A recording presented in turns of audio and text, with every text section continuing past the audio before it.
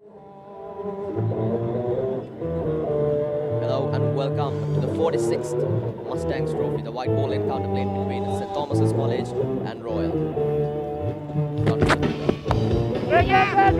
slot, Thomians off the mark with a single. With me in the commentary box for this exciting match is Daniel. Hello Daniel. Good morning, Lahat.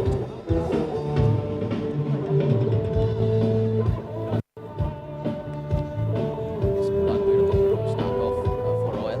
He's a good fast ball. He's a right arm pace bowler. And also he's one of the quickest bowlers that they have in their team. Yes, and we have the two openers for St. Thomas's, Sena Haligoda and Sena Bulankulava.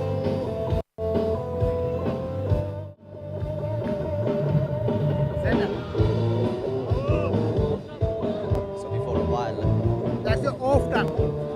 Thomas's College won the toss and they elected to bat first. What do you think about the decision, Daniel, of choosing to bat first on a grassy wicket?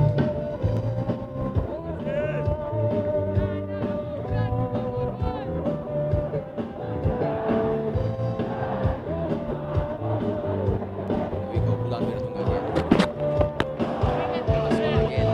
And this has gone all the way to the boundary. What a shot that is to start things off. It's Disena Haligoda with a beautiful off drive.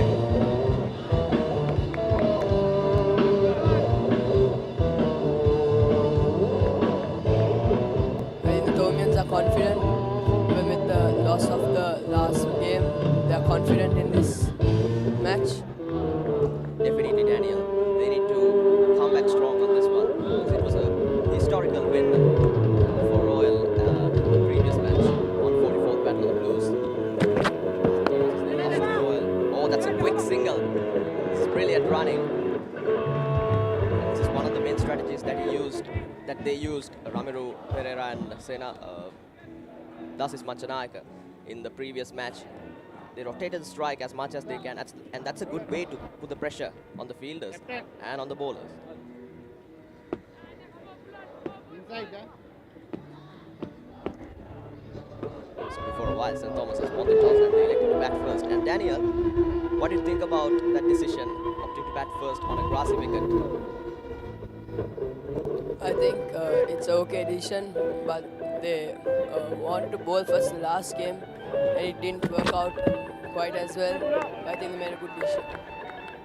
But this grassy wicket will give some advantages to the pacers. They will be able to generate some extra pace and generate some extra swing, and also within the first few overs they will be able to get that seam movement.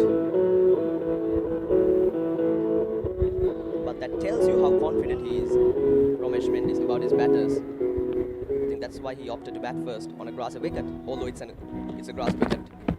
On the slot, through covers, and this is racing away to the boundary. 2 boundaries in the first over. What a start it has been for St. Thomas's. The Thomians are definitely looking good out here. Yeah, definitely. They need to come back strong on this one. What a shot that was from Senadi Bulankurama. He played patiently in the first game, 144th Battle of the Blues game. He scored 100. He scored 40 runs of 103 balls, and that tells you how patient he was. But in this one, seems like he wants to take on the bowlers. Daniel.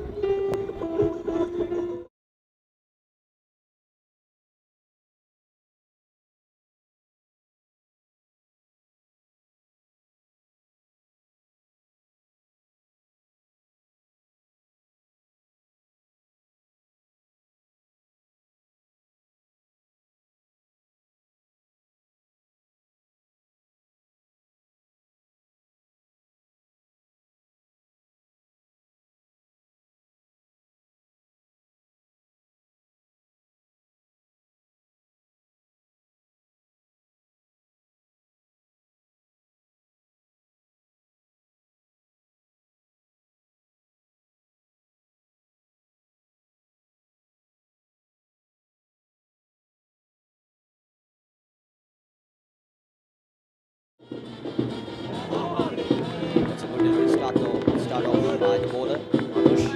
I think the Royals are looking to attack and pick up a few early wickets and make the Thomians Thomian's under pressure. Anush is the new bowler. It's not the quickest ball that they have. And also, they have placed a first slip and a gully for this bowler. So that tells you. Oh! Just goes past the outside edge. Delivery to start things off. In fact, it's the second ball. And now they have taken out the gully and they have put two slips in place, which is interesting. And this is Haliagoda on strike. He's a left-handed batsman.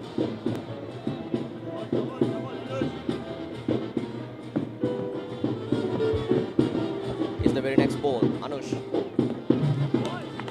Good leave there, but Then- safe. When you take a look at the field, not placed any fielders at the ball rope in the offside area, but they have placed a deep mid wicket. But in the offside, they have placed mid off, short extra cover, and short point with two slips. The leg side, they have placed short fine leg and mid on fielder. The slot again leaves it. Send Haliagoda. They were able to get 10 runs off the first over. I think that's a good start for Thomians, but they need to be playing safe here. What do you think, Daniel? Yes, Lan, of course, they definitely need to play safe and make sure no wickets fall, and build up a good partnership, especially the opening partnership is very key. Yeah, definitely, Daniel. The previous match. Oh, gone! He's got him! There it is, the first wicket for Royal. St. Thomas has lost their opener, Tisena Haliagoda. Just as I said that the Thomians should keep their wickets. And Tisena Haliagoda, he was looking so good. It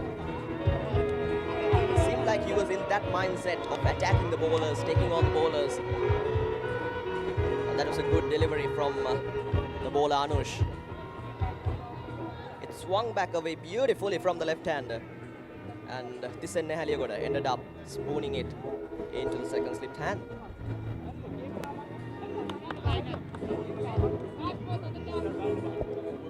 They've lost their first one for 10 runs.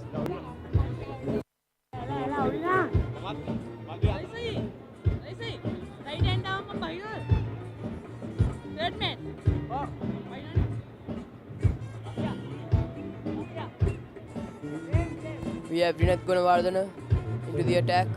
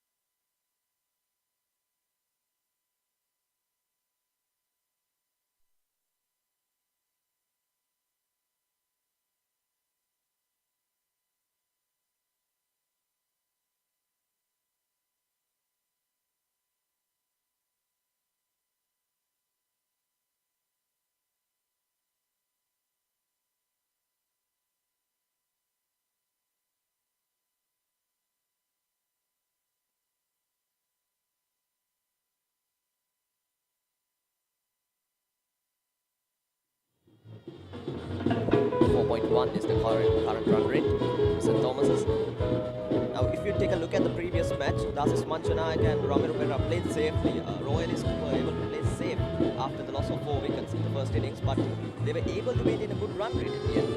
Daniel? Yes, Lan, I hope the Thomians can do so too in this game. Oh, there we go down the leg side. Wasn't the best delivery you've seen so far from the Royalists. They'll get another single. As we mentioned before in the previous game, Daniel, strike rotation is going to be the key here, especially in a 50-over game. Yes, they have to definitely keep the scoreboard moving and keep rotating strike. Definitely, they have to keep the scoreboard ticking always. Not like in a 3-day game. In a 3-day game, run rate is less important, but in a white ball encounter, especially in a 50-over game, you need to have at least 230, 240 runs on the board. 250 is the ideal total. 300 is the best total, I think. Plays off the back foot this time, the left-hander. Dineth Gunawardana.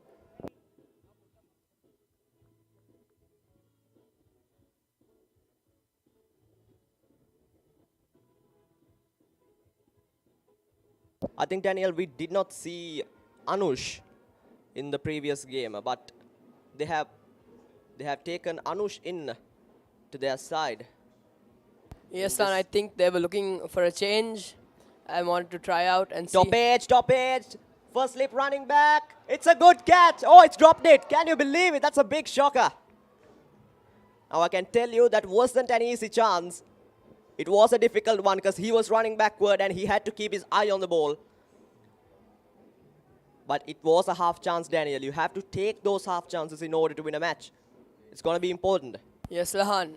He could have held on to it, but I think his elbows hit the ground and it jumped out of his hands. Yeah, definitely. But Thomian's trying to play some risky shots, trying to take on the bowlers, which is not good. Which is not good thing. I think in the first few overs they need to play safe. They need to have a good partnership. Always the opening partnership is going to be a key. But they've lost their first wicket for 10 runs. Again, outside the off stump by Bolan Weeratunga.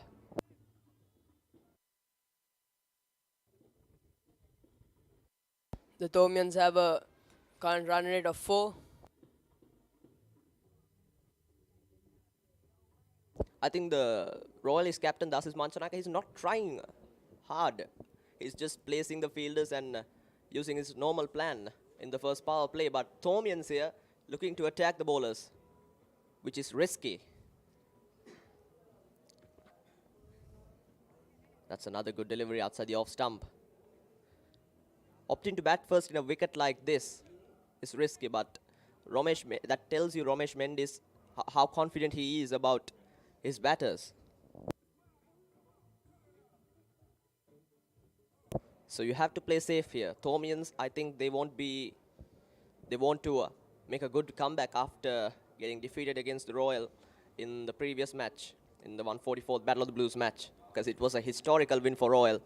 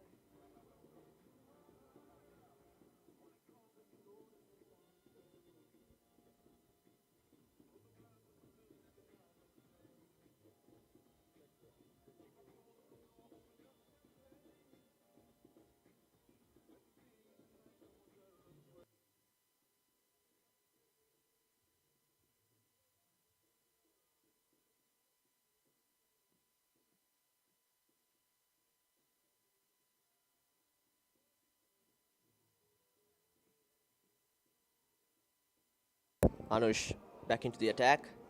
Oh, that missed everything except the keeper. And look how close it was to the off stump, Daniel. He's got that ability of swinging the ball.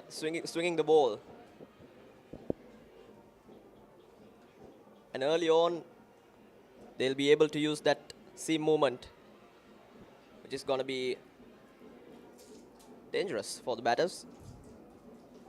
Senadi on the pads, just couldn't get it past the short fine leg fielder.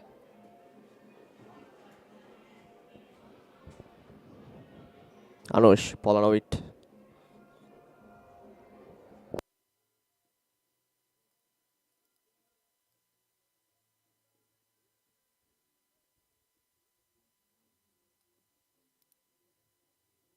Lahan, what do you think of Senadi's 40 runs in the first innings last in the 144th Battle of the Blues?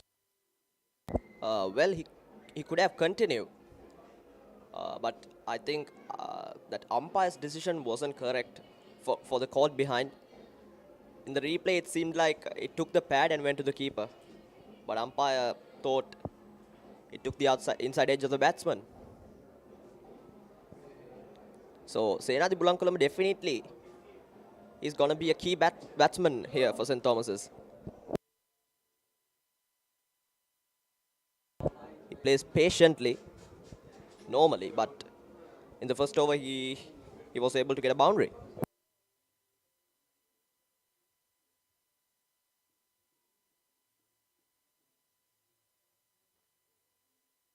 And we also can't forget Sene Shettyarachi's 46 not out. It was a fighting 46, but he had absolutely no one at the other end to support him to build that innings up. That's another dot ball.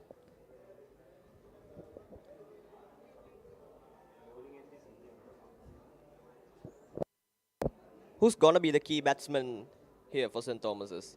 I think it's Senadi Bulankulama. What do you think, Daniel? I think, yeah, Senadi Bulankulama is also going to be a key batsman for Thomians.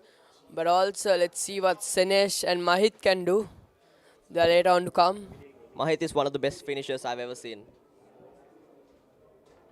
in this season. That's the end of another tidy over. 3 overs done, 13 for 1, St. Thomas's.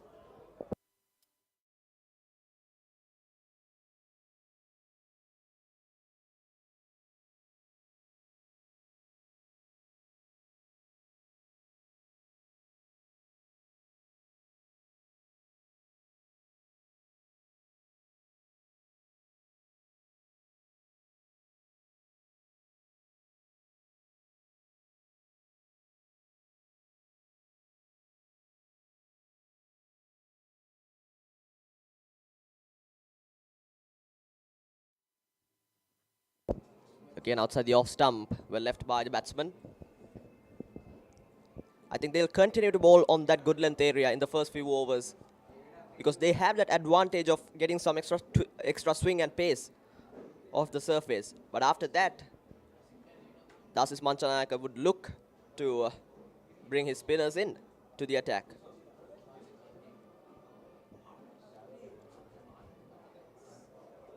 Royalist, they have some good spin bowling options. Oh my goodness me! Again, this is what I was talking about previously, Daniel. They have that advantage of getting that seam movement in the air in the first 5 to 6 overs. So it becomes risky if they play like safe. If they go bang bang, they have to play safe here. They have to play very safe here. Because Bulan Viratunga, Dasis Manchanayaka has placed 2 slips for Bulan Viratunga here, which is interesting.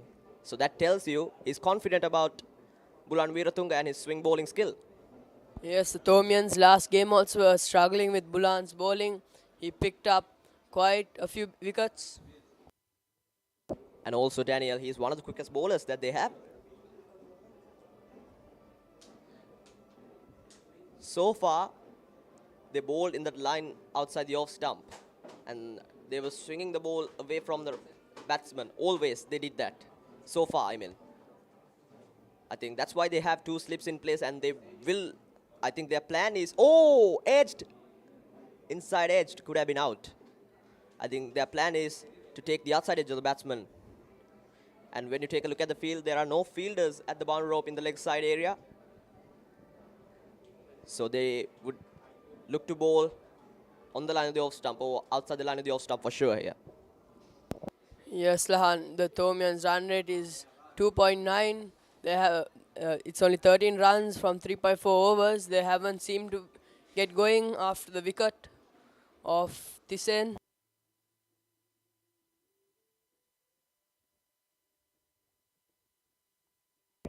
Again, that's a good Yorker. That's another single.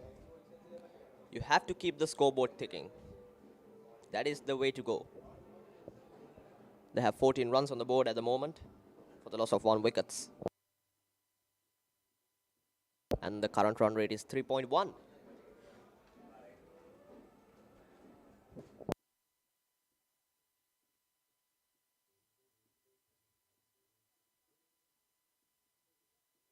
Bulan running in. Outside the off stump again, well left by the batsman. I think that's the end of another tidy over. 14 runs for 1 St. Thomas's after 4 overs.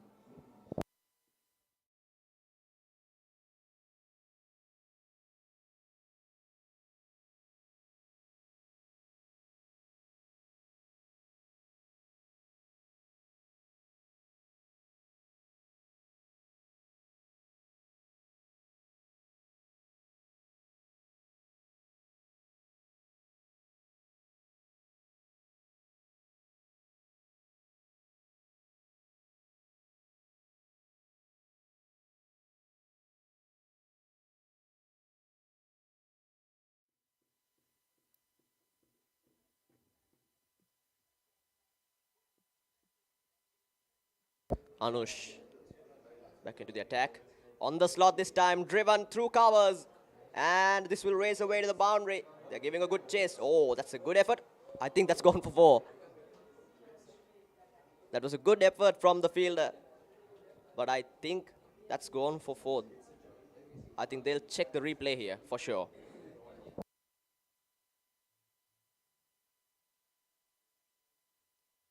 Good boundary there for the Thomians. I think this will give them some confidence. Yes, it is. It has gone for 4. Have a look at the replay. Oh, wow. He did his very best to get there. But just couldn't stop the ball. Oh, that's another good delivery. Man, it's swinging around the corners here. And it has been a difficult task for the batsmen so far to judge the ball properly on this surface. I'm pretty impressed with the way they bowl and their skills. When you take Anush, he's not one of the quickest bowlers, but he's got that ability, and he has been very accurate so far with his lines and lengths, which is a good thing. You have to have that discipline as a fast bowler, especially when you're opening the bowling. You have to start putting the pressure on the batting side. Yes, Laham, what do you think the game plans for Thomians and the Royalists are? Looks like they want to win. They want to get a strong comeback. They want to come back strong after the defeat they faced against the Royal College in the previous match. I think that's why they opted to bat first. And looks like in the first few overs we saw that attacking mindset of the batsman, especially Senadi Bulankulama. This is a good single. This is very important. When you take those quick singles, Daniel, that can put the pressure on the fielders and the bowlers, and then the batters will be able to spoil the plan of the bowlers, and then their lines will start to change.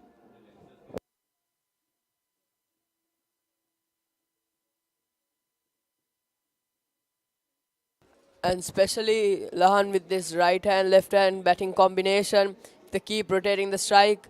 The Royalists will have to keep changing the field, and that will be good for the Thomians, very Definitely. beneficial. This is a good advantage for St. Thomas's, because in that previous match too, Ramiro Pereira and Dasis Manchanayaka, one left-hander and one right-hander, was playing. Ramiro Pereira was the right-hander and Dasis Manchanayaka was the left-hander. So the main advantage they had was that left-hand, right-hand combination. So if they keep rotating the strike, the captain has to change the field after every ball for each batsman. So if they will be able to use this advantage properly, I think they'll be able to build a solid, good partnership here for the second wicket. And it's the end of the over. Thomians are 20 for 1.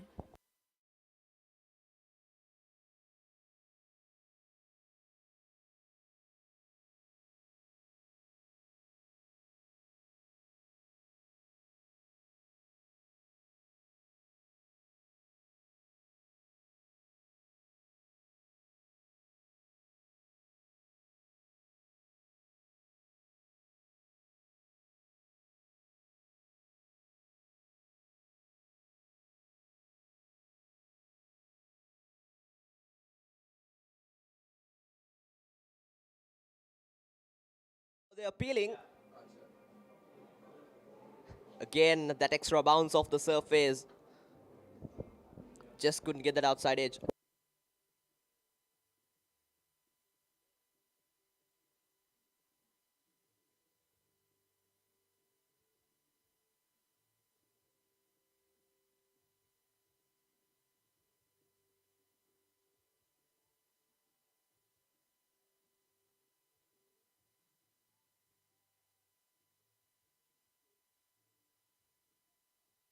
The bowler running in.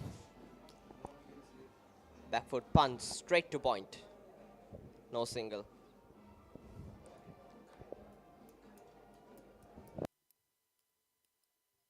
Although the run rate is going down, this is good.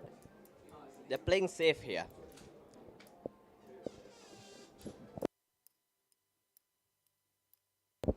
And this is going to be very important. This partnership between Dinet and Senadi in order to build a good total. Flick of the wrist. This is brilliant running.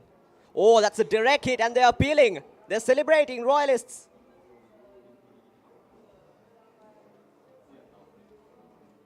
I think he's walking the batsman.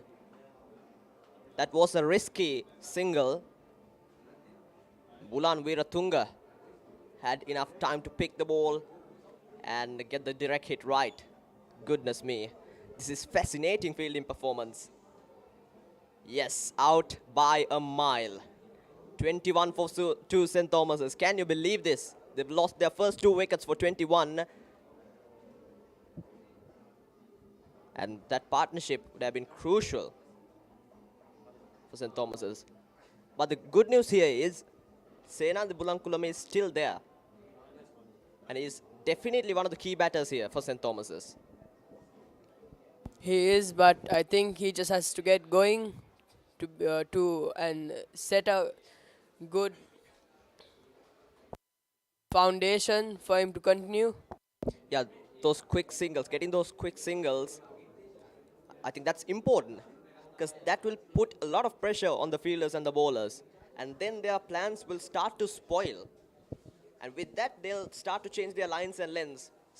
They'll start doing adjustments to their lines and lengths. And then We have the captain in for the Thomians, Ramesh. Let's see whether him and Senadi can build a good partnership with Thomians. well, Ramesh couldn't get going in the previous match. But he is in form, I can tell you. He's got that aggressive mindset, St. Thomas's captain Ramesh Mendis. 8 matches, 8 innings, 437 runs, average of 62.43, which is quite impressive. And the best score of 166. So that tells you about his form. I think he'll definitely look to take on the bowlers here. But first of all, I think, according to my view, they have to put a good partnership here. They need a solid, good partnership in order to build a good total, in order to have a good psychological total on the board. Daniel? You can see that replay there.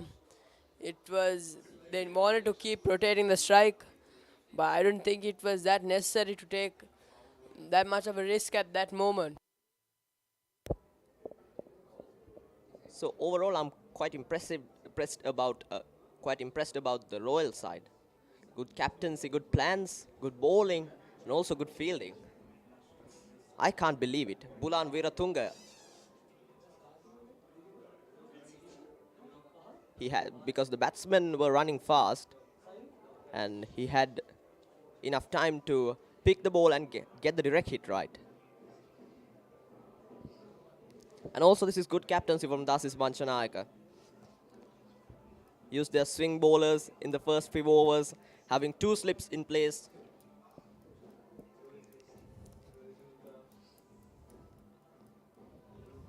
And also deep third man in place to stop the boundary coming off that outside edge. And this looks like a regular power play field. We see this in matches very often, in white ball matches. On the slot again, that was a slower ball, I think, from Bulan. 22 for 2 after 6 overs.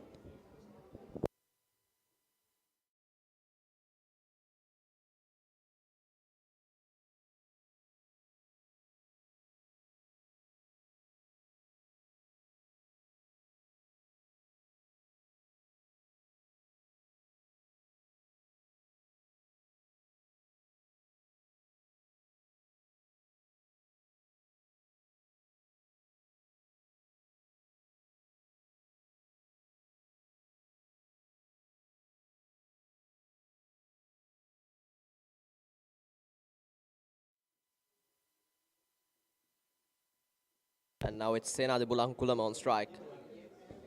As we mentioned before, Daniel, he's going to be the key batter for St. Thomas's.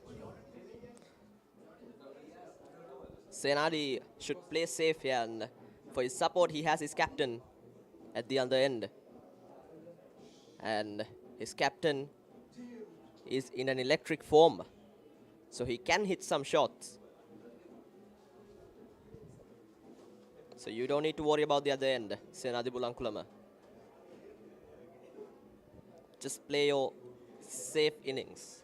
We can see that the unfortunate wicket of Dinat Gunawardena was looking to go good.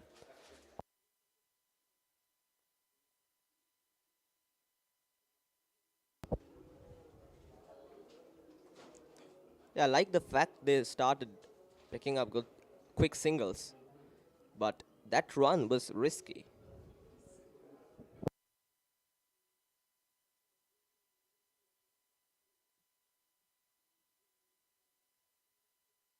Anush again. Again, wicket to wicket bowling this.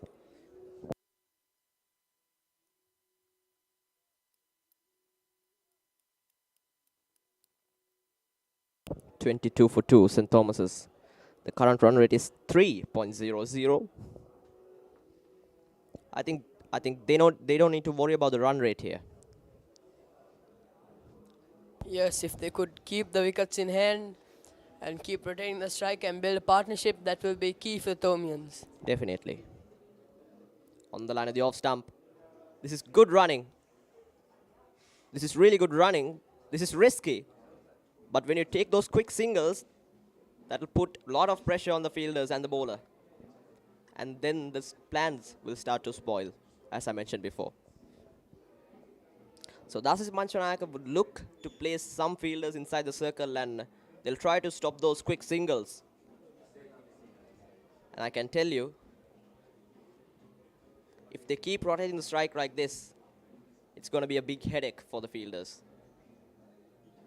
It could have been gone too if he could get the direct hit right. Dasis Manchanayaka at short point.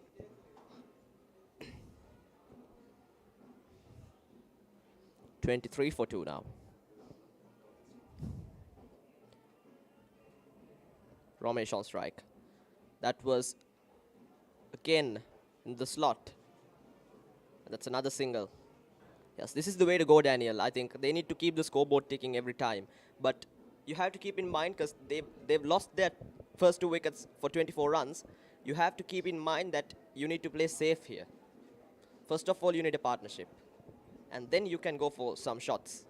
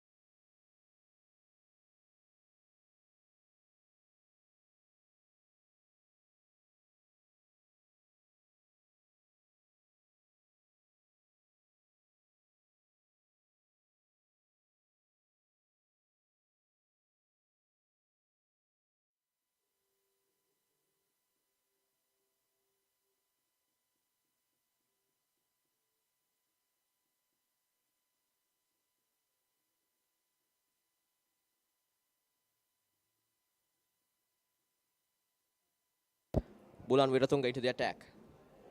Swing into the left-hander. This is a very quick single. Again, the fielder fumbles to collect the ball. And this is what I was talking about. When you take those quick singles, that will put a lot of pressure on the fielders. This is good running by the Thomians. They keep this up, then they'll be able to build a good partnership.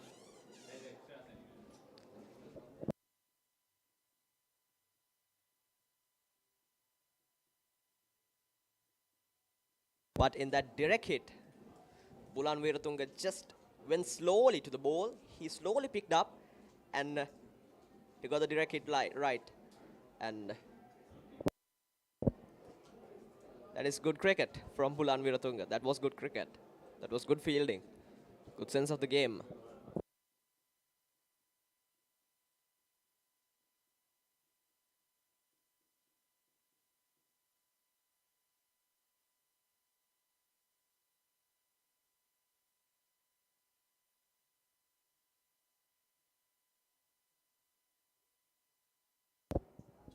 On the slot again, I think it was another slow ball from Bulan Viratunga.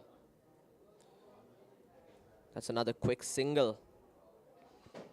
This is very important. Romesh Mendis is in a magnificent form. I think he is going to be another key batsman here for St. Thomas's. Senadi Bulankulama is definitely a key batsman here. He can play safe, and Romesh Mendis is in an electric form. Oh, that was the inside edge. And they're celebrating. I think they've got him.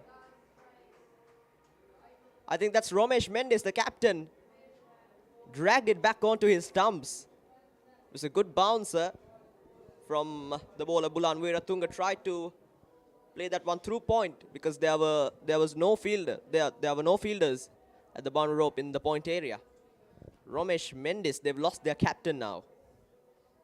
Now it's 26 for 3.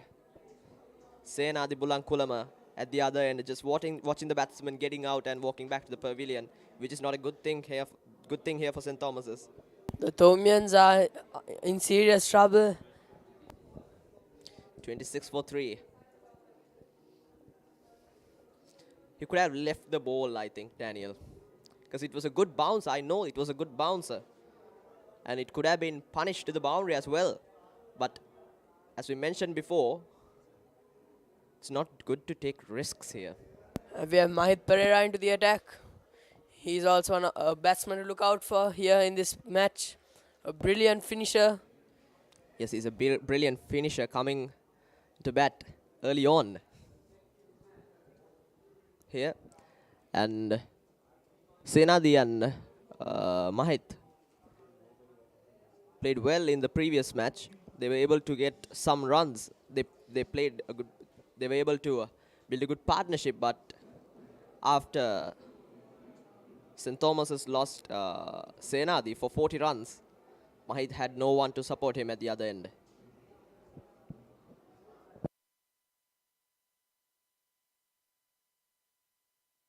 This is Mahit Pereira and his stats: 8 matches, 7 innings.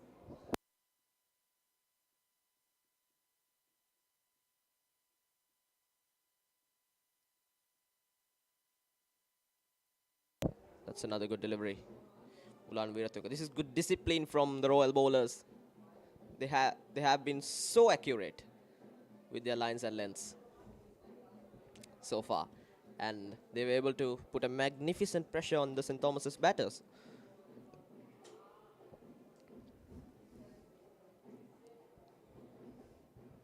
That was the previous wicket of Romesh Mendis. It was a good bouncer. It wasn't a good delivery, but I think that was unneeded at the moment. Mahit Pereira, quick running. This is energetic running from Mahit Pereira. He was so quick. Again, it was a risky run, Daniel, but they were able to get back in time. 9 overs done, 27 for 3. Not a good start for St. Thomas's.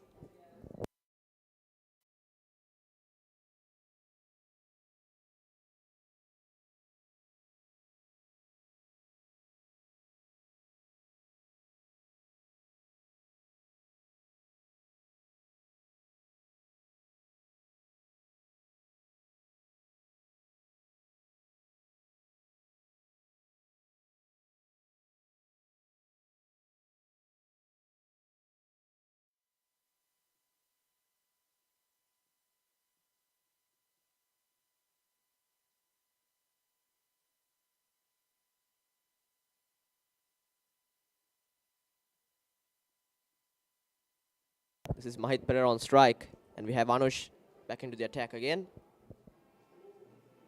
Oh, that wasn't a good call. Mahit Pereira again looking to get the quick single. This is risky. I think Senadi Bulankulama did not want Mahit to take that risk. Look at him signaling him in the from his hand.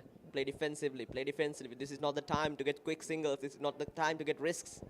You have to play safe. Senadi Bulankulama signaling to Mahit Pereira.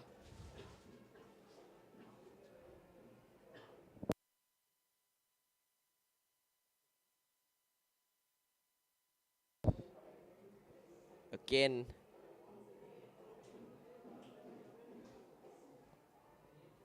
This is good discipline again, I have to say. Now they have taken off the second slip. Now there's only one slip in place for the batsman, Mahit Pereira. And now it's interesting to see they have placed a deep fine leg at the boundary rope, deep square leg at the boundary rope. They have taken out the mid-wicket fielder and they have placed the deep square leg. Oh my goodness me. Man, it's swinging around the corners again. Mahit Pereira. And the Thomian batters getting beaten here by the Royal swing bowling attack.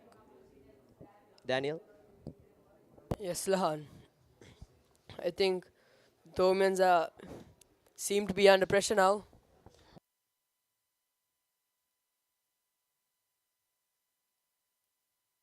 Is the very next ball. Oh, what a stop that is. Anush. We've seen him taking a wonderful catch in the previous match at second slip, as I remember, if I'm not mistaken. That was a good full stop from Anush.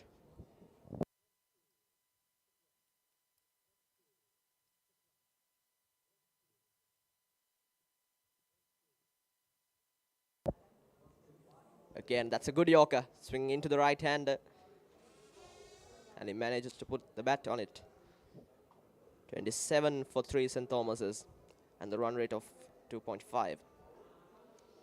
9.5 overs done. Last ball of the over.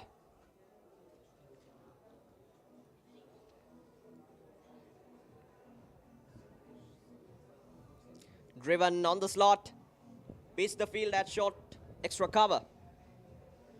And they've got a single. That's the end of the over. The Thomians are 28 for 3.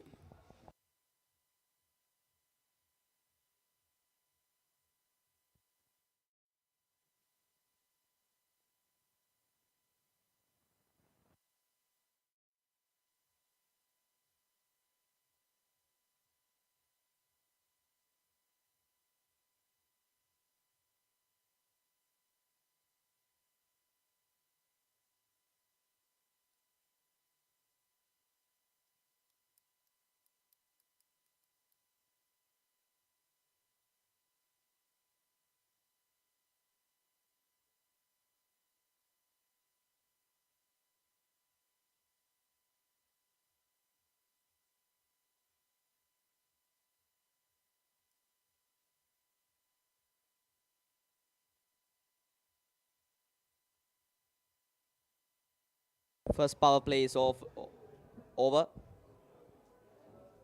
We have Sandesh Ramanaka into the attack for the Royalists. Umpire Ravindra Vimalasiri. And Chamaradi Soisa. The umpires. Sandesh Ramanaka. We've seen some good bowling performance from him in the previous match. And he was able to get some wickets. Let's see what he can do here. Here we go. Sandesh Ramanaka running in. The tall guy with the wrong run up. That's a quick single again. And that's an overthrow and it's gone all the way to the boundary. Oh my goodness. Can you believe it?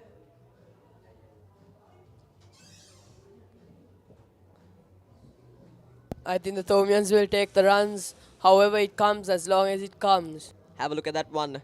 The field at short point. Missed the direct hit and he had no one to back up. The whole mid-wicket area was open.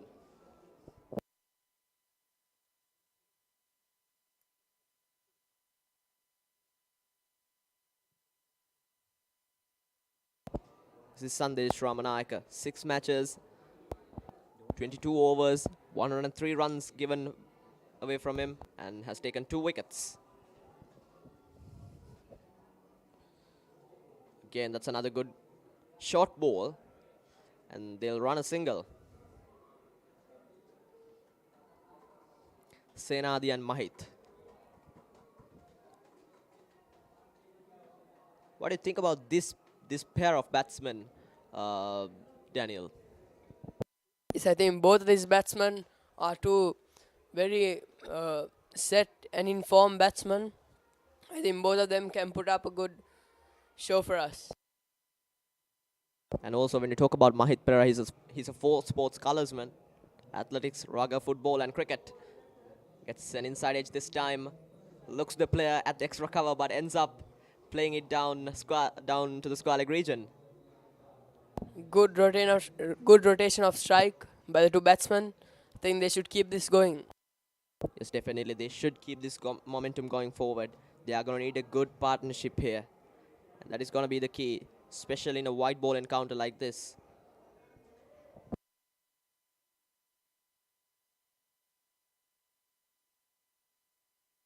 Current run rate is 3.00. Here's Sandesh Ramanayaka. Kane beats the outside edge. I think if the Thomians lose any more wickets, they'll be in serious trouble. Definitely. Yes, they've lost 3 wickets for 35, which is not a good thing. That was a very good delivery from Sandesh Ramanayaka, hitting the right length.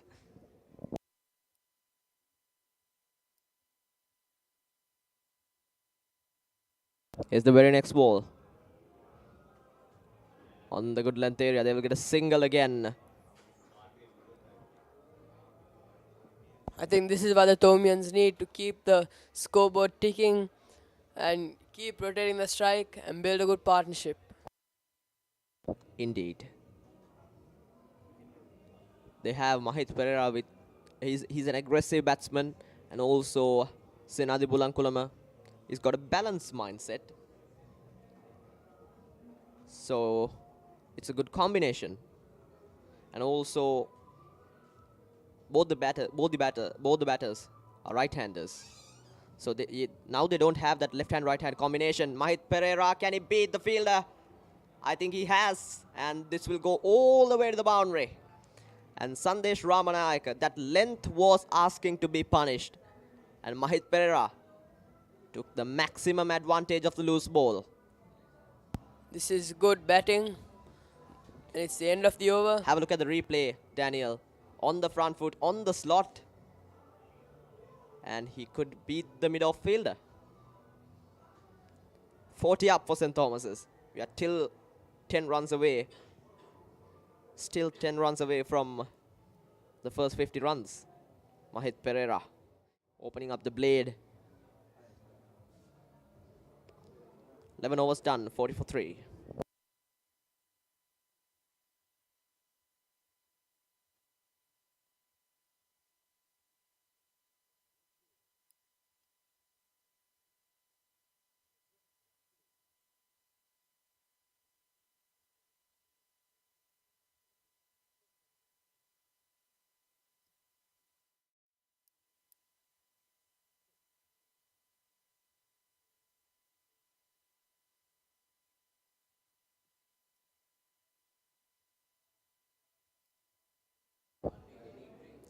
Down the leg side, wide signal by the umpire. I think it's umpire Ravindra Vimalasiri.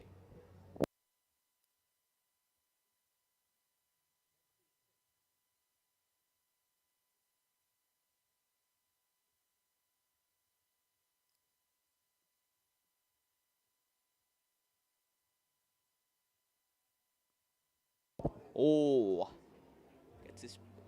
gets this one past the first slip. That's another good single.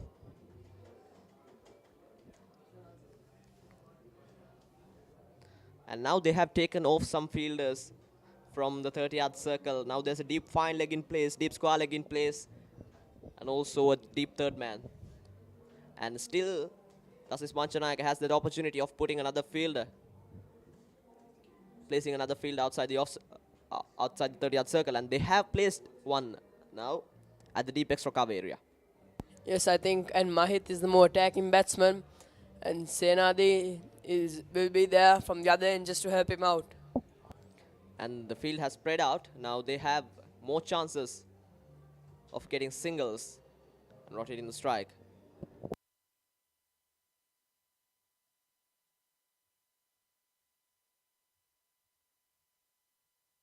"43 runs on the board for the loss of 3 wickets. And the run rate has slightly increased after Mahit Pereira come to the crease. On the short length, short third man comes into play. That's another good single, Daniel.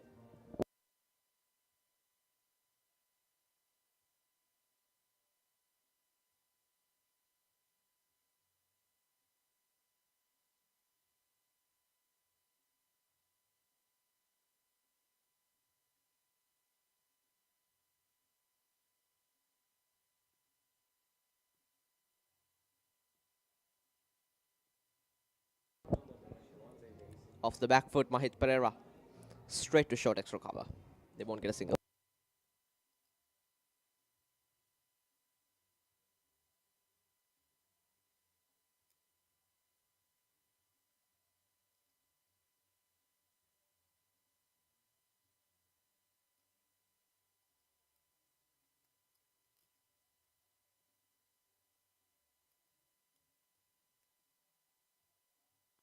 Driven powerfully, but there's a field at extra cover, deep extra cover.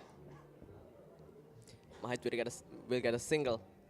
As I mentioned before, he has that power of hitting the ball really hard. When he gets going, it's going to be a hard task for stop him. That is why he's known as one of the best finishers in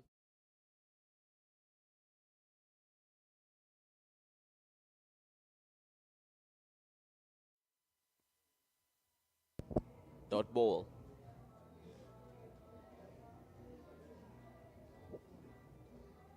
I think that ends another tidy over. 12 overs done, 45 for 3, and the run rate had slightly increased.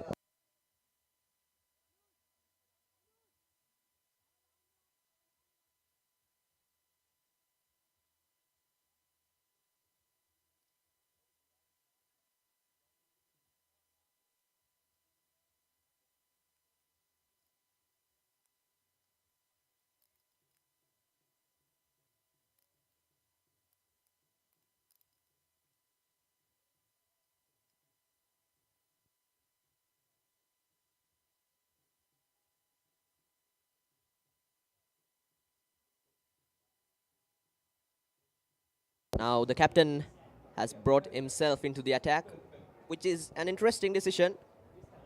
And they have placed a deep extra cover and a long off now. So he has that risk of getting hit down the ground. I think Tasis Manchanayaka knows it. And they have placed a deep mid-wicket and a deep square leg in place. And Off the back foot, first ball. Mahit also a very good play of spin.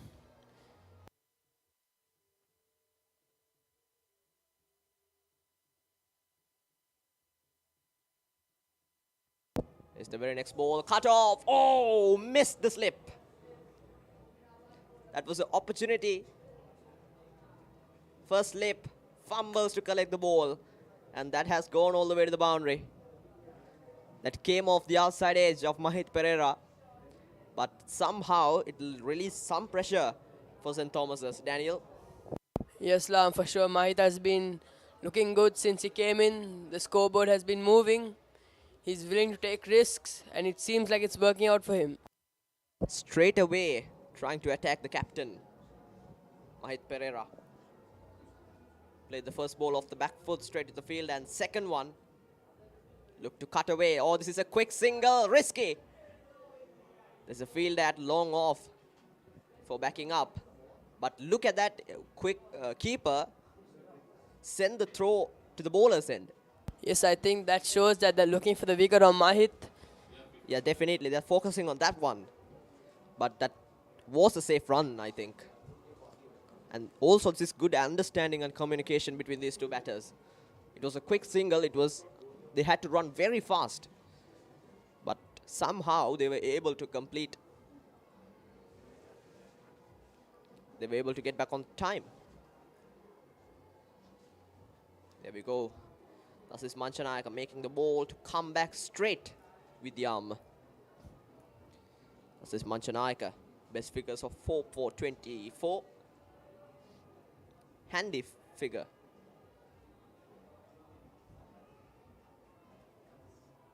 Straight to a short mid wicket again. Another dot ball. Manchanayaka from the tennis court end. Oh, there we go again. That went straight on with the arm, did not turn at all, and he was able to beat the inside edge of the batsman Senadi Bulankulama. End of another good over.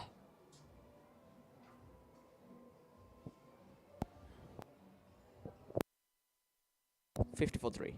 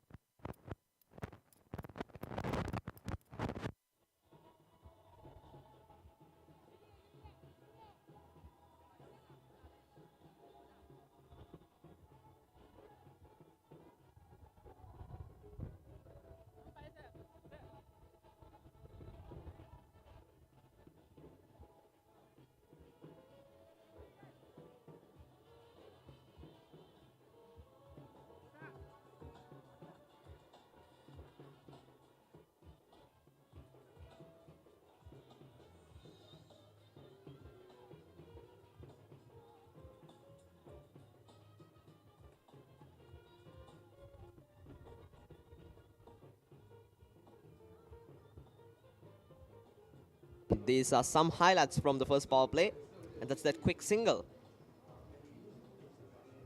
The direct hit he got right, Bulan Wiratunga. And we've seen that wicket of Ramesh Mendis was a key wicket, dragged it onto his stumps.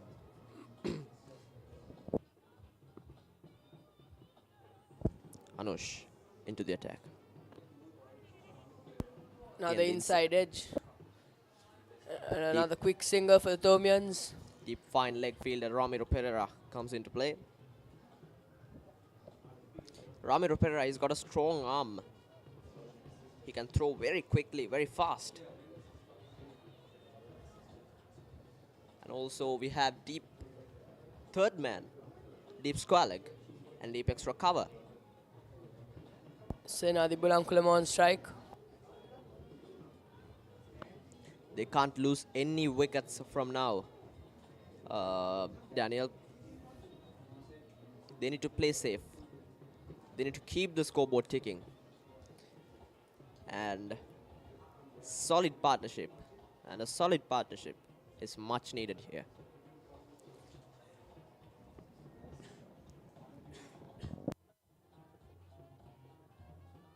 Anush running in. Another good ball there. Good line and length. 51 runs on the board.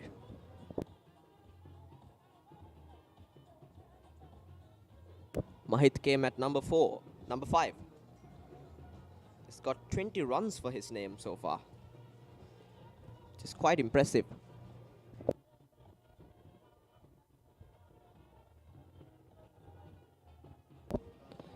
Oh, that's a good Yorker. They are appealing. Umpire is not interested.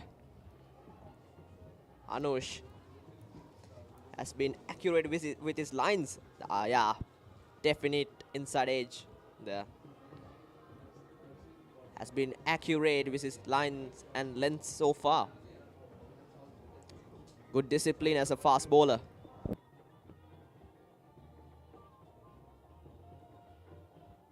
is the very next ball. On the good length area. I think Senadi also should try taking on a few bowlers, because for now it has only been Mahit who has been playing some good shots.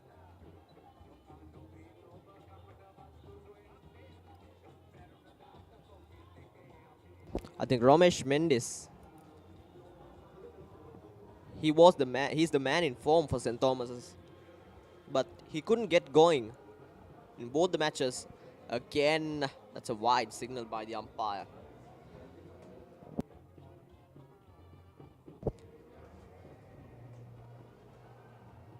And have a look at the field now. Dasis Manchanayaka has taken off the slips. In the first few overs, he had 2 slips for Anush, the fast bowler, and now he has taken off the slips. That's another good delivery. On the line of the off stump, well defended by Senadi Bulankulama. Ends another tidy over. 52 for 3 St. Thomas's after 14 overs.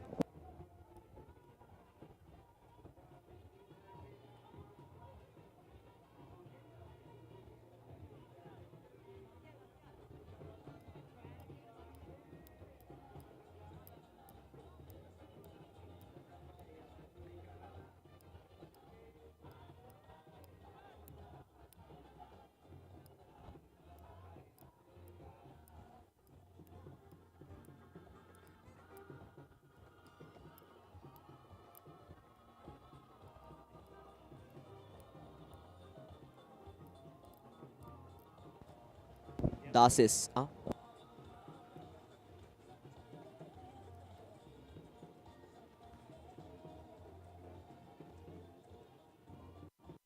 Mahit on strike. And the captain has brought himself back into the attack. This is the 15th over.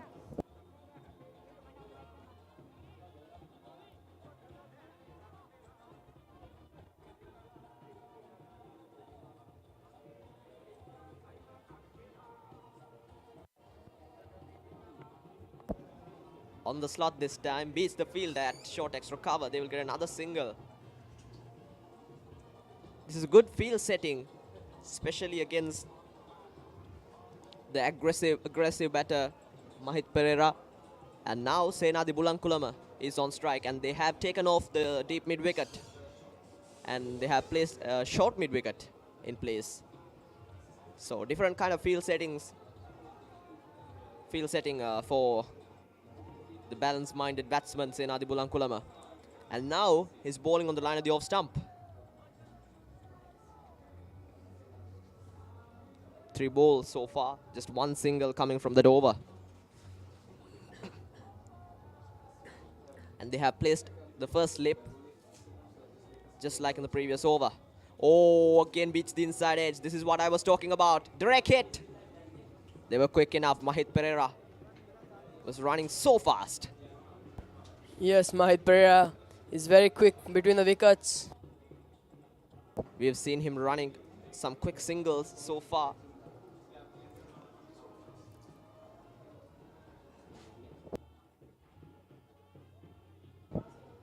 That's his Manchanayaka. It doesn't look to turn the ball. I think.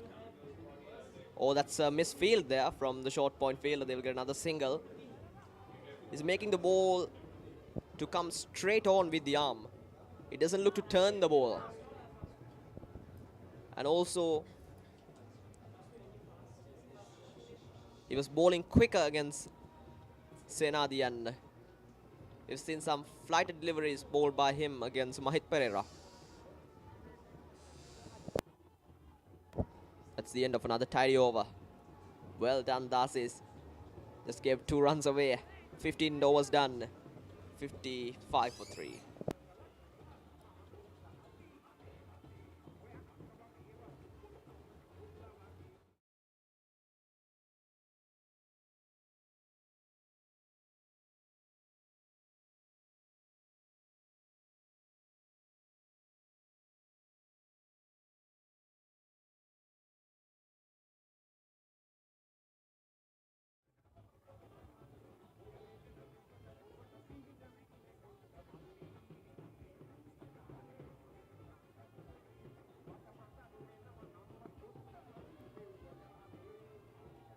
Anush back into the attack.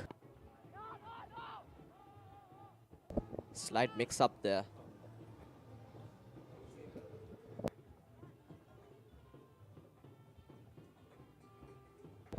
When you take a look at the field, that whole mid-wicket area is open. The gap between square leg and mid-wicket, but they have placed a short mid-wicket now in place. And also, there's a mid-off in place and a mid-on. Oh, beats the edge again. They are peeling, but I think he hasn't got anything on that one.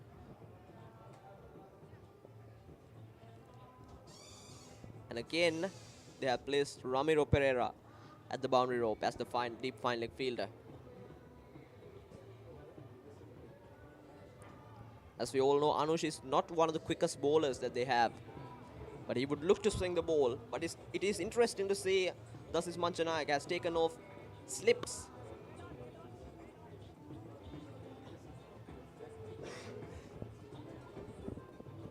Daniel, what do you think?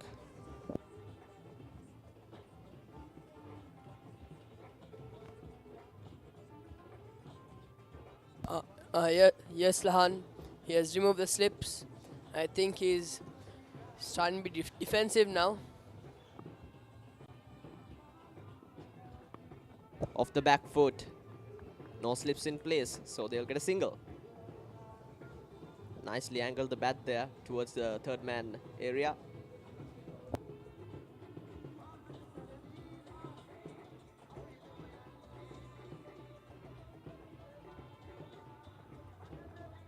Senadi got 15, Mahit got 22 runs.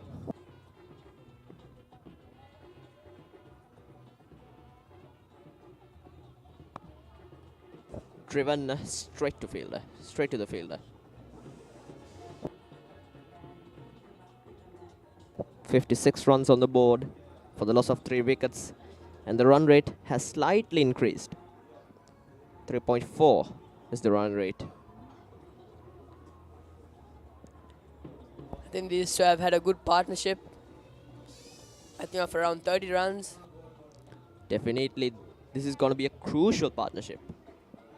Again, Senadi Bulankulama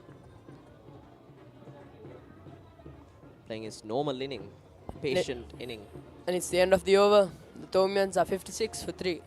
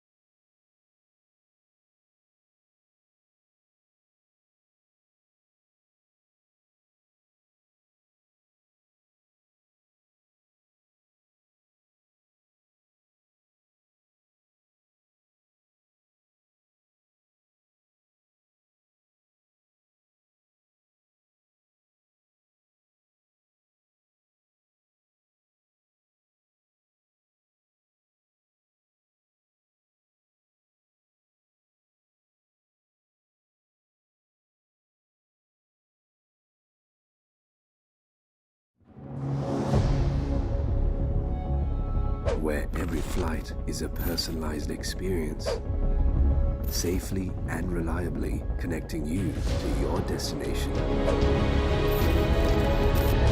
Where every passenger is a VIP, creating memories one flight at a time. Your journey starts with us. Contact us on 077 907 1437. Our Airlines, discover the world from a different perspective.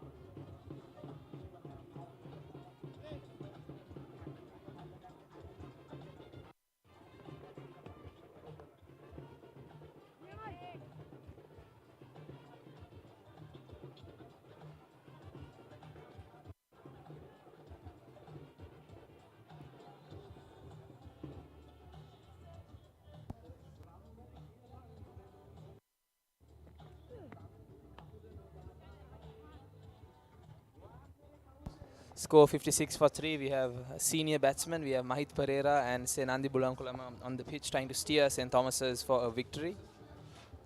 It's crucial parts of the game. Yes, it is indeed, Ganan.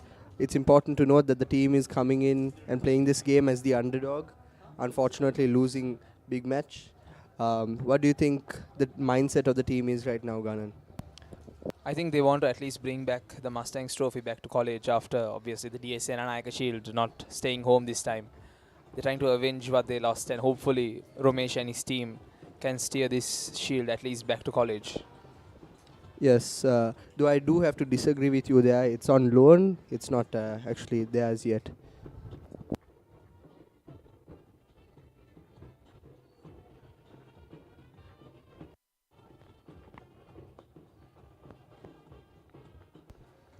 Valuable effort by Dasis Mansanayaka, keeping it to no runs. A tidy over up to now, no boundaries, no unnecessary runs given. He's keeping it tight.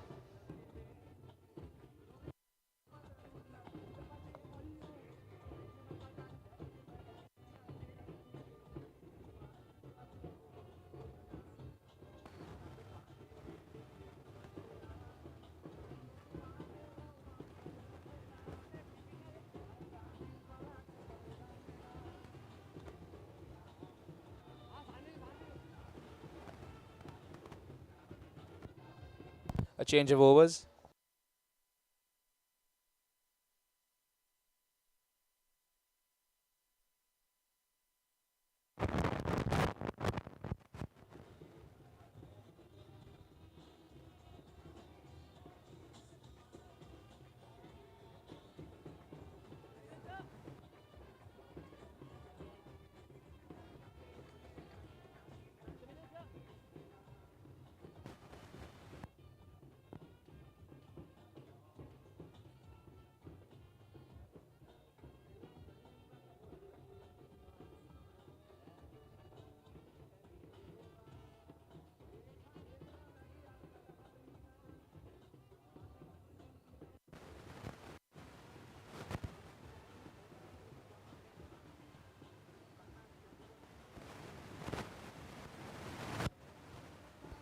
They're bringing back Ranuka, a quick ball into the attack, trying to get probably a leading edge. Oh, they've removed their slips this over.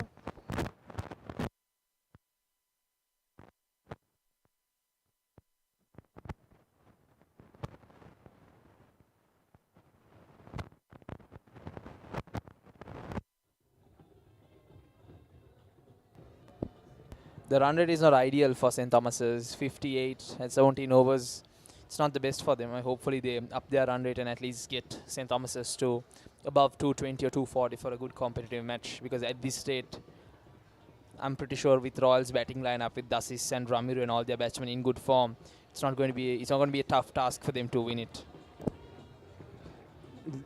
That is indeed true, Ganan.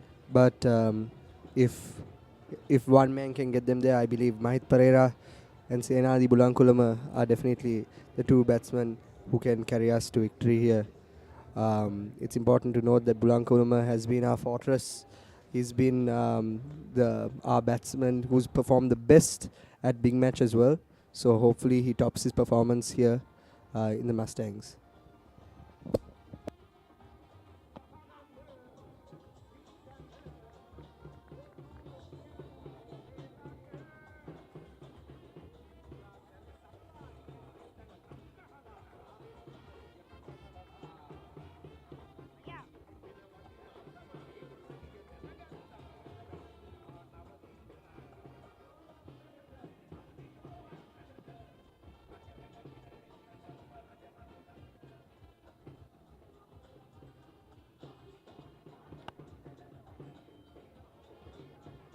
A straight shot to backward point. Bulankulama looking comfortable now, but he needs to start taking the scoreboard, get a couple of boundaries. He had a good start in the morning. He had a couple of boundaries right off the bat. He should continue at that rate to perform well.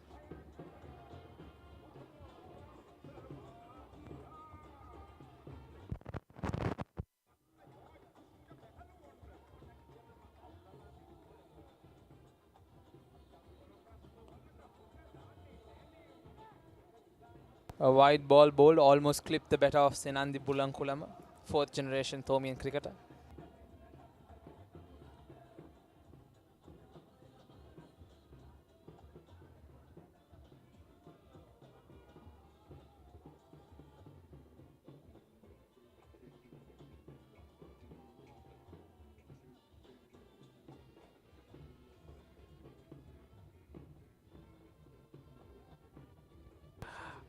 The SSC looks pretty dull today compared to what we saw a week ago at the big match when all the tents were filled with old boys from both schools, other well-wishers, people, just general public coming to watch the match. It's a festival. The big match is a 3-day fiesta, one would say. All the tents are dull today. We have the Barnes, we have the Western Hill, we have only 2 or 3 tents, but nothing beats the big match. But if you miss the big match, this is one where you can come and still have a feeling or a chance to witness what St. Thomas's and Royal fight against every year.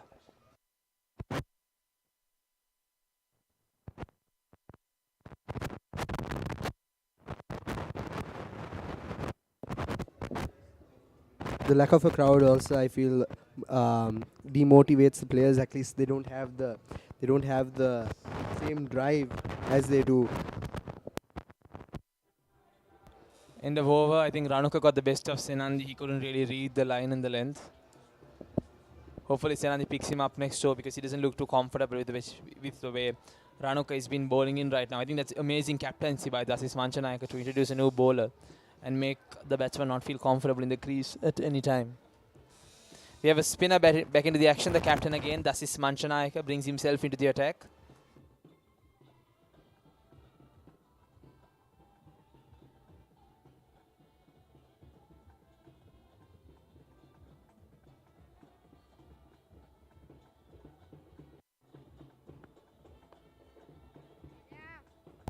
Dasis Manchanayaka keeping it tight. He has a slip also. He's really attacking and searching for another wicket because St. Thomas's are in the middle order. They have Mahit, Charuk and Sinesh to come, and they know Mahit is a big wicket. He's one of the best batsmen in the St. Thomas's side. He absorbs pressure very well. He doesn't get tense on the pitch, and his wicket will be a golden scalp, something that the Royalists are after.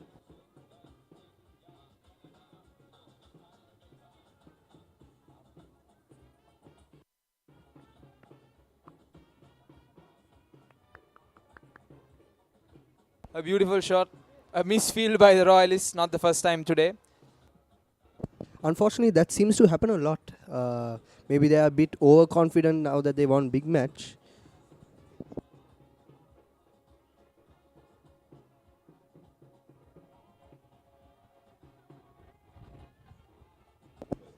Seemed to go underneath his legs.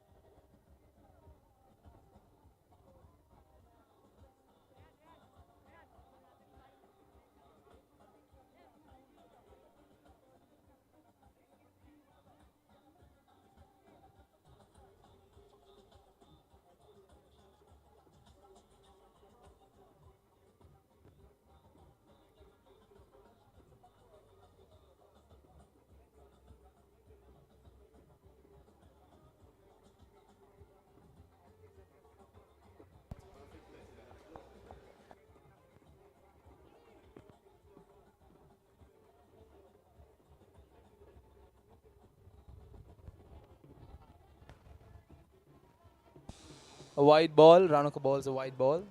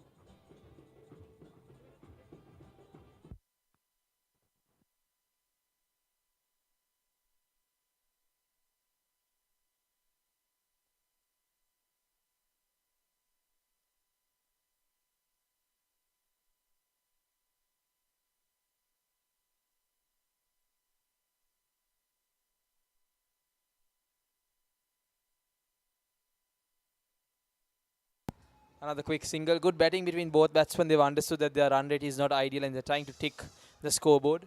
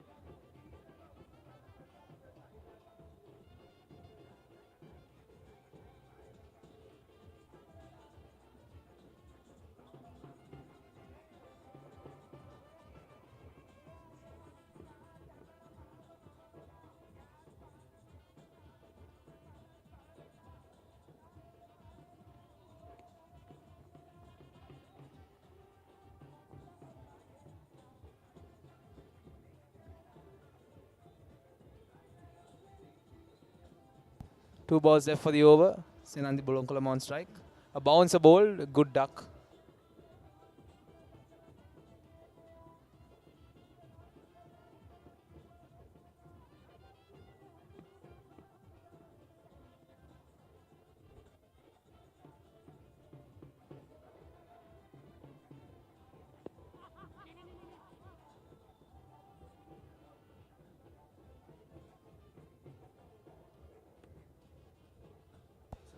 Quick single near fine leg.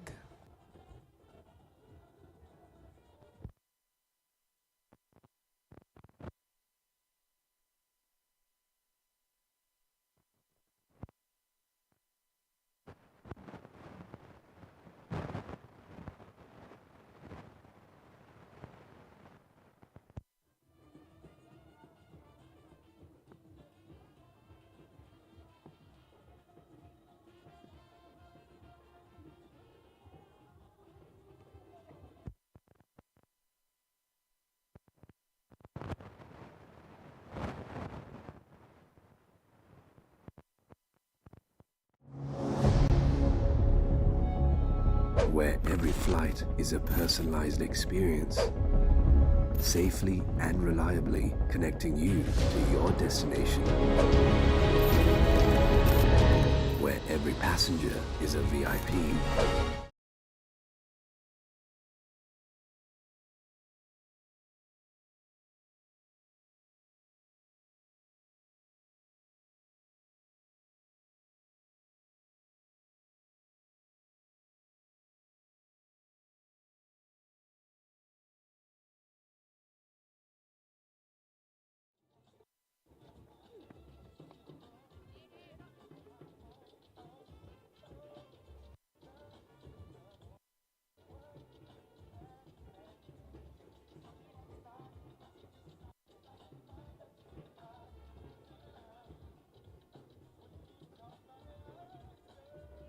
At the end of 20 overs, they had 65 runs and average run rate just above 3. I don't think that's ideal. If they want to win the Shield back, they need to play more positive cricket. And I think Mahit has taken that initiative with 27 and Bulankulam has to back him up. Because they need to, they look like both of them are pretty comfortable now and they need to extend their scores to 50s and 100s and somehow get the Thomian side above 200, 200 or 240 to have a competitive total to match against Royalists. Very well performing batting lineup, including batsmen like Manchanayaka, Ramiro Pereira.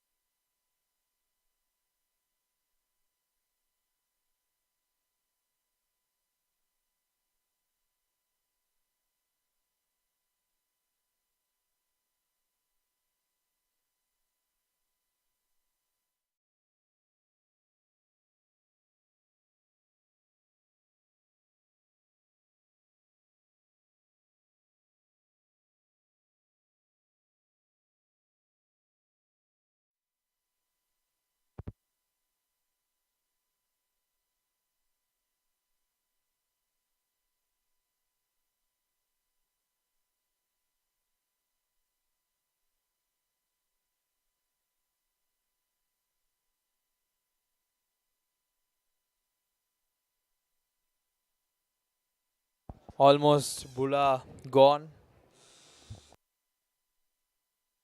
That was a very risky run by the Thomian side. However, Bulankulam just managed to make it in time. The fielding of the Royal side seems to be getting better, but you never know with the Royal fielders.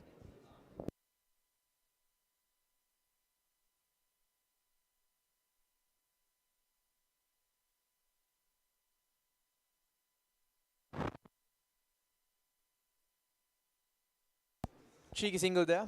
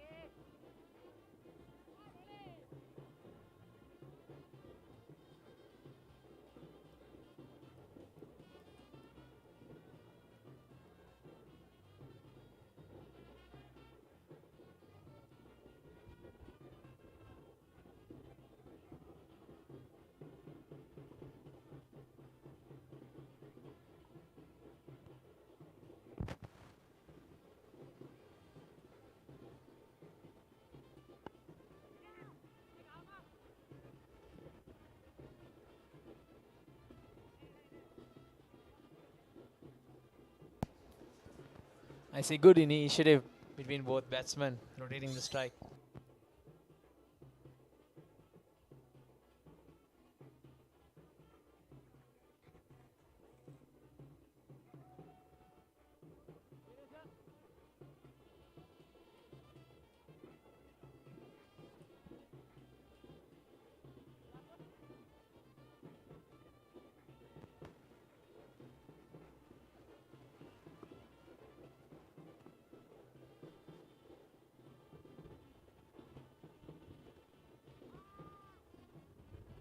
Close call, almost edging the ball.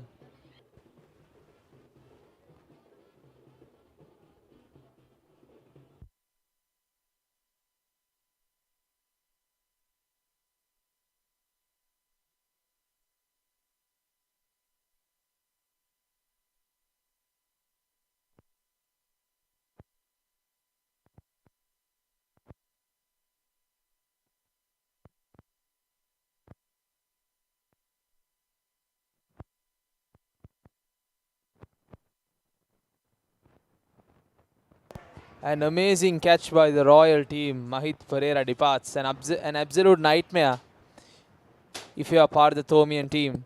He had a good start, 28 runs. He was scoring at a good rate. He was just feeling comfortable. He took the risky shot. He wanted to get a boundary, and it backfires. And I must admit, an amazing catch by the fielder down at deep fine leg.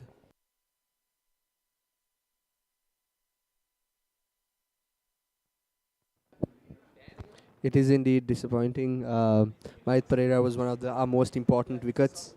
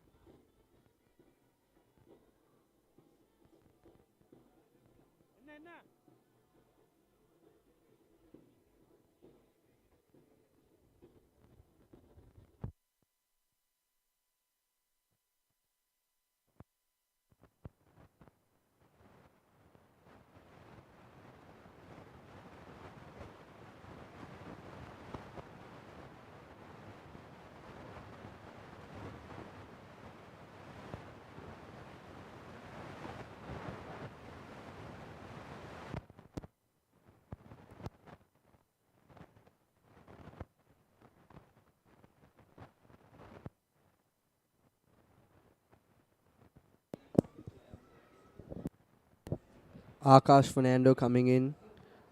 He has big shoes to fill. Mahit Pereira walking off, but Akash Fernando is indeed capable of pulling off uh, an incredible game here. Um, the Thomian victory rides on these batsmen's shoulders.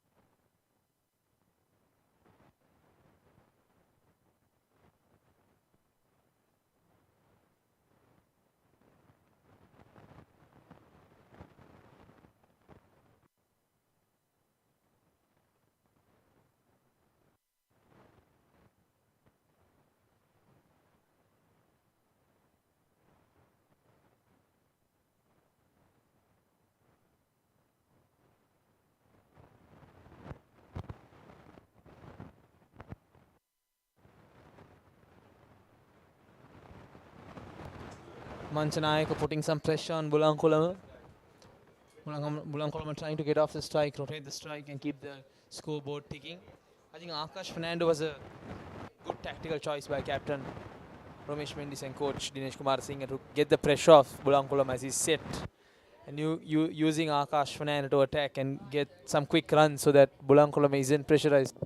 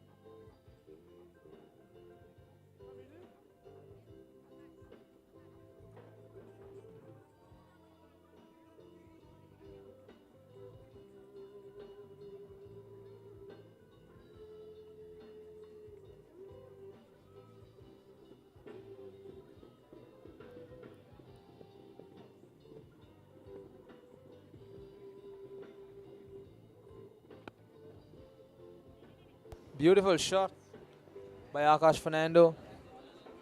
A single there.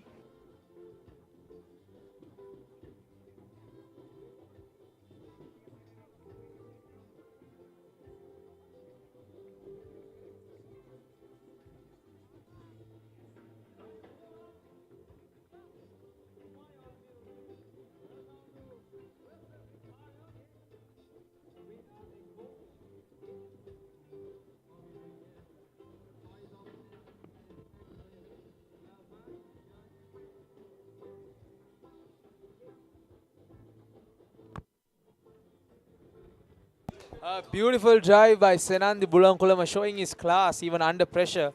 What a beautiful shot. Classic cricket by Senandi Bulankulama. He's feeling comfortable. And with Akash by him, I think we're off to a good start during the middle overs. Beautiful shot. Look at that. Beautiful drive from a right-hander.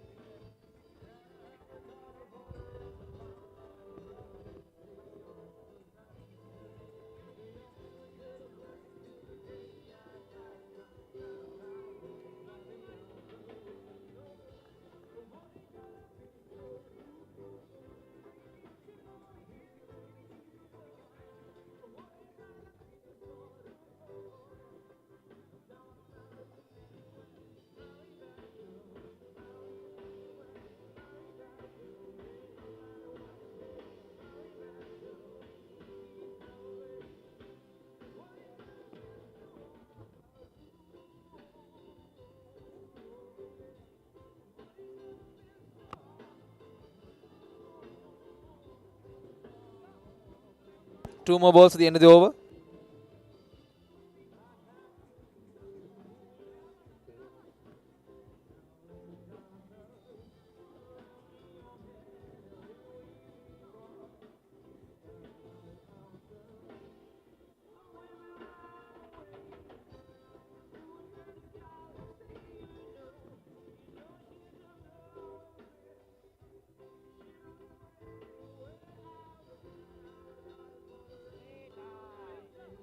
Oh,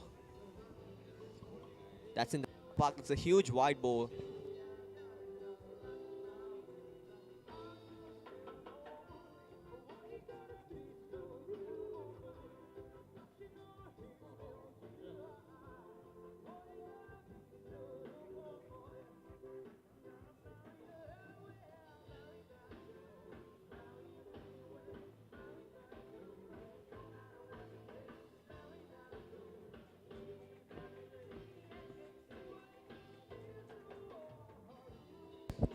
Is Ranuka on the slot.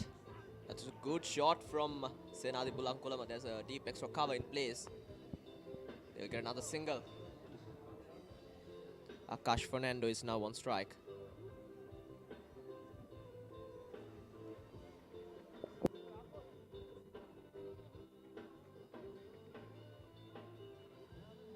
Normally Akash Fernando comes at number 8, but it's an interesting move from Ramesh Mendis, the captain, to send him at number 6. I think Senadi Bulankulama's scoring strike rate is very low. As you all know, he's playing patiently here. So they have sent Akash early on to hit some shots, I think. It's another wide. Ranuka. A comparatively expensive over from Ranuka, boundary, and now 2 wides consecutively. When we talk about their first 2 fast bowlers, Ulan Viratunga and Anush, they were very disciplined with the lines and lengths they bowl. But Ranuka here trying something different. Oh, muscled, but just couldn't get the shot right. Akash Fernando trying to get it over mid-on there. That ends another tidy over. 24 was done, 77 for 4.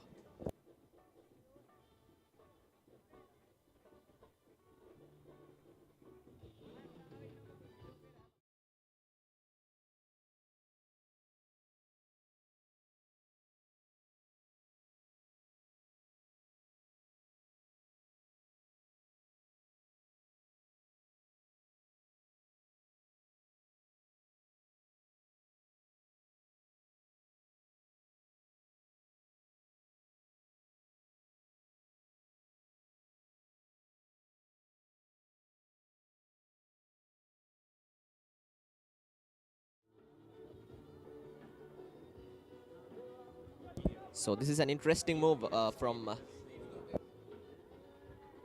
Dasis Manchanayaka, bringing in Ramiro Pereira. He's a part-time bowler, part-time leg spinner. In the last match, he was able to get 2 wickets, 2 important wickets. If you can remember that low full toss against the Thomian all-rounder Charuko Piris, which took his wicket. Here's Ramiro Pereira. First ball for him. Outside the off stump. Well left by Senadi Bulankulama. Now if you take a look at the field, there's a first slip in place for Ramiro Pereira. That's a good shot. Beats the cover fielder. They got another single. They have taken out the deep third man and they have placed a deep mid wicket in place. And also there's a deep square leg at the boundary rope. Ramiro Pereira still has that risk of getting hit down the ground. There are no fielders at long off and long on area.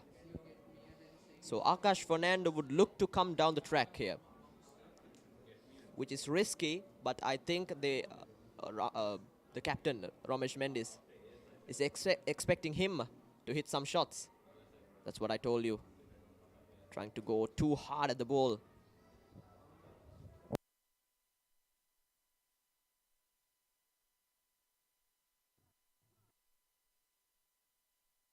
Here's the very next ball. Off the back foot this time, Akash Fernando.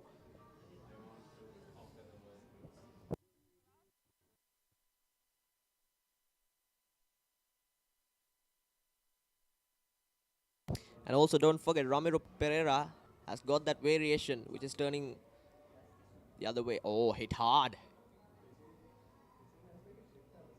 Which turns into the right-hander, which is called the googly, which makes him a dangerous bowler. Akash playing aggressive cricket. He doesn't want to get Bulankulam under pressure, so he plays aggressively. Smart choice here, still being smart about it, not taking too many risks. But at the same time, Akash understands that they need to get a score on the board. It's not like the big match. It's not a 3-day match. They need to get as much runs as they can right now, because right now they're lacking in their run rate. And they need to ramp it up. And I think Akash is the way to go. He needs to connect a few of these balls, and I think St. Thomas will be on track. Definitely. 25 overs done, half of the innings. 78 for 4.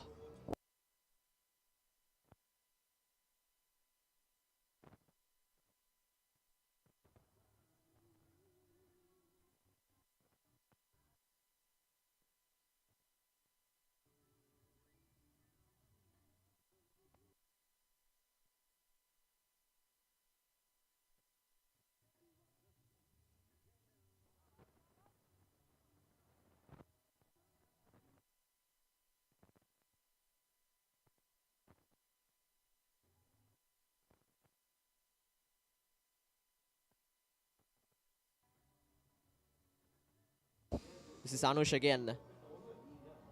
Nicely angled the bat towards the third man area. Just couldn't get the shot right.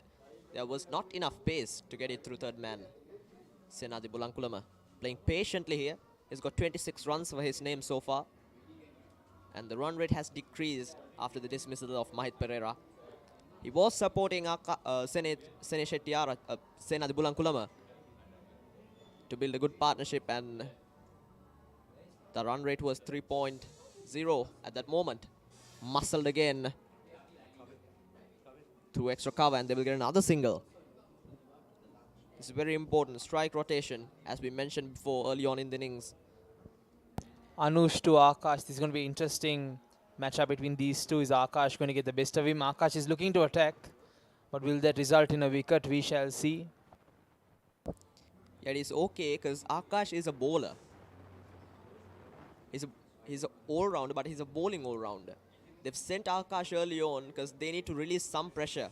Senadi playing patiently, and Akash needs to put his gears up and hit some good shots to increase the run rate. In the big match, we've seen a small change to the batting lineup. Nathan Caldera came in at number 5, and that worked for a while. This is an interesting move. They did not send Nathan Caldera, they sent Akash Fernando in at number 6. If Akash doesn't start going really quickly, starting to eat balls, and that might hurt St. Thomas's move, because his job was to quickly get runs off the board, and up to now he's not really done his job. He's struggling a bit. Akash needs to quickly get the runs. If not, it's going to hurt St. Thomas's even more. Sometimes 230 runs would be enough.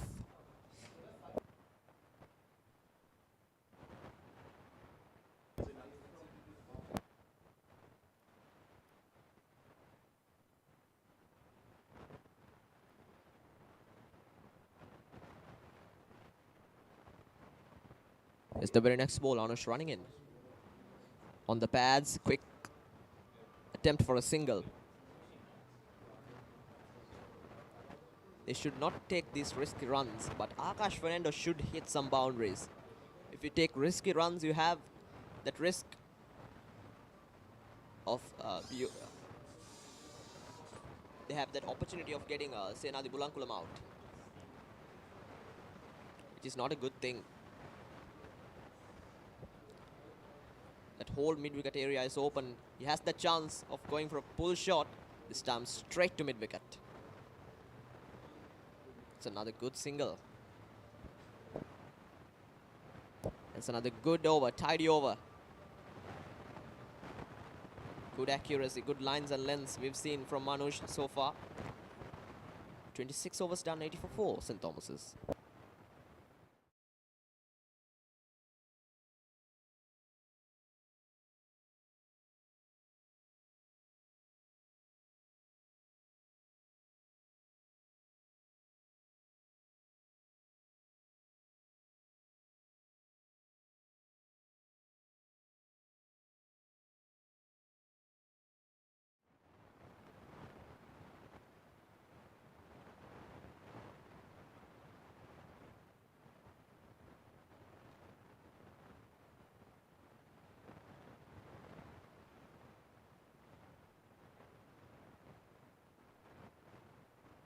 Again, trying to put that one into the into point gap. Couldn't get the shot right. Akash Fernando. 84 for St. Thomas's.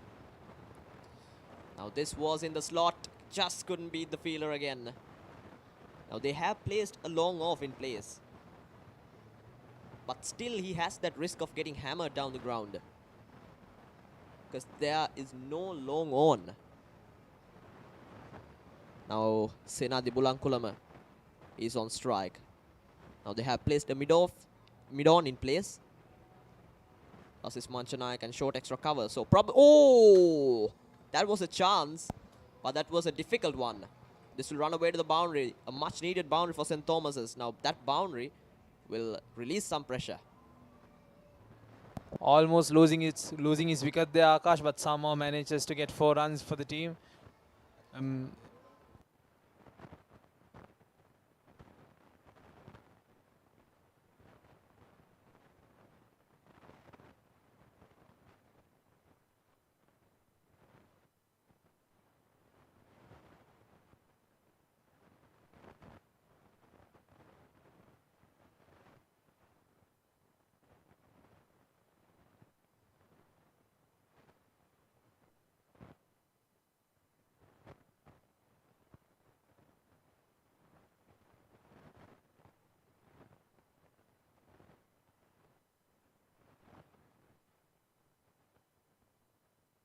There we go, straight to long off this time. They got another single. 5 runs so far from 6 runs so far from this over.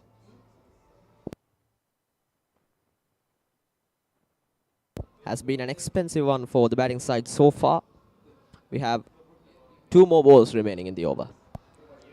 Ideally, St. Thomas should be looking at going around 8 runs and over to have a really good total to fight here for the Mustangs trophy at SST.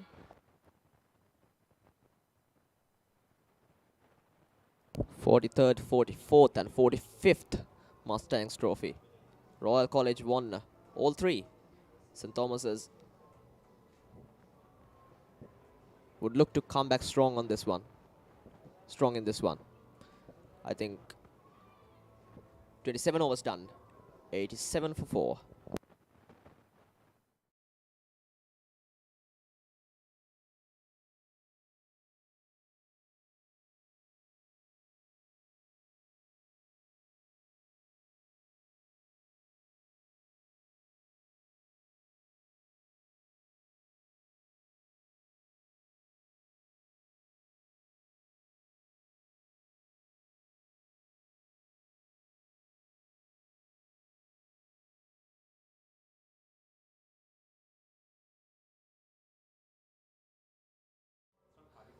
There's an appeal for a court behind, but wide signal by the umpire, Ravindra Vimalasiri.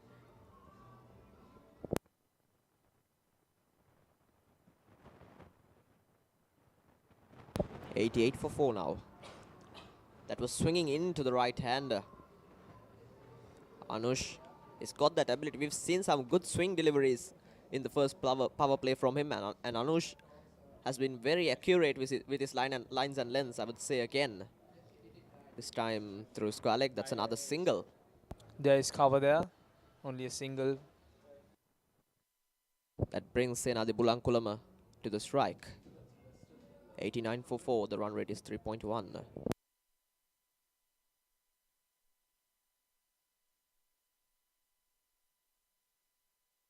And we have Daniel Tananagam in the commentary box. Hi, Lahan.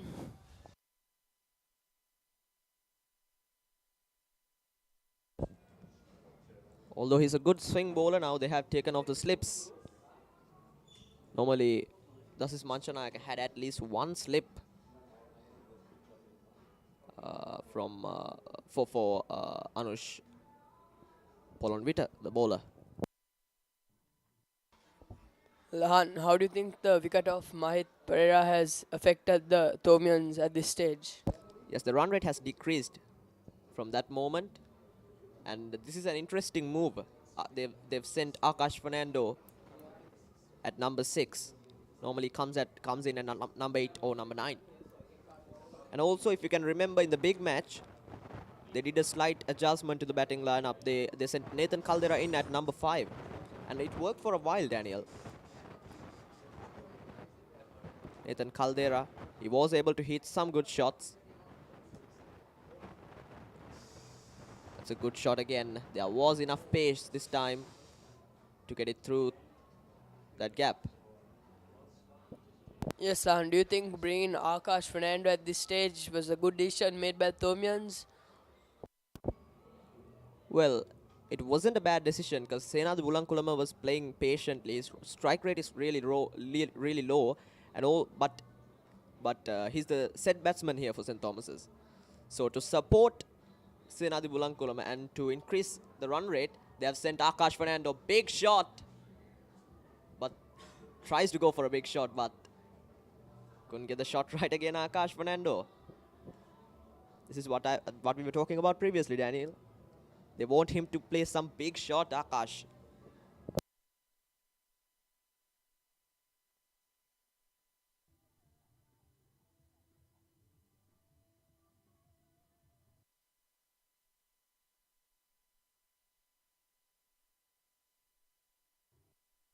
Good stop there, straight to the bowler's hand. It's the end of the over. The Thomians are 90 for 4.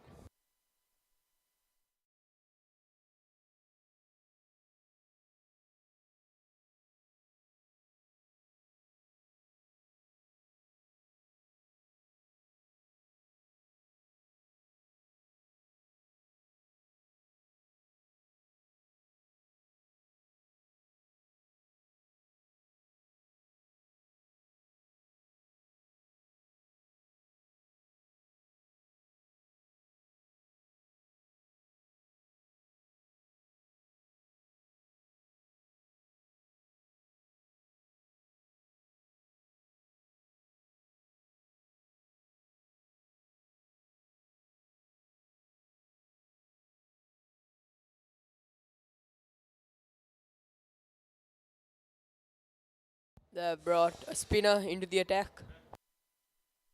It's Ramiro Pereira again, the part-timer. And Daniel, we saw some googlies from him in the big match.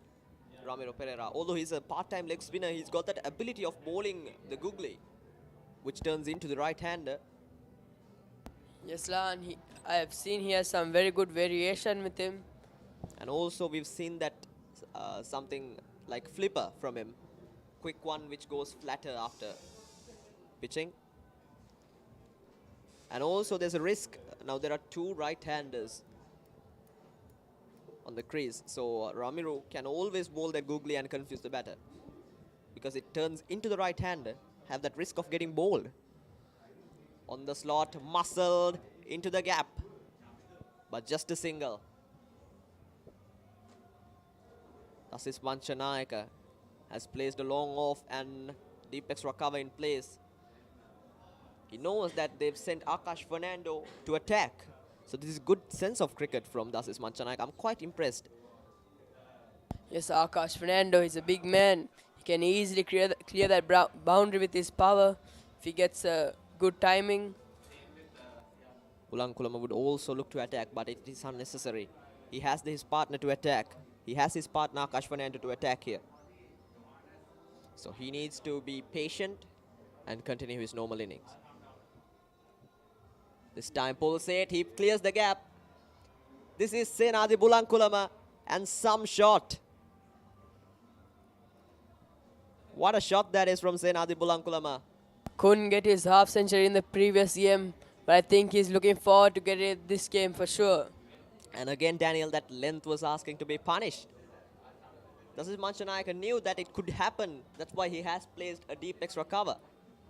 But Senadi Bulankulama, he can see the ball now. He's settled in. So he picked the gap so nicely there. That was not a good ball at all from Ramiro Pereira.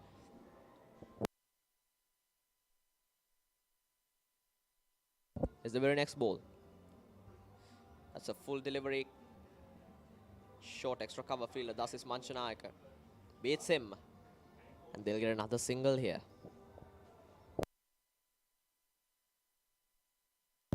Innings, it's building up slowly. 97 for 4 St. Thomas's after 29 overs.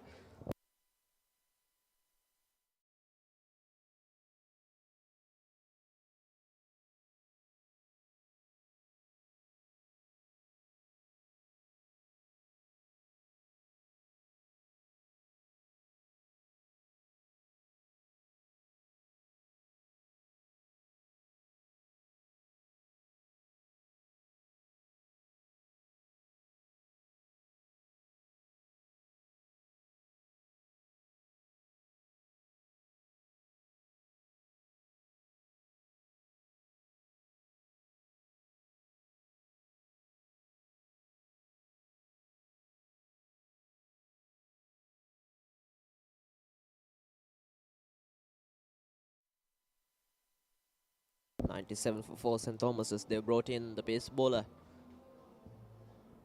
Ramanayaka.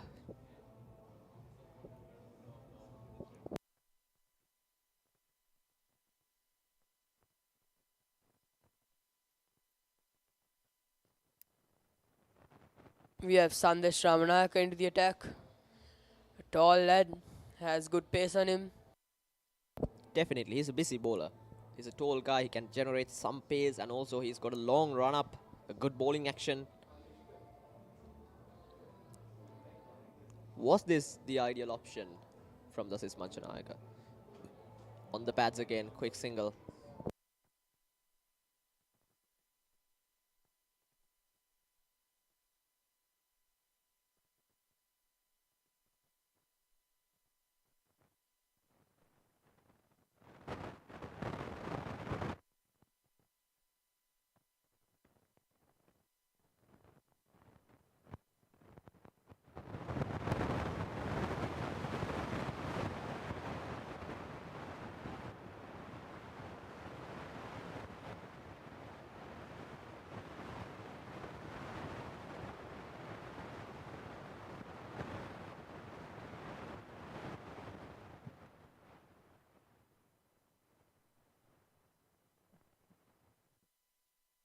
Akash on strike.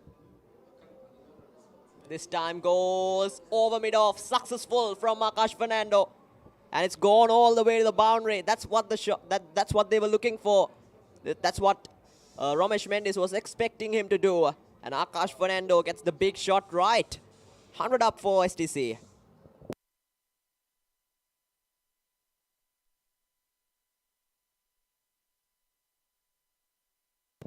Now, Daniel, that is what he was expecting him to do, Ramesh Mendes. Yes, Akash that's Fernando. what Akash needs to do. He has good power on him, like I said. Just a couple of bounces to the boundary. What's going to be the next ball? Let's have a look at the field. They have taken off the deep fine leg, Ramiro Pereira. Now he's that short fine leg. They have taken off deep fine leg, but they have placed the deep square leg in place. And also deep third man and long off is now in place. After that boundary, after getting hit over long off, they have placed a long off now. That's a good move from Dasis Machanayaka. And also they have placed a long on in place. No mid wicket. There's a short mid wicket in place. No fielders at deep mid wicket. And now they have placed a deep extra cover. Another interesting move. So probably, Daniel, it's going to be outside the off stump.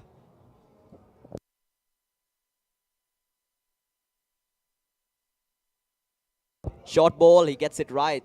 Gets the shot right. Senadi Bulankulama looking for the second one. Straight to long on. And now they have taken off the short square leg and short fine leg. And they have placed a deep fine leg and deep square leg now for Senadi Bulankulama. Here's the very next ball. Gets the outside edge. They're appealing. I think it's struck on the pads. Oh, that's a good direct hit. They're pulling for the run out this time. We've seen some fielding performance. The umpire's gone Royalists. upstairs. Now,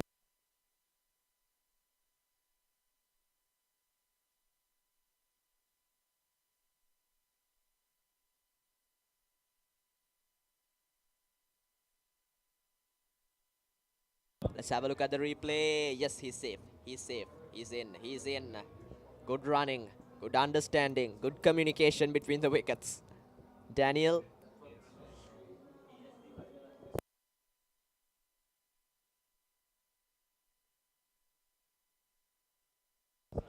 That's safe. Green light, please. Yes, there's the green light. Senadi, he's safe.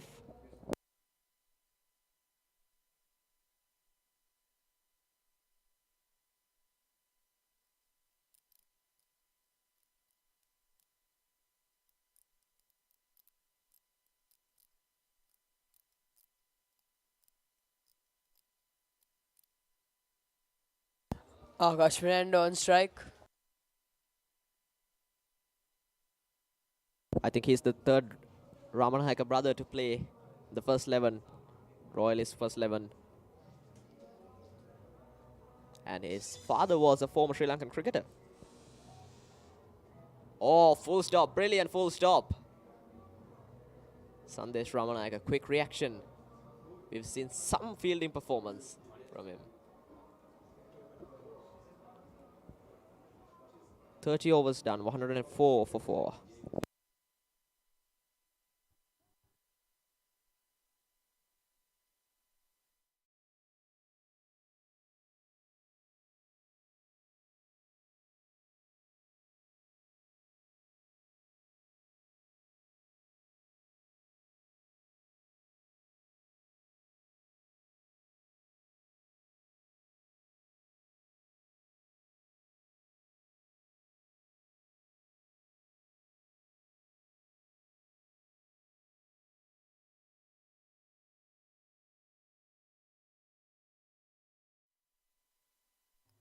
.104 for 4 St. Thomas's after 30 overs. And we have Ramiro Pereira again back into the attack. Off the back foot, Senadi Bulankulama. He's got 39 runs so far. And it's just 11 runs away from his 50. And now they have taken off the long off and long on fielders. Now still there's a long on in place. Katset couldn't be Dasis Manchanayak at short extra cover. Good running there. These small singles will put the pressure on the fielders. Yes, and especially giving the strike to Akash. He can for sure hit a few boundaries and put St. Thomas's back on the board. Well, Daniel, seems like it's a dry, sticky wicket. So spinners will get some turn. Oh, that's a big shot. Couldn't get the shot right. It's gone. I think that's Akash Fernando. He tried some big shots, but he was able to score only one boundary. That was a flighted delivery, extra turn off the surface. And they've got the wicket they were looking for. Short third man is the catcher. 105 for 5 St. Thomas's. They've lost Akash Fernando. I think this change of the batting lineup worked for a while, Daniel. Yes, Lahan, and we still have Senadi Bulankulama in the crease. Akash Fernando, 12 of 23. Was able to maintain a slightly better strike rate, I would say. But still, it's just above 50. Who's going to be the next batter for St. Thomas's? I think bringing Nathan Caldera would be okay, but it's Sanesh Shettyarachi who's coming in. Yes, I was also thinking it would be a good option for St. Thomas's if they sent Nathan Caldera at this moment. He has that ability of playing some shots. Akash Fernando is a hard hitter, but Nathan Caldera has got that batting mindset.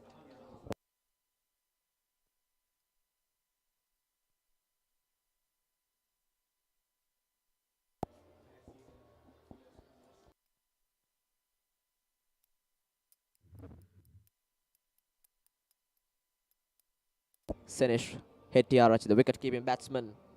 The team, 6 matches, 6 innings, 78 runs, and an average of 13. and a best score of 31.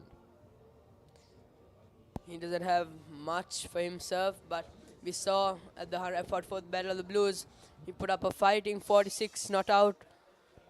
Well, he tried hard, but he had absolutely no one in that match to support him at the other end. Yes, and he's a good striker off the ball. He was playing some good shots that day.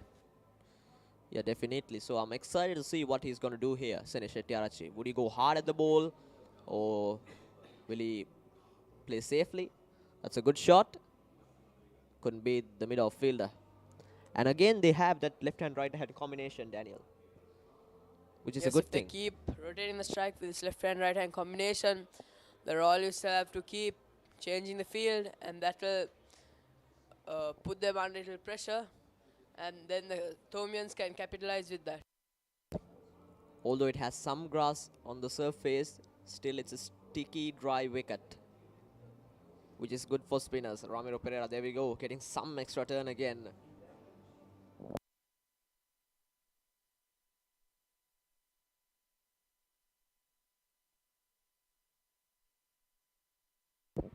Here we go. On the slot again. Yes, you can't beat that fielder. Dasis Manchanayak at short extra cover. Definitely he and his partner Ramiro Pereira is going to be the key batters for Royal today. End of another tidy over. 31 done, 106 for 5.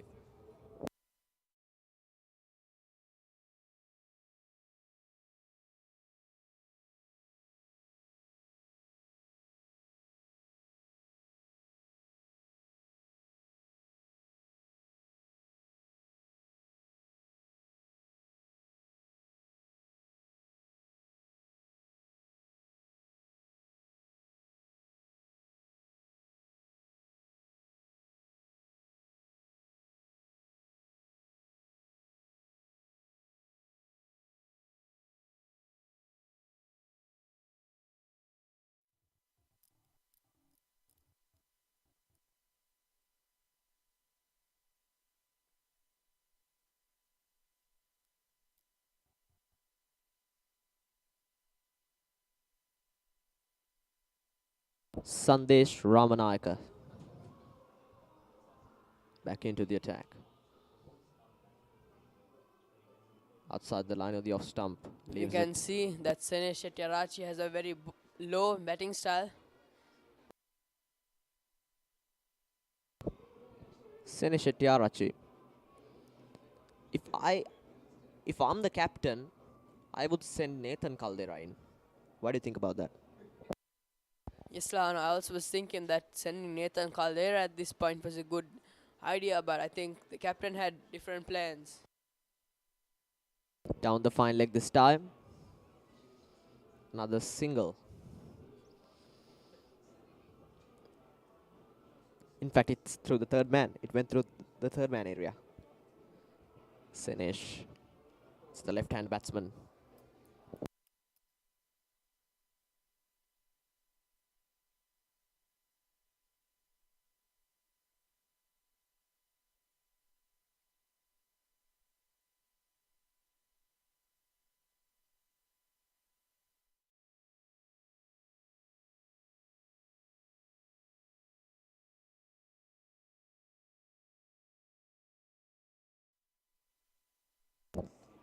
Oh my goodness.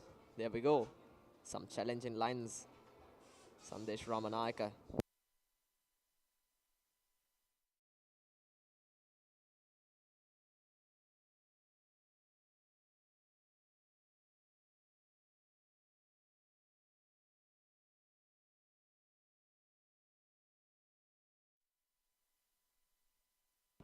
(107 on the board. Again gets the outside edge. Deep third man comes into play. They will get another single. The current run rate is 3.3, which is not going to be enough here.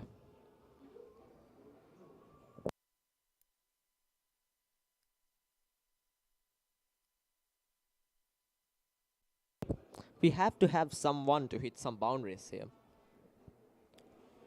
for St. Thomas's. Yes, sir, I think that person was Mahit Pereira, but he sadly got out. Yeah, I think that was an unnecessary shot at the moment. Guess it threw fine leg, square leg. They will get another single. Sandesh Ramanayaka from Midyamouth end.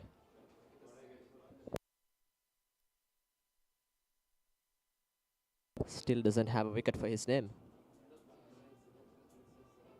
Have a look at the field. There's only deep square leg at the boundary rope in the leg side area. And a short extra cover and short third man in the offside area. On the front foot this time, Senadi Bulankulama. He's 9 runs away from his 50. Opened the batting for St. Thomas, is playing a responsible inning here. 32 overs done. 109 for 5.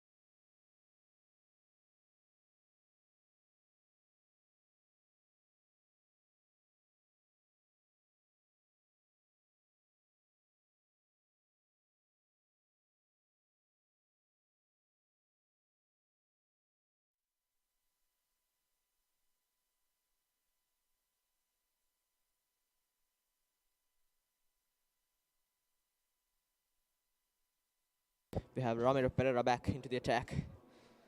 Ball 4 overs so far.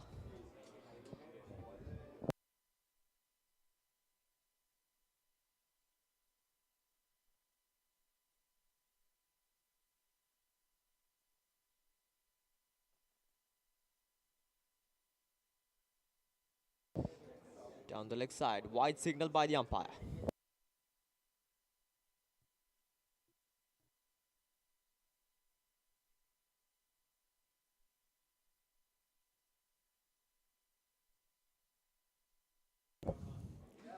This is like a mix attack from Dasis Manchanayaka, using a spinner from the tennis court end and a fast bowler from the Vidyamouth end. And what do you think about it, Daniel? Pace and spin, mixed attack. It's a different kind of approach by the assist. Well, normally, Daniel, we don't see that. But Dasis Manchanayaka using that strategy. when you watch an international match, you usually don't see spinner and pace bowler bowling at the same time, especially in a wide ball match. In mid overs, I mean. In middle overs like 20 to 35, you normally don't see that.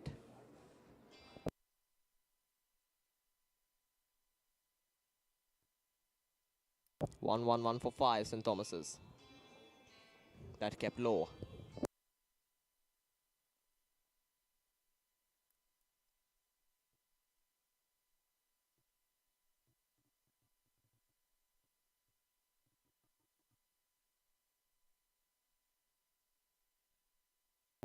Plays it off the back foot this time.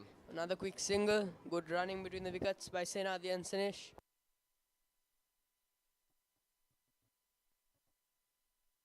Senesh Shettyarachchi, all he needs to do is support Senadi Bulankulama to build this innings up.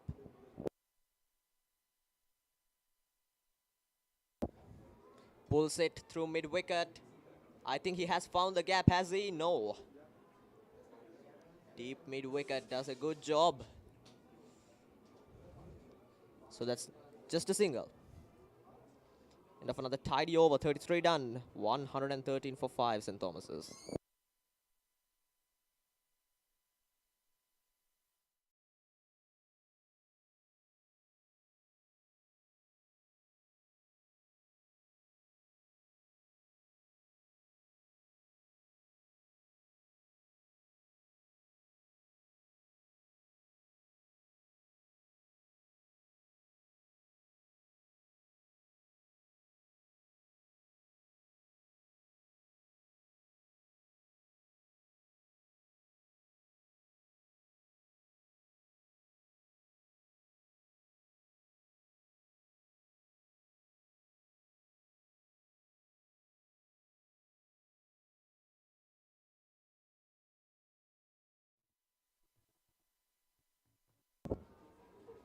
On the slot, another dot ball.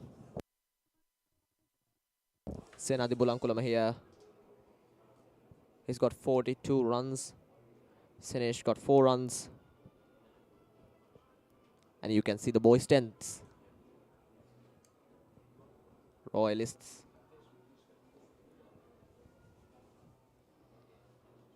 Sandesh Ramanayaka.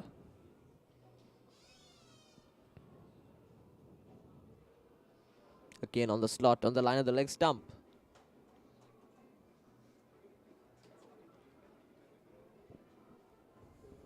I think definitely since Mahit has gotten out, the run rate has seemed to drop.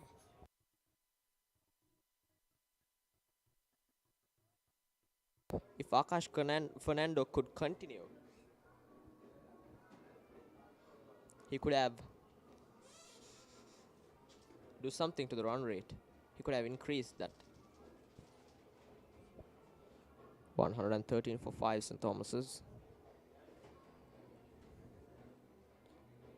They have placed a deep third man, a deep extra cover, deep fine leg, and a deep square leg for Senesh Shettyarachchi. So, same kind of field setting.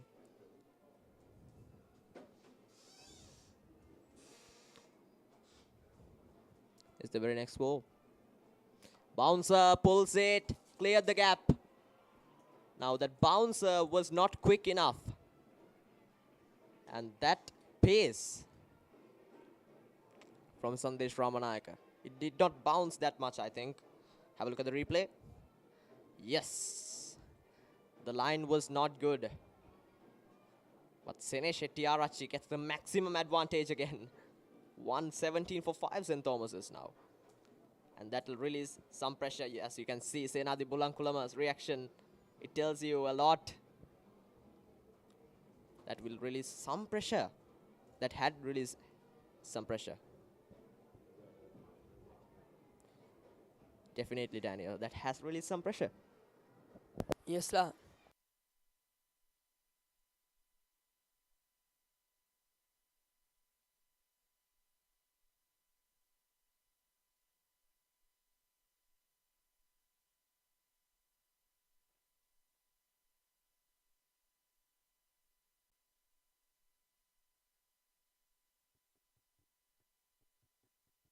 This is Sandesh Ramanayaka again. Oh, they've got him. The slow and steady finger goes up. Umpire Chamari Soiza signals that he's gone. And Seneshetti Arachi throwed his wicket away. 117 for 6 St. Thomas's. They're in a deep trouble.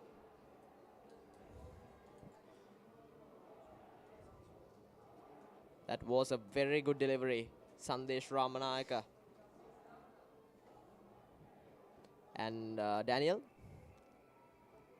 they were able to get another wicket.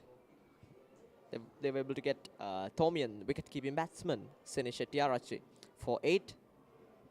Took his time, but just couldn't get some runs for his team. Thomian's looking in serious trouble, 117 for 6. Struggling to reach the 200 mark at this stage.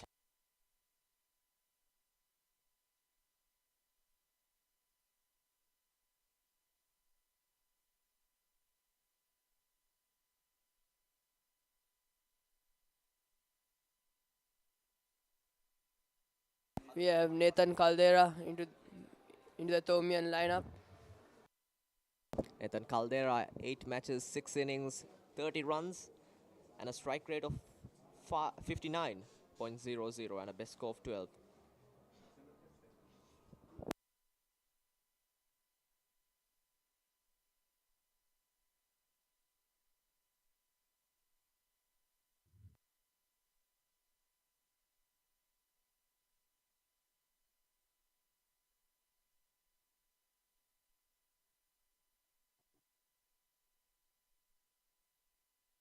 In the slot, and the first slip. That was a good attempt, but this will run away to the boundary. And that will release some pressure. I think that's Nathan Caldera. Starts off with a boundary. The good thing is, since opening... In fact, it's Senadi Bulankulama. Yes, Senadi Bulankulama has managed to last in the... I think Senadi Bulankulama would look to hit some shots here, because now he's just 4 runs away after getting his half century. He would look to open up his shoulders and hit some shots, because the run rate is really low. 3.4 is not going to be enough. You need at least 230, 240 runs on the board. You need to have at least 230 plus score. Deep third man, deep mid wicket comes into play.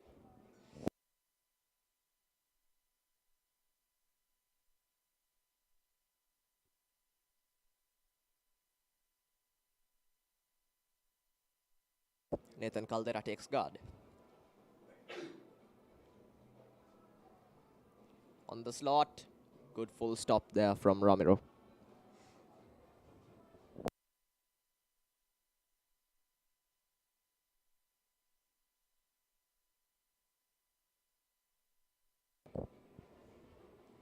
On the slot, straight to long off.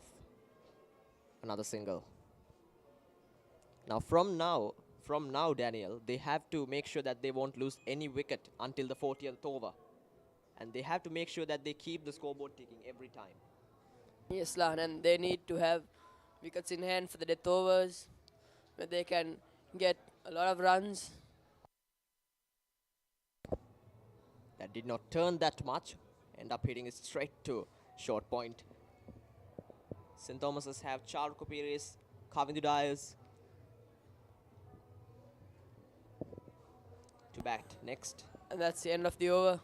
Thomians 123 for 6 with Senadi Bulankulama 47 not out.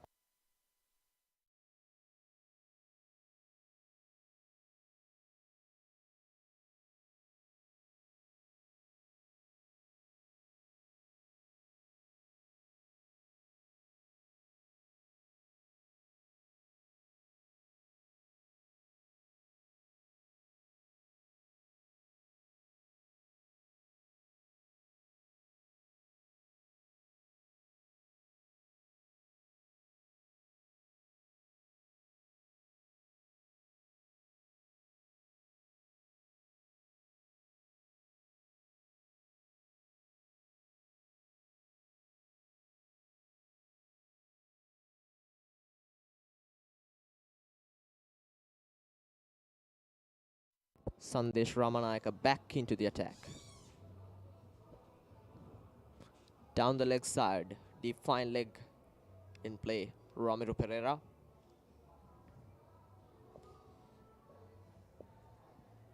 Ramiro Pereira in the 144th Battle of the Blues helped his captain to make sure that they have a good total on the board for the first innings.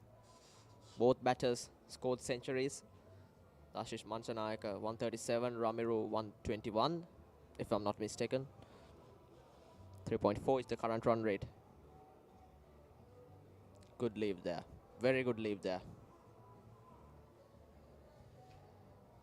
Senadi Bulankulama.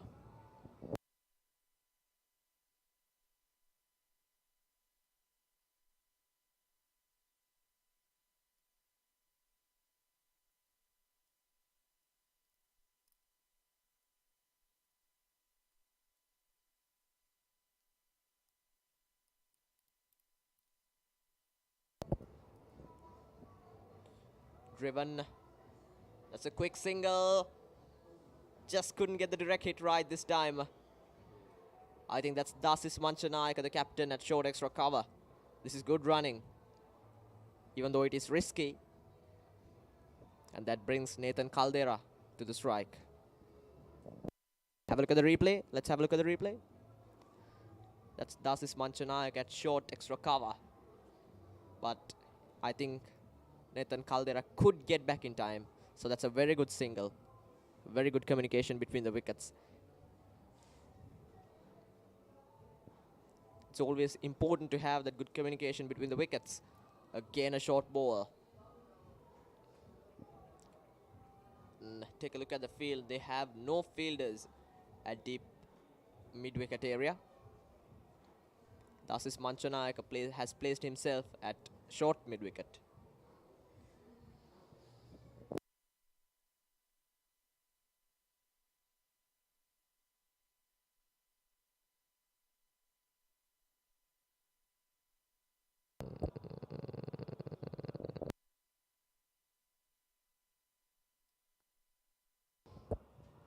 Another good work there from the bowler.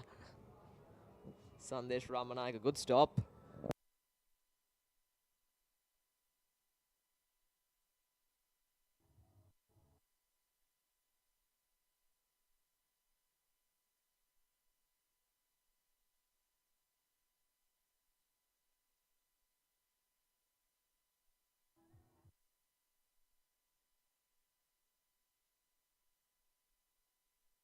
Sandesh back into the...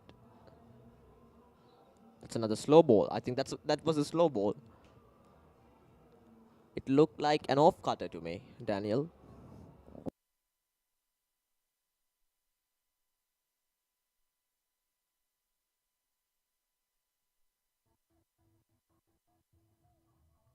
Last ball of the over.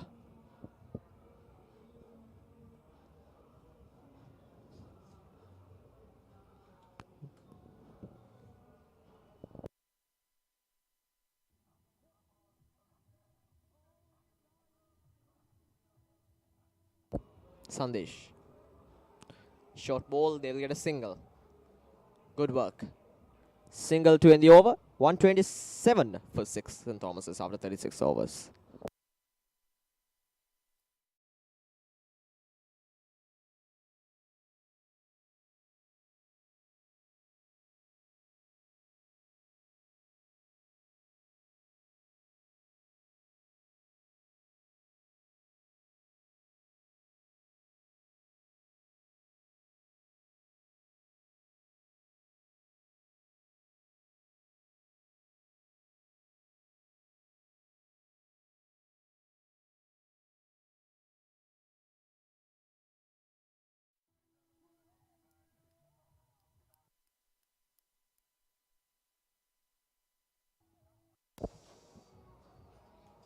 On the slot this time, Nathan Caldera playing it off the front on the front foot. Defensive shot. Ramiro Pereira again from the tennis court end.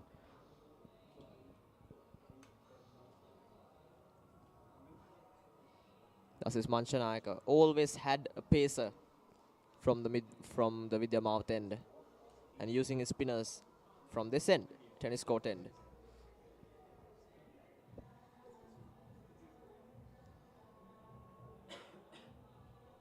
There are no fielders at deep square leg. Only a short mid wicket in place. Good use of the feet there. Nathan Caldera. Comes down the pitch and strikes it. Thus, this Manchanayak has placed himself at long off. I think they are going with the same field for Senadi Bulankulama. Senadi Bulankulama 48. 2 more runs for his half century. On strike. It's another good single. Moves Senadi to 49. Just 1 more run. 129 for 6 St. Thomas's. And Nathan Caldera is on 4. Senadi 1 away from his 50.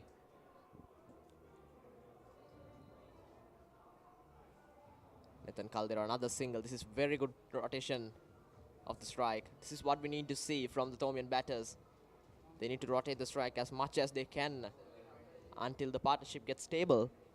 And then you can go for big shots. Last ball of the over. Senadi 49. Can he get into his 50? Cuts it. Couldn't get the single. So a dot ball to end the over. 130 for 6 after 37. Thomians need to hit some shots here.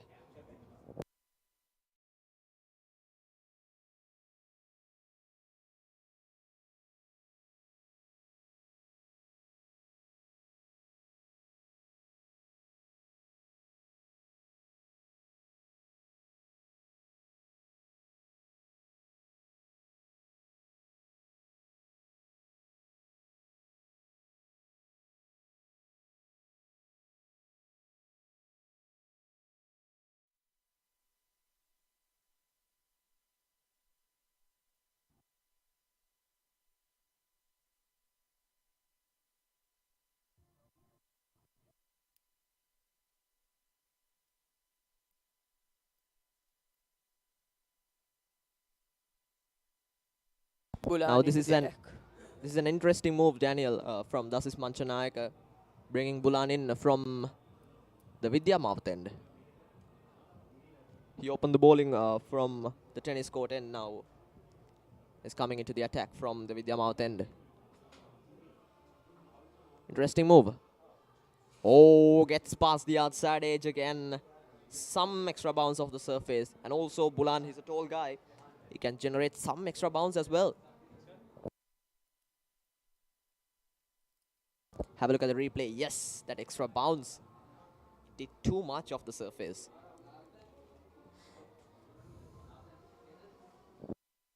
Nathan Caldera trying to play that one through third man. And there's a third man, deep third man fielder in place. Lahan, what do you think the game plan for Thomians at this stage would be? If I'm the captain, I'll tell my batters to rotate the strike as much as they can until the 40th over, and after the 40th over, we can go for some shots. But Daniel, we have Pereira, Charuka Piris, and Kaundu Dias next to bat for St. Thomas's. So who's going to be the key finisher here? That's the question. Senadi Bulankulama 49. The bowler running in. Has been a responsible inning so far. Has been a wonderful inning from him, and there it is. He has reached his half century. What innings it has been from Senadi. What an innings, Senadi Bulankulama. Promising 50 for his team. He came in at number 1, and now his last 6 wickets fell, but he didn't fall. He's still in there. What innings it has been from the Thomian. Although the strike rate is low, he played really well. Patient 50. And now he has to attack from this moment. Senadi Bulankulama opened the batting for St. Thomas's. Played really well. Promising 50. A responsible inning. A good third generation cricketer. 4th generation cricketer, Daniel. Bulan Viratunga. Got 2 wickets so far. Trying to get a quick single there. They have placed a short extra cover to stop that single. Nathan Caldera. Now Bulan Viratunga is bowling on the slot. And also, he has no long off fielder in place. So Nathan has got that ability of lofting the ball over mid-off fielder's head. Down the leg side. On the line of the leg stump, thus is Manchanayak at short mid-wicket.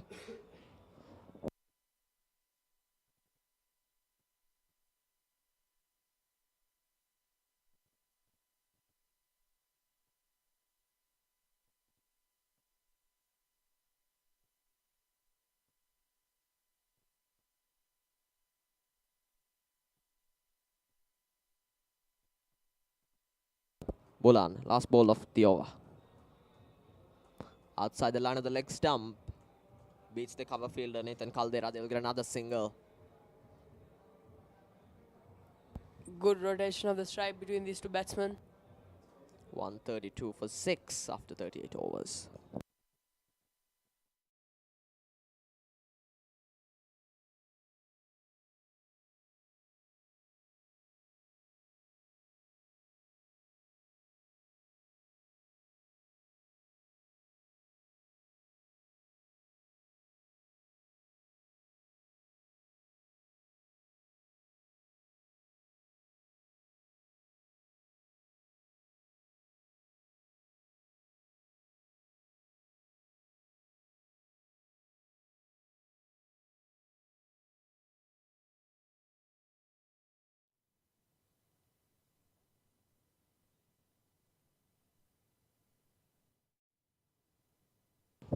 .132 for 6. St. Thomas's. Senadi Pulankulama played a responsible inning so far. Played a promising inning. 50 for him. Only Thomian batsman to get a 50 in this innings.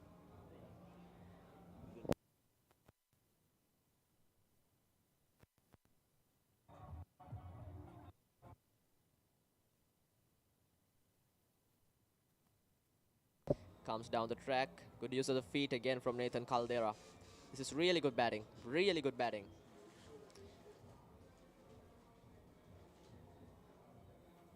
After his arrival, Nathan Caldera, he was like rotating the strike every time. Didn't try to go hard at the bowlers. Daniel always rotated the strike. Ulankulama cuts it off the back foot. Straight to deep extra cover.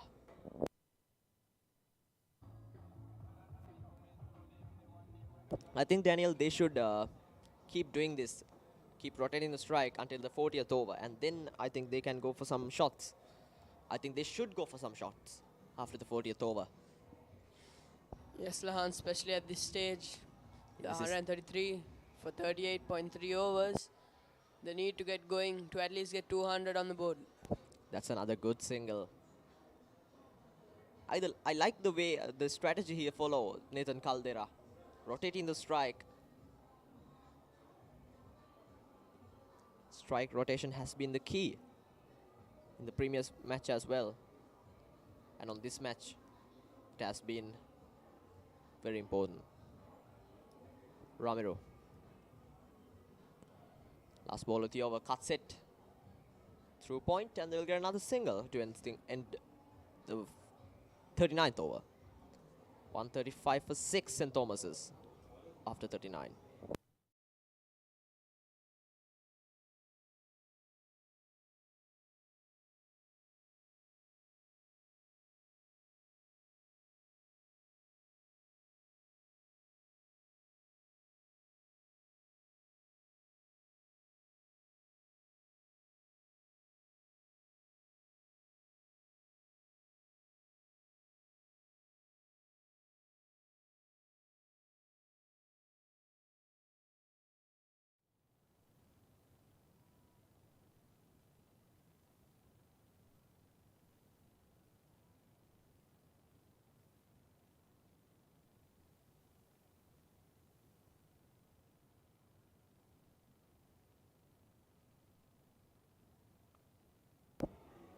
That's another good shot. They'll get another single.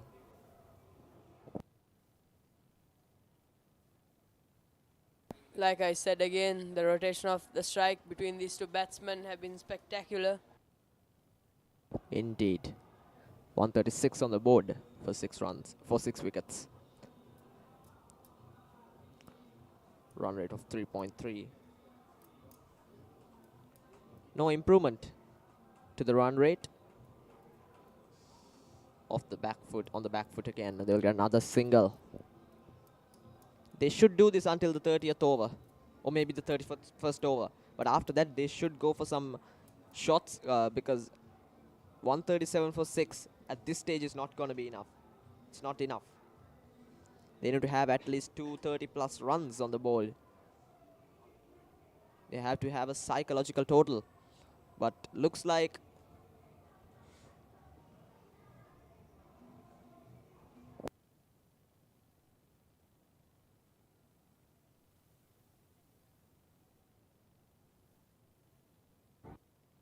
The Thomians have to at least try and get 200 on the board if they want a chance to bowl.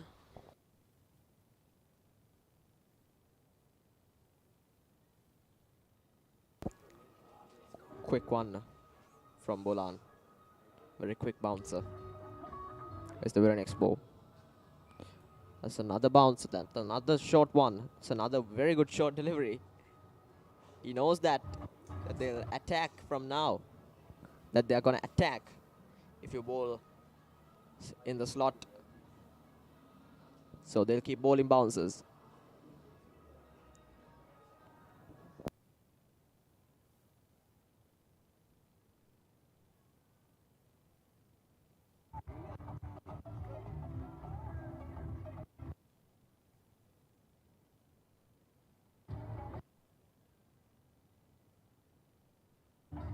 Bulan Wiratunga.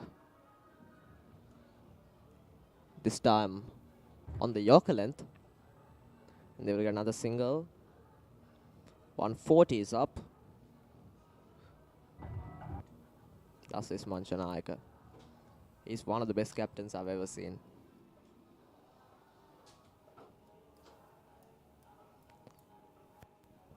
And now there's a mid-on and a mid-off in place for Nathan Caldera to stop that single.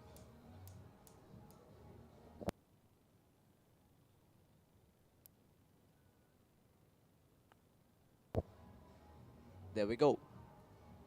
They have placed that short extra cover fielder to stop the single.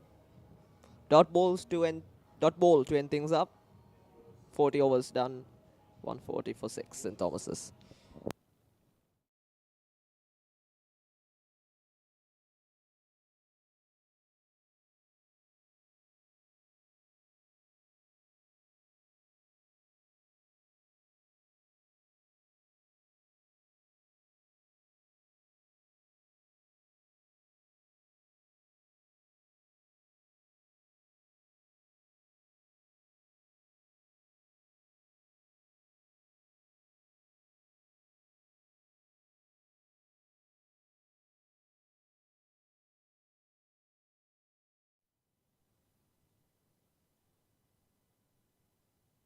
They have brought the spinner Amiru Pereira into the attack.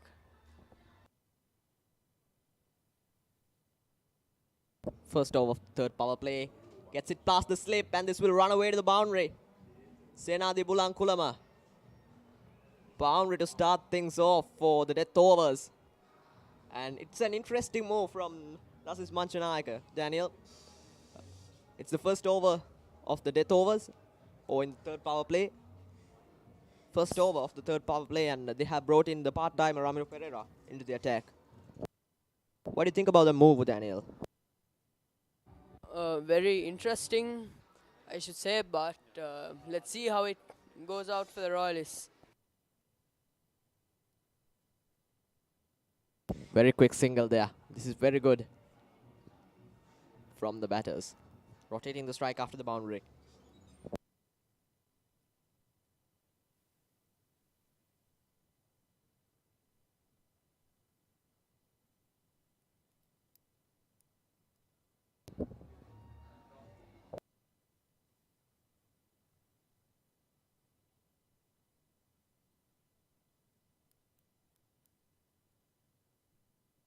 Ramiro Pereira. Good rotation of the strike by these two. Already 6 runs off the first over.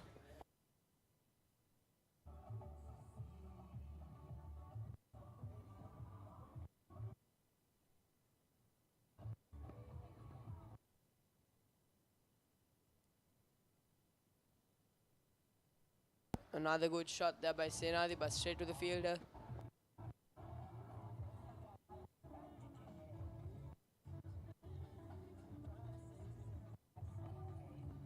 Although he's a part-time, I think he's got that ability of turning the ball. Oh, that's a mix-up. Couldn't get the direct hit right, the keeper. Although he's a part-timer, Ramiro Pereira, he's got that ability of getting some extra turn. If you can remember the way he got out, Akash Fernando, his dismissal, that happened due to lack of turn of the surface. So, that tells you about his ability. Ramiro?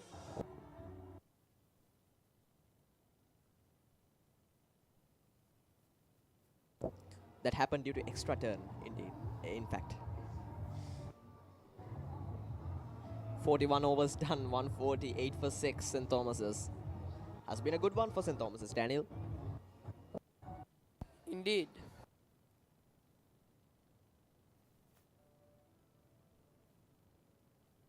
Here we go, some lovely scenes from Mount Lavinia, St. Thomas's College. One of the oldest schools in Sri Lanka.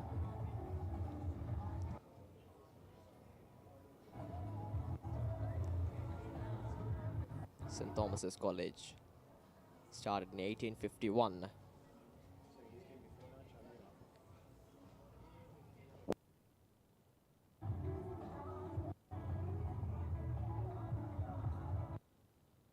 Bulan Wiratunga into the attack, Daniel. This is an interesting move again.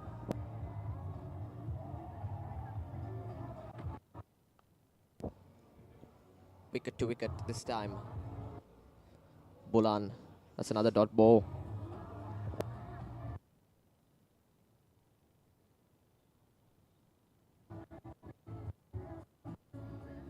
Sulahan, do you think that the wicket of Mahit Pereira affected the Thomians in any manner?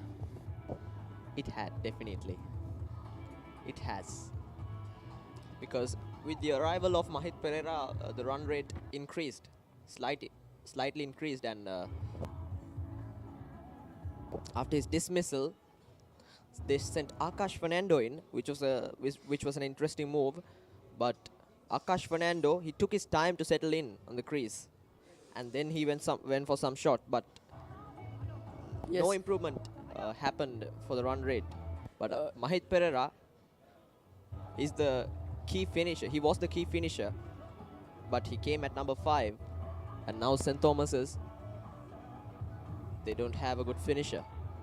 So these two batsmen should finish this off in style. Lahan, don't you think that if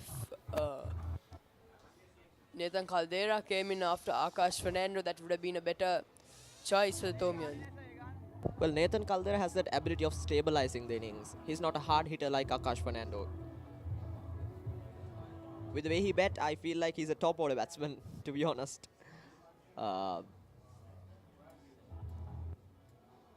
So it could have been a good option.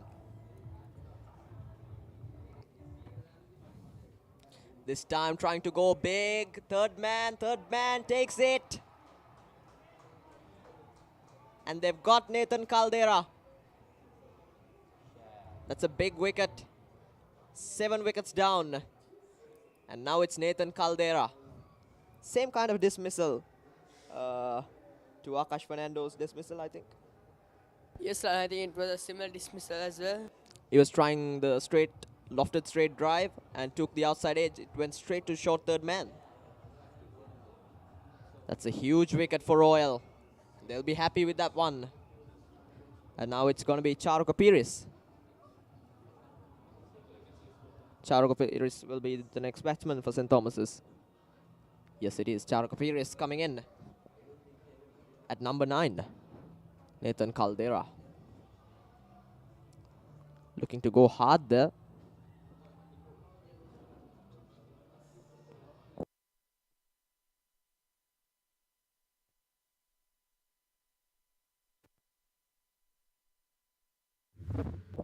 Charuka Paris, 8 matches, 5 innings, 72 runs, average of 18.00, and a handy strike rate of 53.23, and a best score of 38. Let's see what he can do here. Charuka.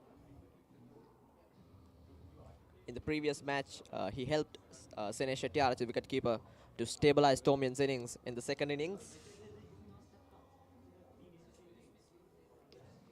Charuka Paris. He's not a hard hitter. He's not a batsman with that aggressive mindset. But Charuka has that ability of stabilizing the innings by playing runner ball. He's not a hard hitter at all. Yes, the two batsmen are very similar in how they play, Senadi and Charuka. I think if they could put Charuka up in the order, that would have been good for the Thomians. Here's the very next ball, Bulan Viratunga. Short ball. Good delivery to start things off.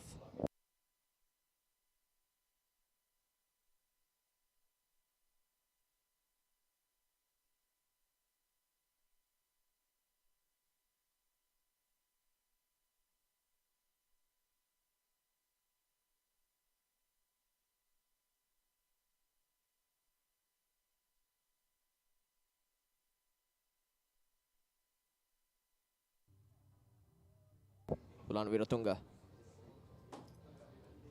Here's the very next ball. That's another short delivery. Building the pressure on the batting side. 42 overs done, 148 for 7 St. Thomas's. That was a good one, good over for the bowling side, for the Royalists.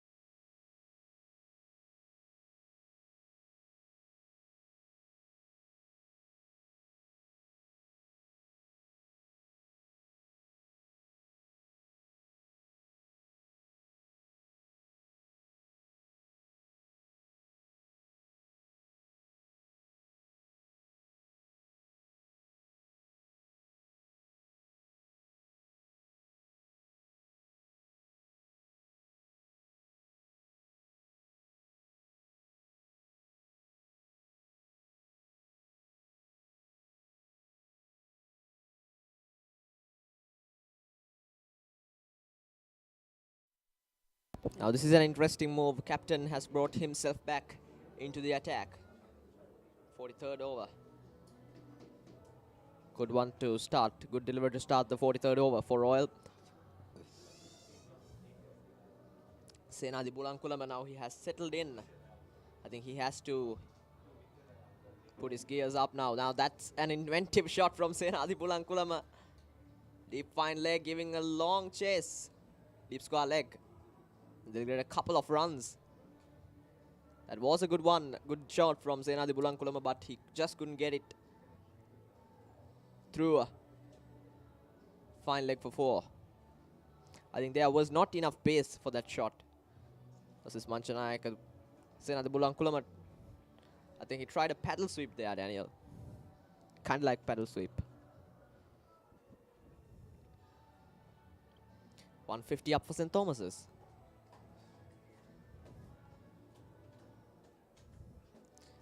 On the slot, beats the extra cover fielder.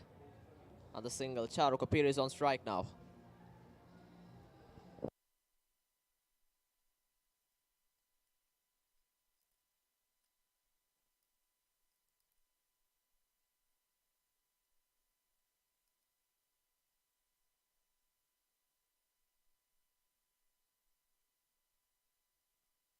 Dasis with the ball. On the slot again. Defensive shot from Charuka Piris. I think Charuka Piris should hit some shots here. St. Thomas's, they've got 151 overs, 1 runs on the board, and just 7 overs remaining in the inning. It's another single. Senadi on strike. Let's see what he can do.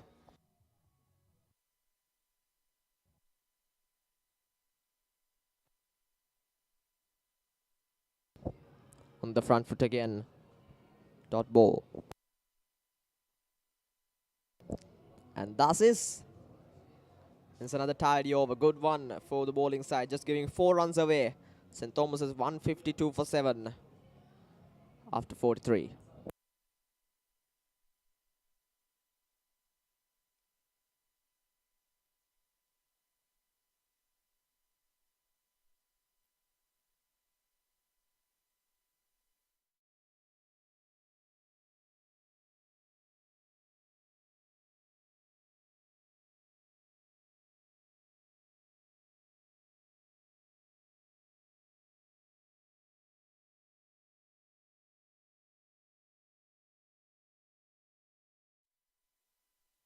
Sandesh Ramanayaka back into the attack. And Charuk Pires is the batsman on strike. Charuk Pires should hit some shots here. 7 more overs remaining in the inning. Quick single. Yes, that's good batting. If you cannot go for big shots, just give the strike to the settled batsman. And that's what he did, Charuk Pires. That was a good single, Daniel. Indeed, Lahan, if they keep rotating the strike and giving it to Senadi, he's definitely the set batsman here. I think he can play a few good shots and get a few boundaries and at least reach the 200 mark for the Thomians. Boundaries are much needed here. 153 for 7, St. Thomas's. Sandesh Ramanayaka with the ball. Oh, that's a good Yorker. Very good Yorker from Sandesh Ramanayaka. He knew that he's going to attack now.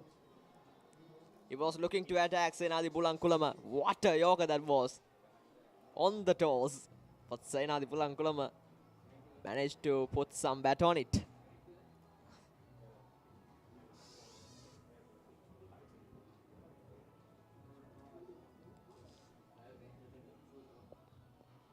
.153 for 7. 4 balls remaining in the over. Sandesh Ramanayaka to continue from the Vidya Mavath end. Length ball. They won't get any runs.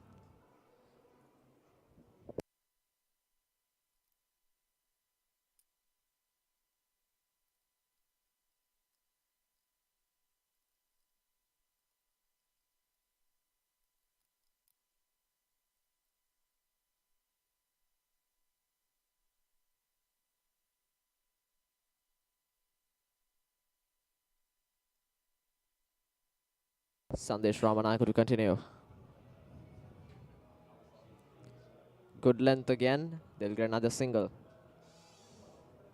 Has been a wonderful over so far from Sandesh Ramanayaka. Restricted the Thomian batters from hitting boundaries. I don't think the Thomians should continue like this. Only 1 run has gone from the over. 2 runs. Daniel.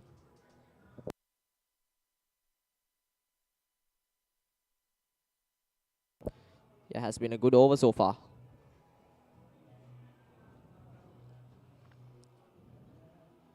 Oh, there we go.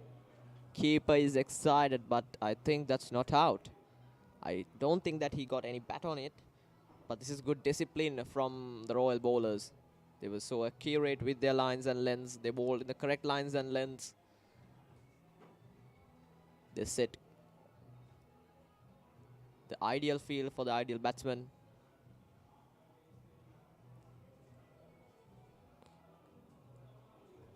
So good tactics there.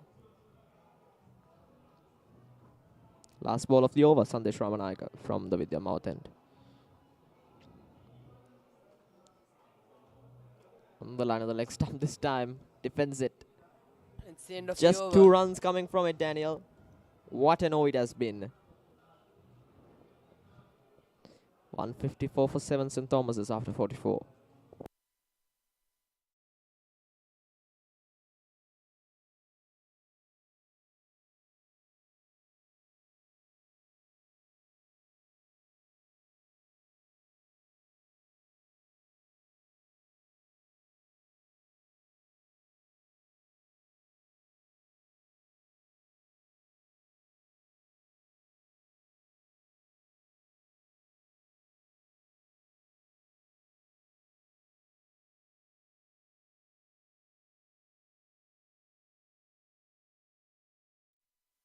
Thus is Manchanayaka. On the line of the off stump this time. Didn't turn that much. It went straight on with the arm again. 154 for 7 St. Thomas's.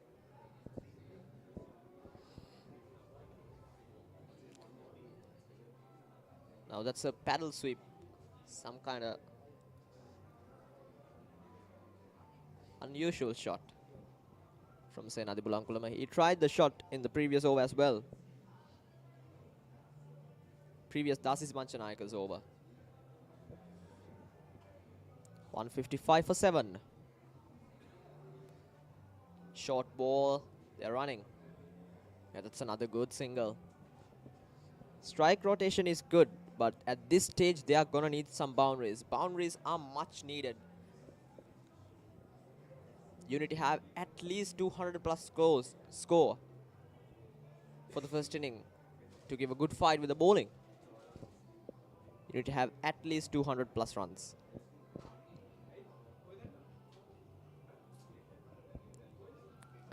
Now they have placed a long on, and a deep mid wicket, and a deep square leg, and a deep extra cover in place.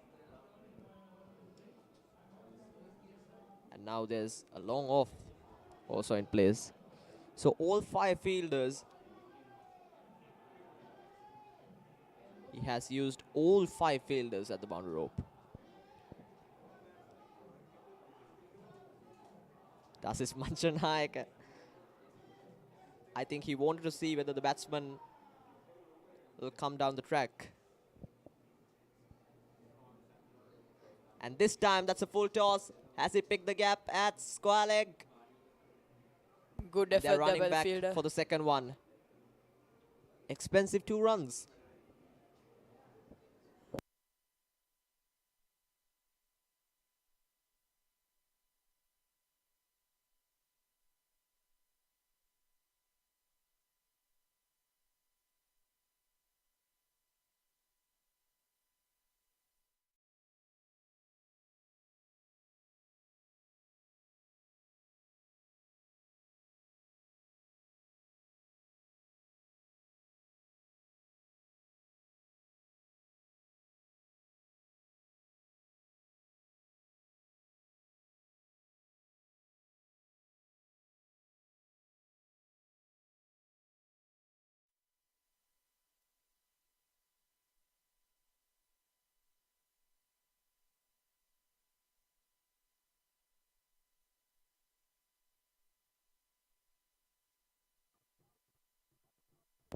Sandesh Ramanayaka for the 46th over. Outside edge and taken. What a grab that is.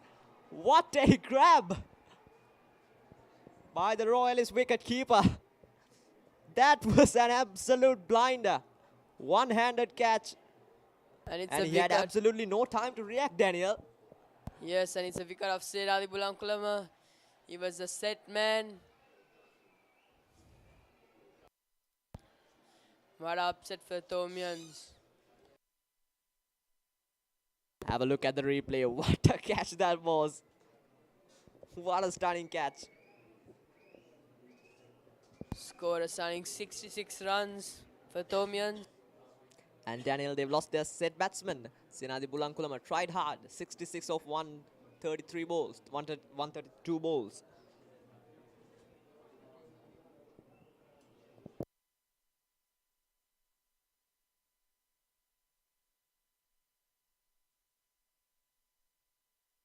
And we have our next batsman. I think it's coming to Dias.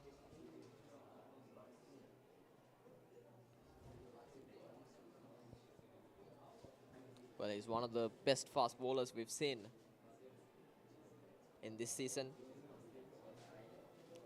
Performed really well in the previous match, 144th Battle of the Blues, and also in the last year's big match. He won the award for the best bowler. Coming to Dias. 8 matches, 4 innings, 51 runs, and a strike rate of 44.5. And a handy bed score of 19.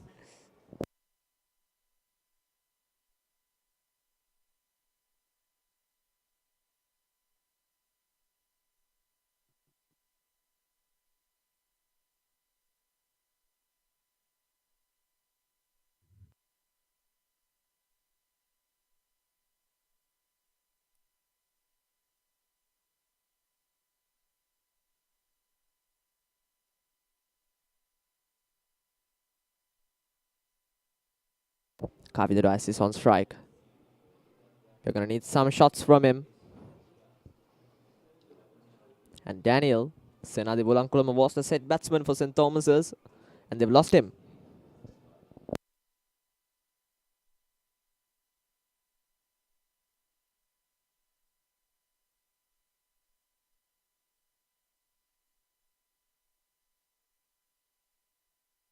.159 for 8 St. Thomas's. Sandesh Ramanayaka. Outside the line of the off stump again. Well left by Kamidu.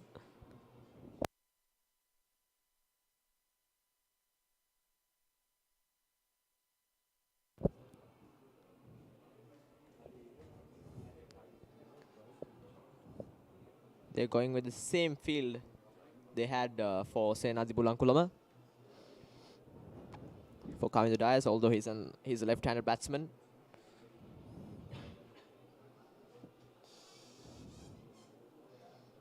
Good length there, quick single, risky.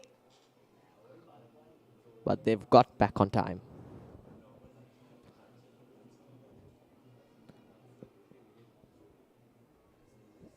.160 for 8 St. Thomas's.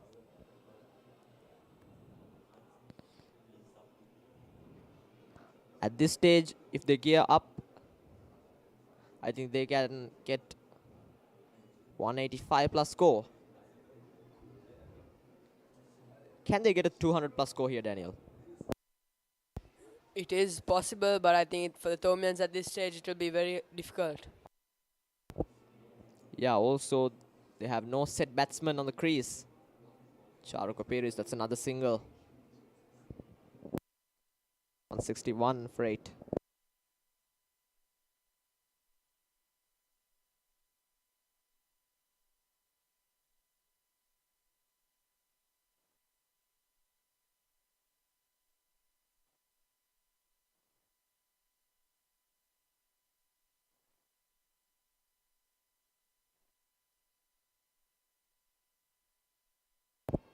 Very next ball, Sandesh Ramanayaka. Last ball of the over. On the pads. Couldn't get any run of that ball.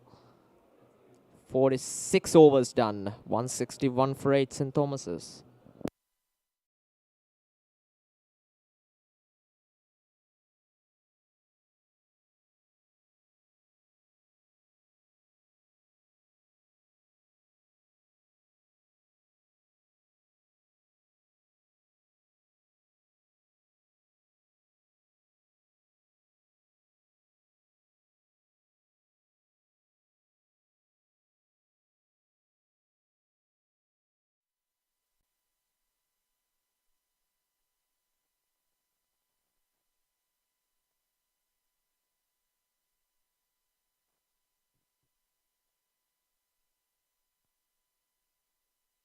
That's this Manchanayaka. That's a good stop.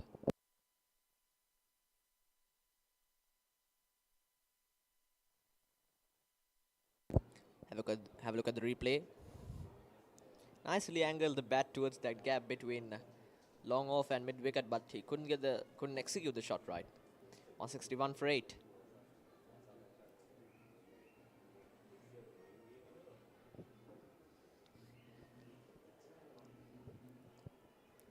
I think Dasis has not got that ability. Oh, caught and bowl, Dasis Manchanayaka. That's the first wicket for him. And he's got him, Charu Kapiris. Trying to go through long on, but he just couldn't get the shot right again. That wasn't good timing. It was a slow delivery, flighted one from Dasis Manchanayaka. And can you believe it? He had spooned it back. He has spooned it back to Dasis Manchanayaka. And Thomians, they've lost their 9th for 161 runs. And it's Charu Kapiris, the last recognized batter for St. Thomas's. Ashen Pereira is the new batsman for St. Thomas's. Charu Kapiris, 6 of 14 balls. Tried hard, but he couldn't release any pressure.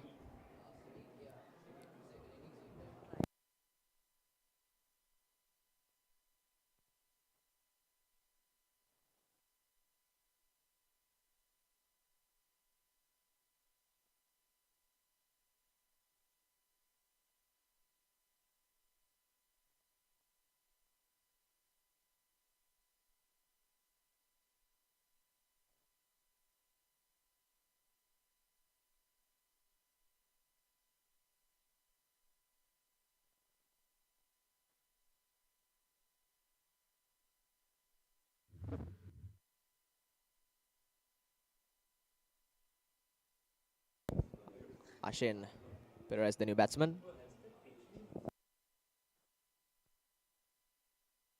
Ashem Pereira scored 2 half century in the first innings and the second innings in the mini battle, and now on to play the Mustangs trophy. Yes, can he produce something for St. Thomas's here? Boundaries are much needed. We are at the 47th over.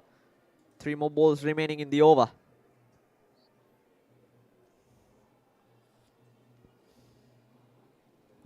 Das ist Manchanayaka with the ball.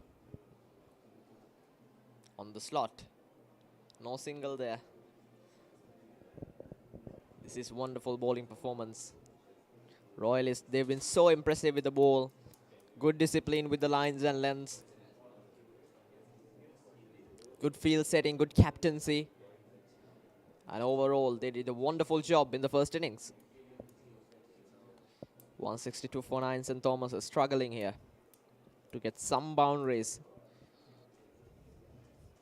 That's the end of another tidy over. 47 done, 162 for 9, St. Thomas's.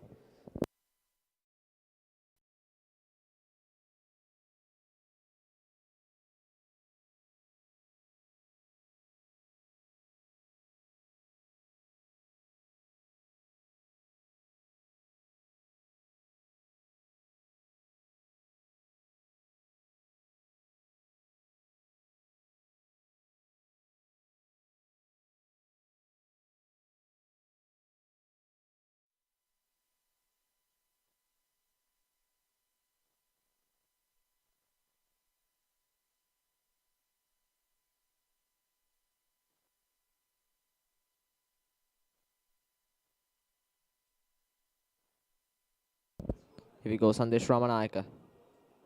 Coming to dice off the back foot. Run rate is 3.3. Royalists will be able to chase this down very easily, but St. Thomas's, they need to prevent them from hitting singles and doubles as much as you can.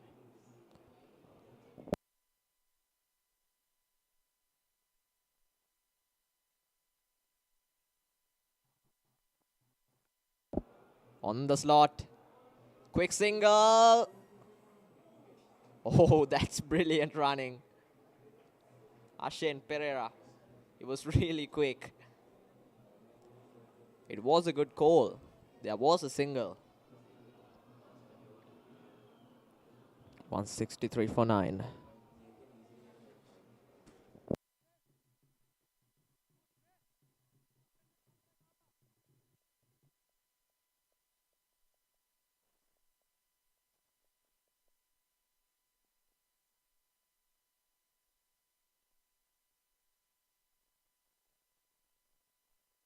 It's another good bouncer, very good bouncer. It was quick, Daniel.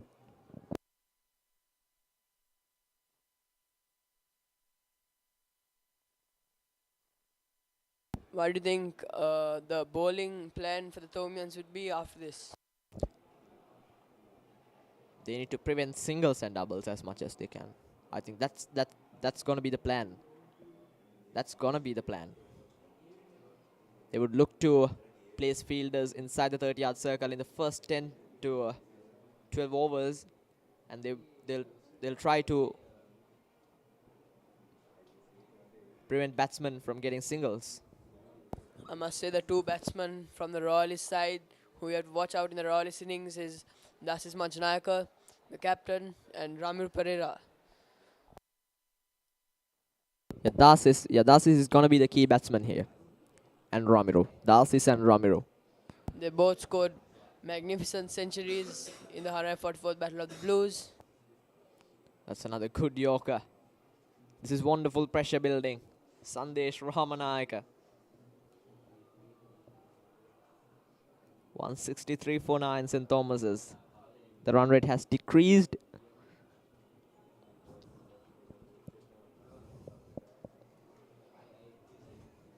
Now, as we all know, Kavindu Diaz and Ashen Fernando, they're not attacking batters. Ashen Pereira. My bad. That's another dot ball to end things off. 48 done. 163 for 9.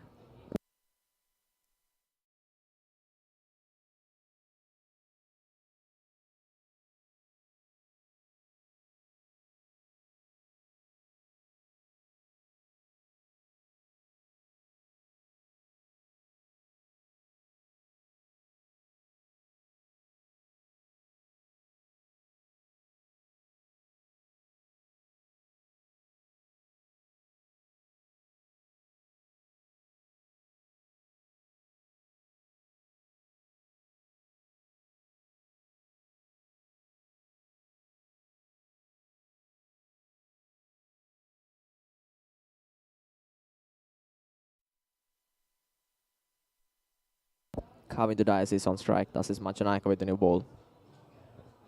With the new over. Carving the Dias tries to go big. This time. Oh, can you believe it? There was a mix-up between the fielders. Carving the Dias was looking to hit that one really hard. That was a good slog sweep. They were able to get 2 runs, Daniel. I think. Pure luck for the Thomians there. That was a top edge. Huge mix-up between the fielders. And he's got him. That's it. That's his Panchanayaka. Ends things up in style. 165 all out St. Thomas's. 48.1 overs, 165 all out. And it has been one of the lowest totals in Mustangs trophy. Again, he tried the slog sweep and it went through the batsman. This is a massive moment for Royalists.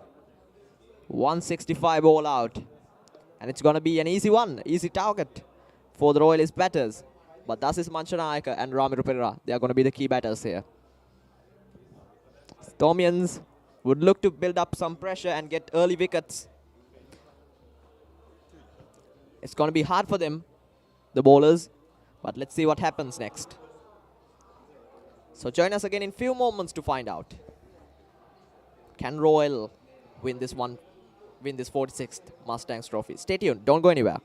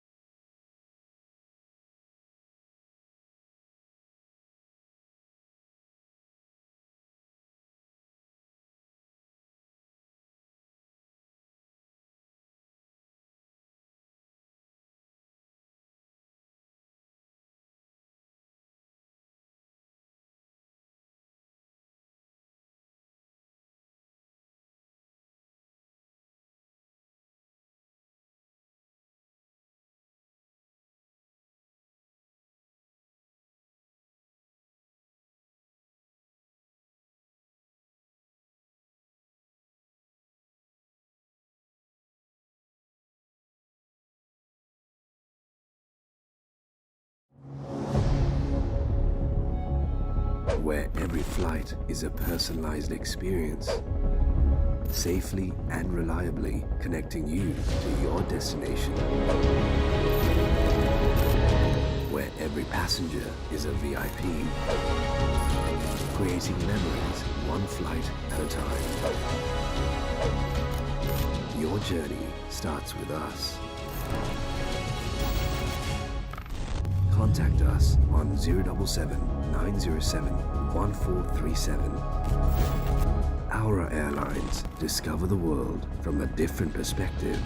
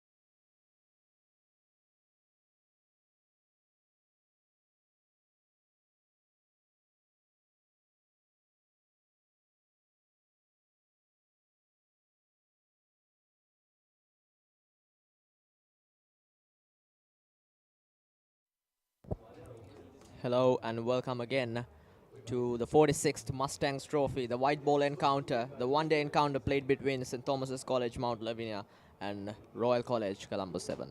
We have our openers, Rehan Piris and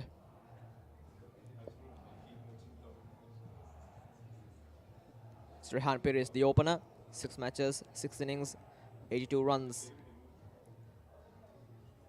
And it's going to be Akash Fernando.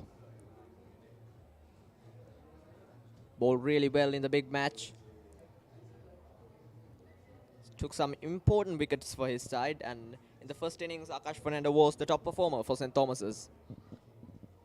Akash Fernando, in the both innings, he was the top performing bowler for St. Thomas's.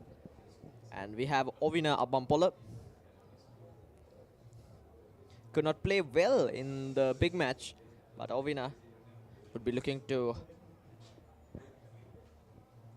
do something here for Royal side. Akash Fernando is not one of the express bowlers that they have, but he's got that ability, wicket-taking ability. He's got that swing bowling skill, can use the seam. So it is always interesting to see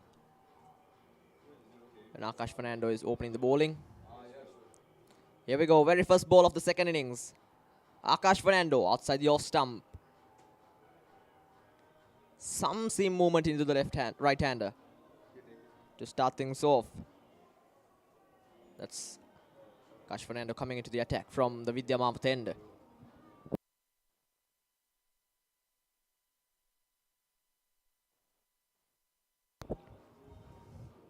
This is a regular power play field,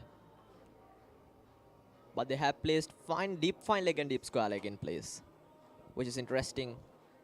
Here we go, Akash Fernando, 2 slips in place. Can swing into the right hander this time.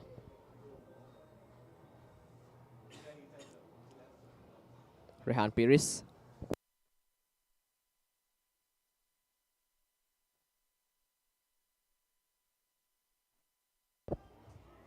The target is 166 runs of 50 overs with 10 wickets in hand. Required run rate is just below 4. Here we go, Akash Fernando. Oh, goodness me. That's a beauty. Just gets past the outside edge of Rehan Piris. That was a beautiful delivery indeed. Akash Fernando, this is what we were talking about previously. He's got that wicket-taking ability. Have a look at the replay. It was so close to the outside edge. Akash Fernando, top performing bowler for St. Thomas's in the 144th Battle of the Blues. Here's the very next ball. Oh, that's a good Yorker on the pads. Deep fine leg comes into play. Ashen Pereira, deep fine leg. And Royalists off the mark with a single. Ovina Abampola is now on strike. 2 right-handers to open the batting for Royal.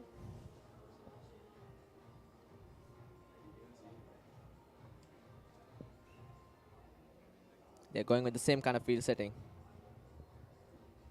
Sinecha Vardhana and Charuk Piris at slips. Last 2 balls. Oh, that's a good Yorker. They're appealing. Akash Fernando. That swung back in beautifully. Into the right-hander. Good length again from Akash. Right on the pads. Have a look at the replay. Beautifully swung back in. That really was a beautiful delivery. Right on the toes. An absolute toe crusher. Akash Fernando is a very dangerous bowler. Akash Fernando with the new ball. Last ball of the over. Outside the off stump, that's a wide. Extra run for the batting side.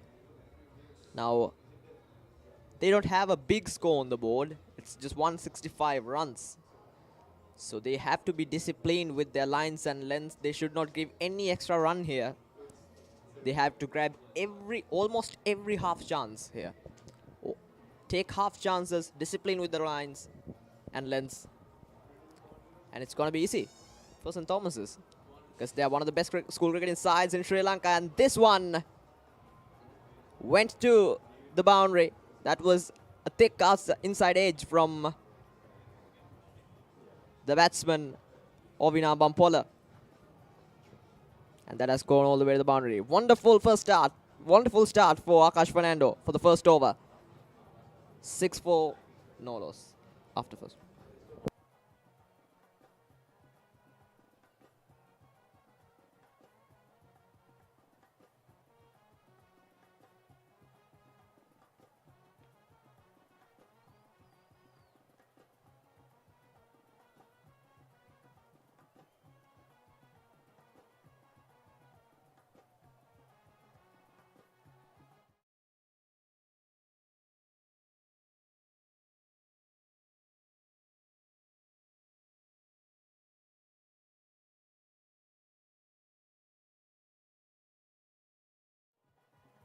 So they brought in Ashane Pereira,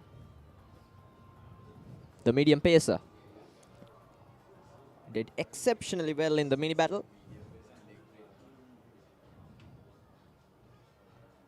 So let's see what he can do here. It is a good start for Royal, getting 6 runs. But Akash Fernando bowled really well.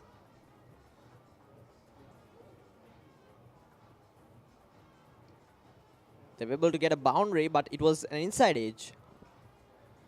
And the rest of the deliveries, he was able to beat Ovina Bampola. Here we go, Ashane Pereira.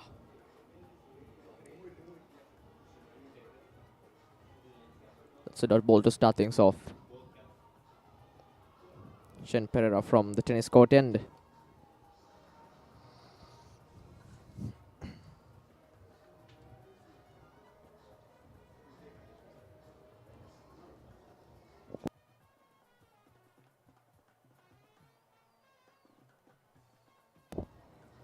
On the slot, that wasn't a good delivery from Ashane Pereira, and this will race away to the boundary. Second boundary for Royal this afternoon. And that was Ovina Bampola. That was a good shot, but it wasn't a good delivery. That line and length was asking to be punished.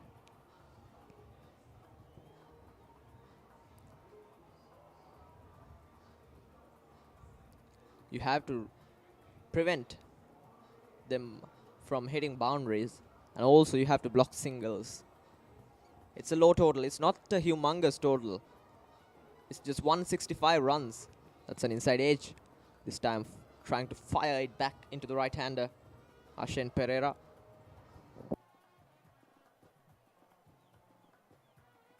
Current run rate is 4.5.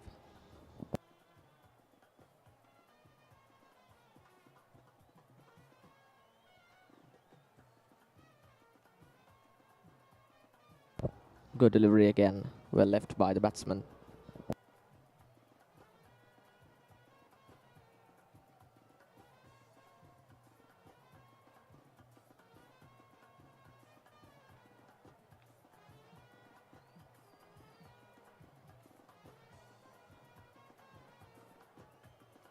From tennis court end. Some changes to the field here again. Deep fine leg is now in place, and also deep extra cover. So let's see what happens. Oh, they're appealing, they're appealing. Maybe it did too much of the surface. It bounced too much. And Ovina Bampola completely getting beaten that time.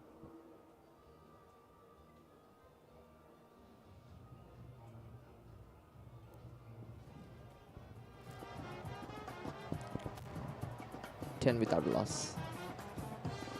Oh, they're appealing again now. That's been signaled wide by the umpire, Ravindra Vimalasiri.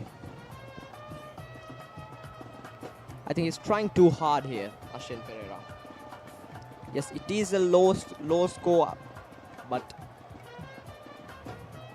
They need to execute their regular plans right here. They should not try to do something new.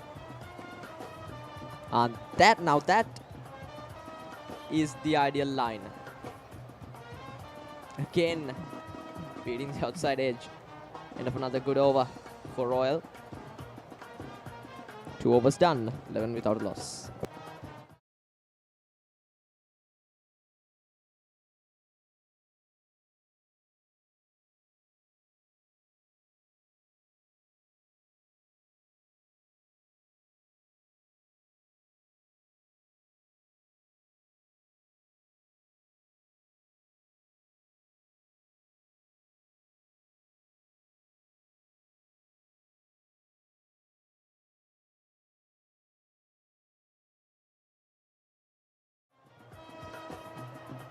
Akash Fernando back into the attack down the leg side. I think it's sliding down the leg stump.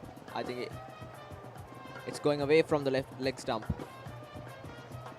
Again in the line of the leg stump. Akash Fernando trying to swing it back to the right hander.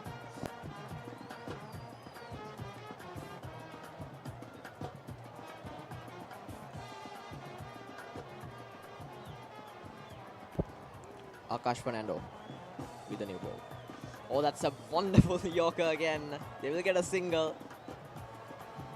I like what he's trying to do, Akash Fernando. Trying to bowl some Yorkers early on, trying to get the wicket.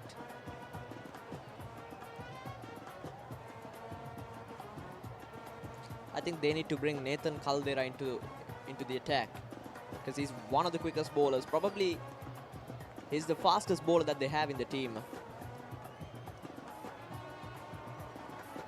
And also,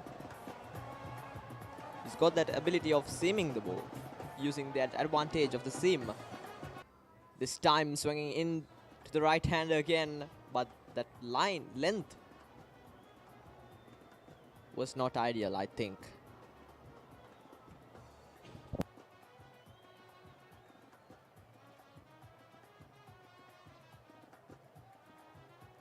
Akash Fernando. Royalists, they've got 12 runs on the board.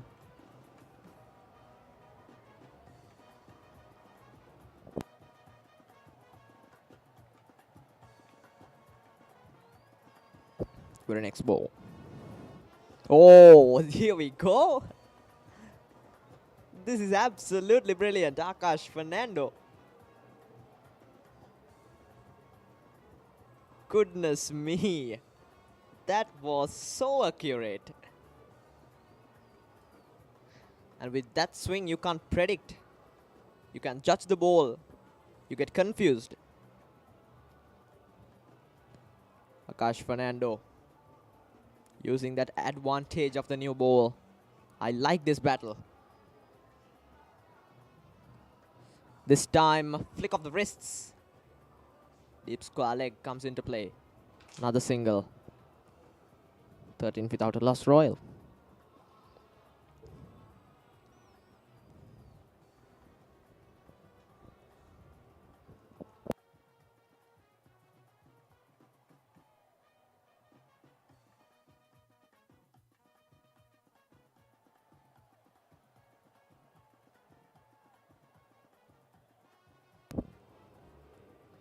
Is the very next ball. Outside the line of the off stump. Well left by the batsman. And that ends another tidy over. Royalists 13 without a loss after 3 overs.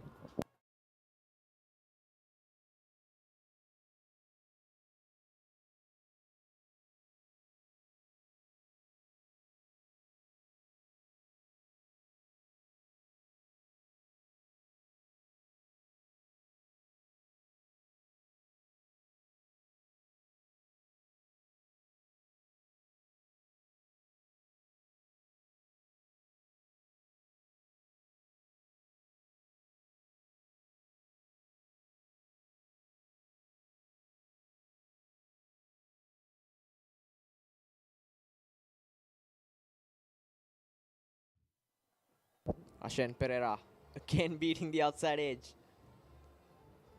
I think with that run up, he's able to generate some extra pace and bounce.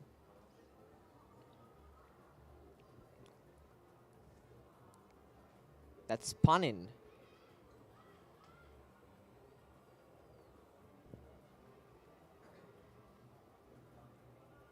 Oh, gets the outside inside edge this time. They're running. That's a quick single. Good work. Very good work indeed.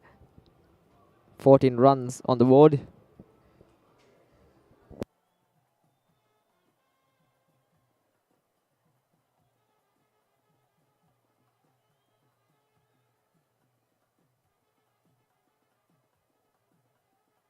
Shane Pereira. Oh, they're peeling. Kane beats the outside edge. How lucky he has been, the batsman. The two batsmen.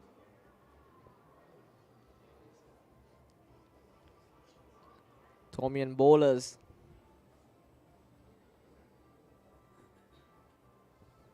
Just one bad delivery so far.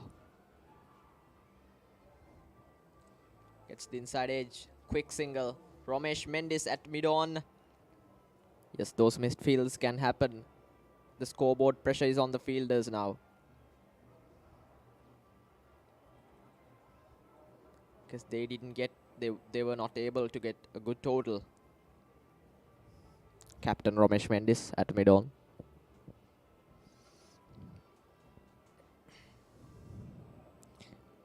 On the front foot. Straight to Kamindu Dias at mid-off.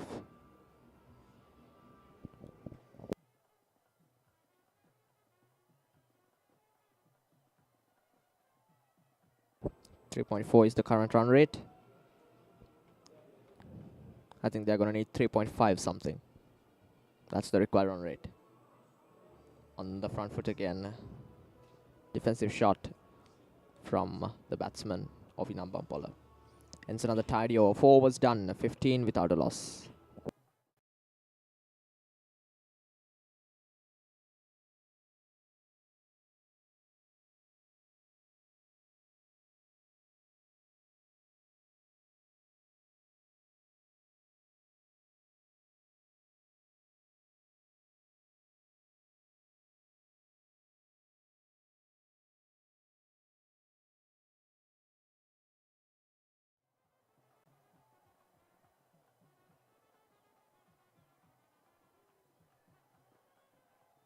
.45 white ball matches played between these two teams. Royalists have won. Now this will race away to the boundary. What a shot that is. From Rehan Perez. Picked the gap so well. Just flick of the wrists. Just a flick of the wrists. Akash Fernando again trying to bowl that Yorker, but this time he got his line wrong. And Rehan Perez was able to find the gap between square leg and fine leg. 45 matches played between these two teams. Royalists have won 22.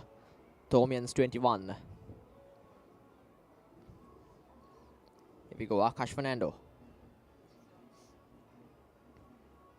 That was a full toss. Oh, that's brilliant fielding. Just missed the direct hit there. Could have been in a trouble. 20 on the board. Have a look at the replay. It was a full toss. It was Kamindu Dias at mid-on. What a great effort it was. Kamindu Dias, number 6.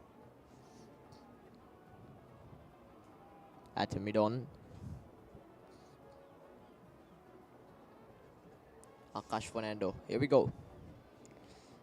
On the slot this time. Straight to Ramesh Mendis. At mid-off.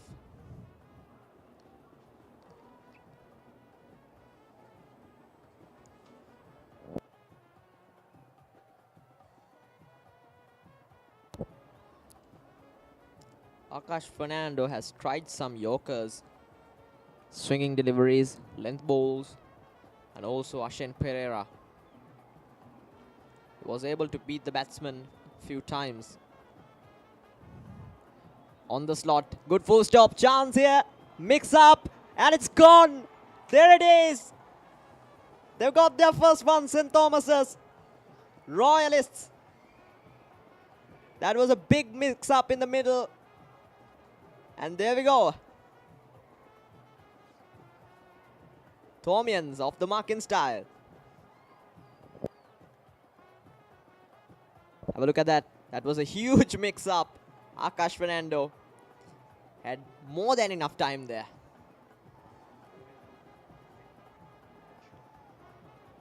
Thomians back in the game.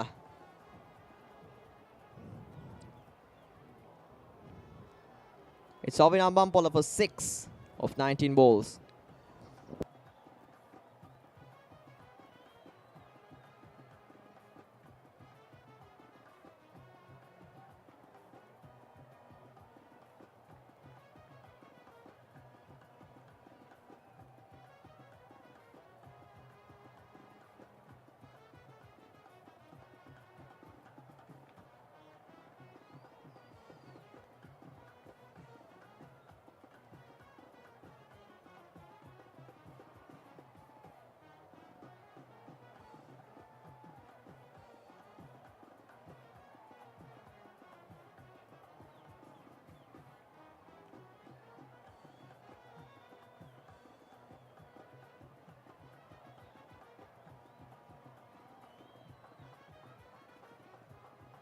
Anush Polonrit is the new batsman.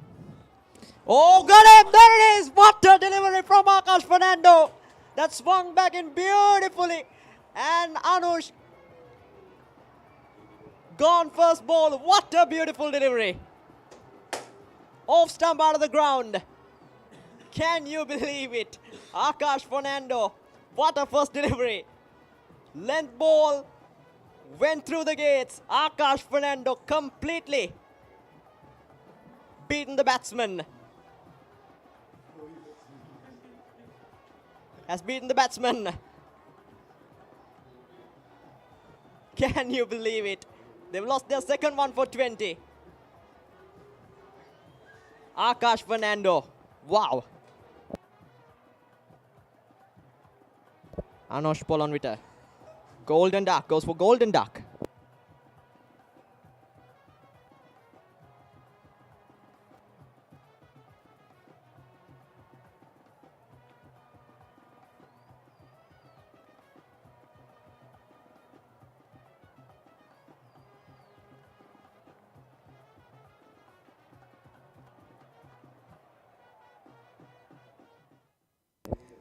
And don't forget, this is Uvindu Veerasekar on strike. And don't forget, Akash Fernando is on a hat-trick here.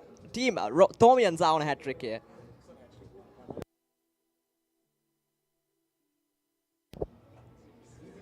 Thomians, they are on a team hat-trick.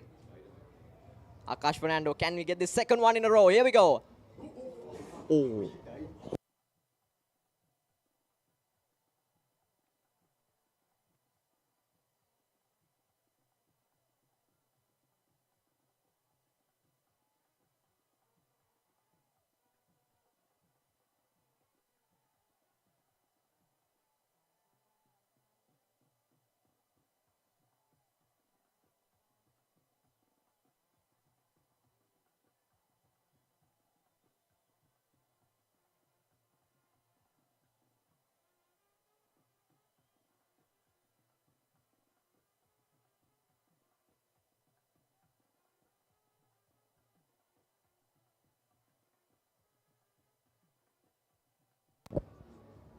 Here we go, Akash Fernando.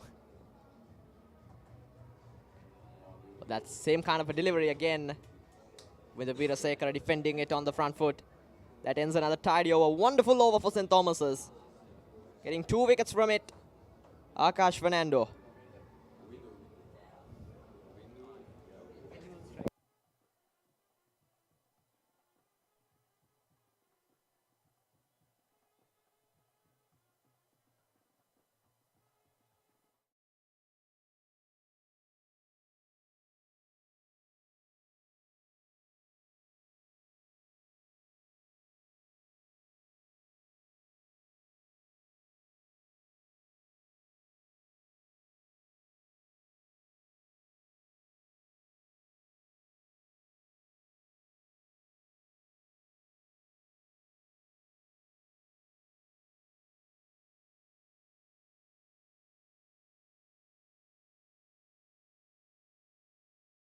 Akash,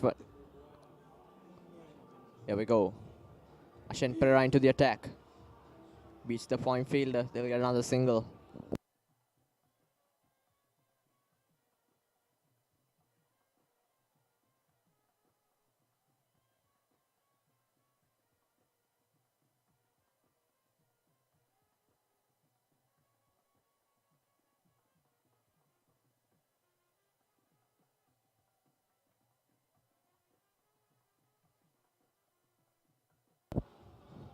It's Umundu Virasekara is the new batsman. Takes guard. Rehan Pires on 12. Here we go. Ashen Pereira. Oh, that's a brilliant delivery. They're appealing, but there's nothing from the umpire. Ravindra Vimalasiri. That was another good delivery. Bowling has been impressive. Look at that. Look at that. Definite inside edge, I think.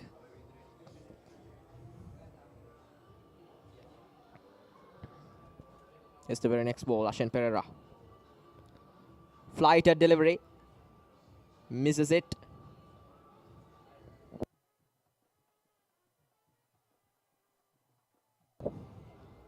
Now have a look at the field. They have placed a deep point and they have taken off the short point fielder. And now short square leg moves to deep square leg. Ramesh Mendis, the captain at mid-on. And now they have taken off the deep point fielder. They have placed a short point with 2 slips to Ashen Pereira. So it is interesting to see. Oh, that's a good work. Very good work. But they will get a single.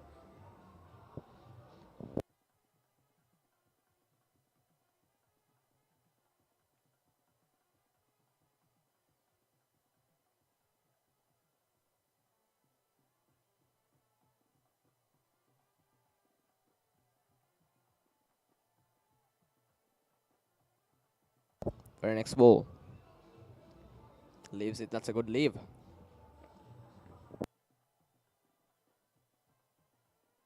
And have a look at this.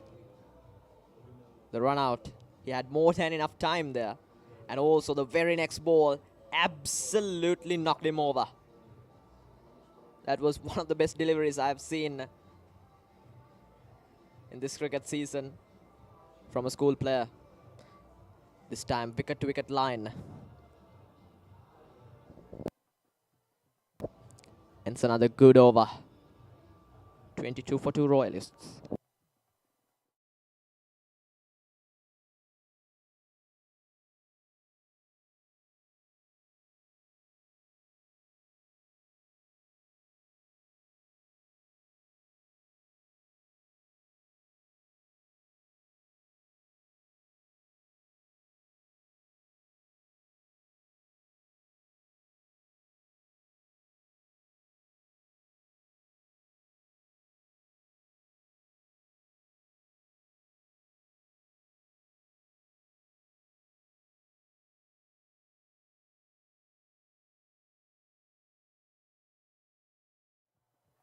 Akash with the ball.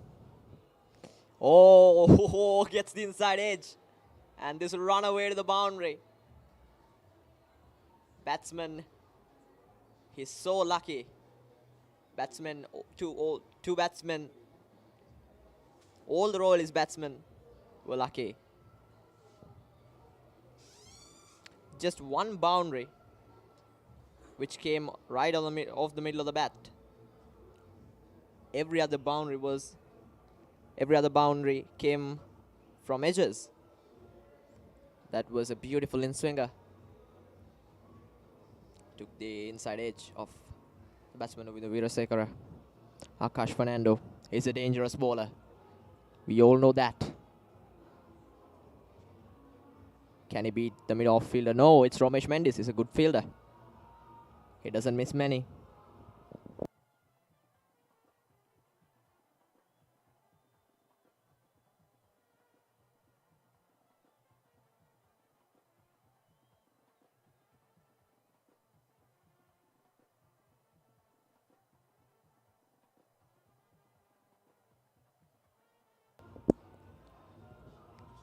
That's the other right-hander. Rehan Perez, the set batsman. Akash Fernando. This time given too much width. But that's a good stop from the fielder. Mahit Pereira had short extra cover.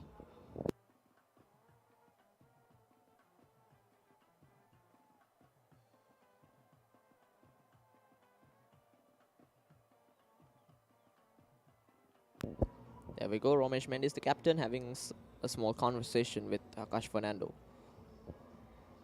And now they have placed the deep square leg.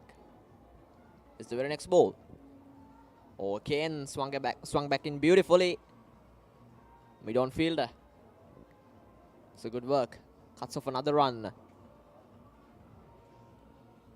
27 on the board now for the loss of 2 wickets. 28 on the board for the loss of 2 wickets.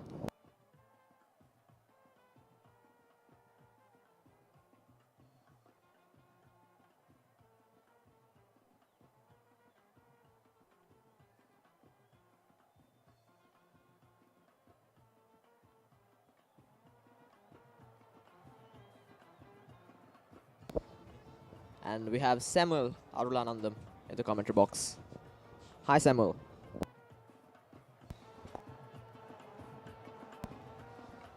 Yes, Lan, this looks to be a good start by the Thomians here. Just what they needed, couple of early wickets here. We see Akash bowling good line and length so far, and the same with Ashen as well.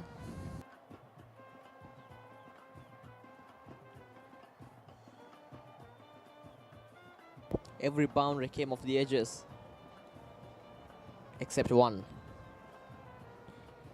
And there we go. They have taken out the second slip, and now we have a short extra cover in place. Dinet Gunawardena, the first slip. Akash Fernando running in. Wide Yorker this time.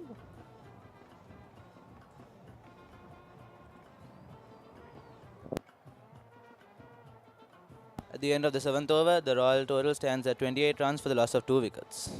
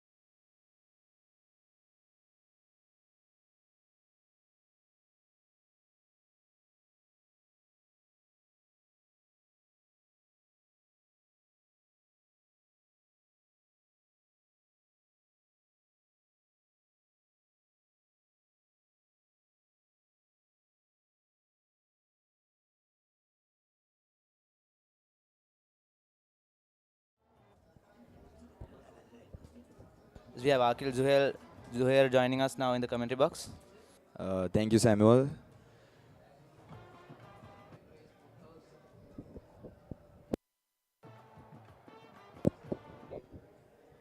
Now as we come into the 8th over with Ashen Pereira, St. Thomas's have had a promising bowling attack so far. As long as they keep their discipline with regard to line and length, and if they bowl according to the field, I think they still stand a good chance even though the total is low. Seems like a bowling track, doesn't it, Samuel? Yes, Akil, yes, indeed. Nicely bowled there by Ashen, defended the short extra cover. It's interesting field placing to see with Ashen, 2 slips in place and a deep fine leg and a deep square leg. Interesting, as he usually bowls those fast leg cutters with the ball turning away, but 2 men on the boundary line seem to be on the leg side.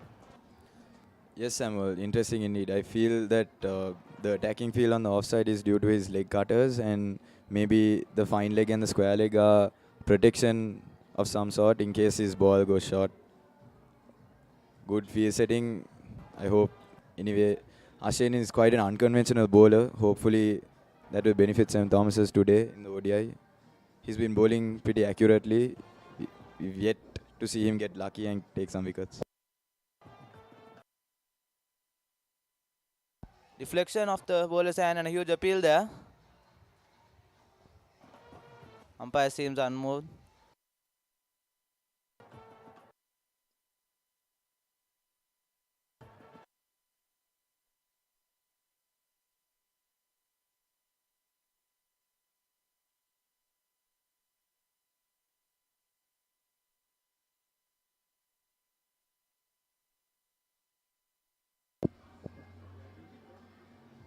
Nicely driven down the ground. The man at mid-on for a quick single.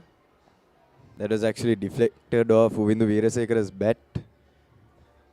Bit similar to the World Cup final of 2019, Sam, if you remember. Yes, indeed. Who can forget that deflection?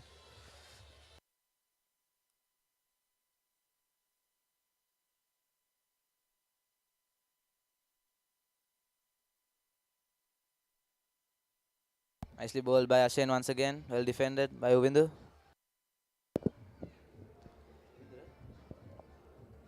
I like the approach St. Thomas is taking this game, bowling wicket to wicket rather than keeping it outside the off stump and allowing the Royal batsman room to attack on the offside. Nicely bowled once again by Ashen Pereira. That's, as you said, Akil, that wicket to wicket line. I think that's exactly what the Thomians need to do, as they'll need to get some quick wickets here. Yeah, hopefully it'll pay dividends in the coming overs as the Royal top order continues to show promise, but not too much. At the end of the 9th over, the Royal total stands at 29 runs for the loss of 2 wickets.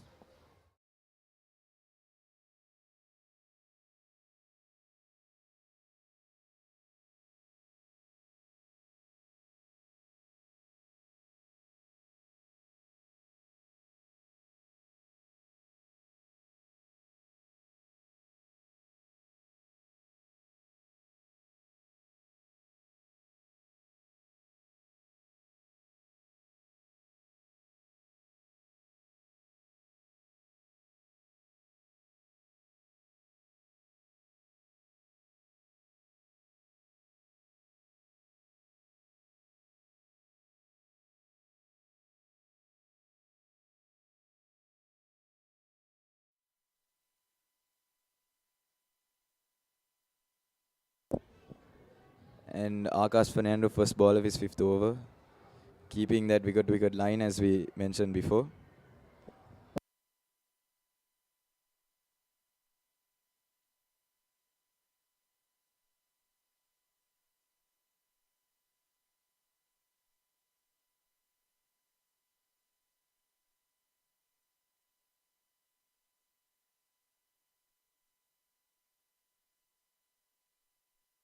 Slightly more conventional field setting for Akash, as we see with only a deep fine leg. Nicely driven to mid-off for no run.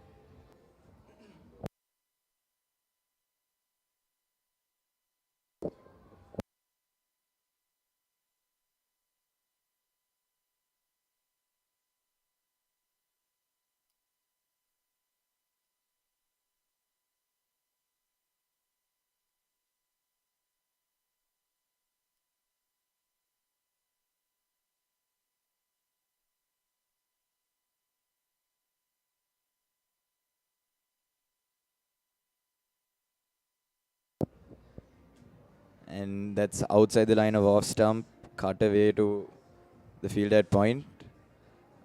Like we mentioned before, I feel that if St. Thomas's isn't disciplined with their line and if they bowl outside the off stump like that, the Royal batsman will go on the attack and eventually find the gaps, and then St. Thomas's will give away boundaries which they can't afford to give at the moment.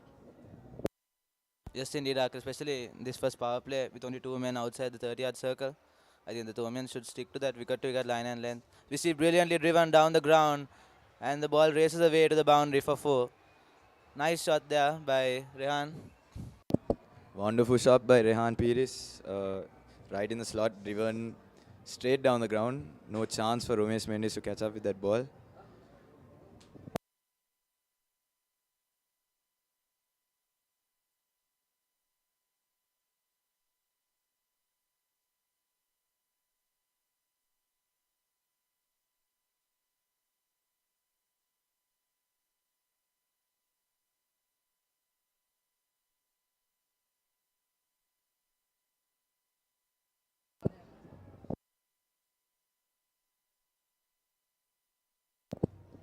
Once again driven to mid-off by Rehan Pires.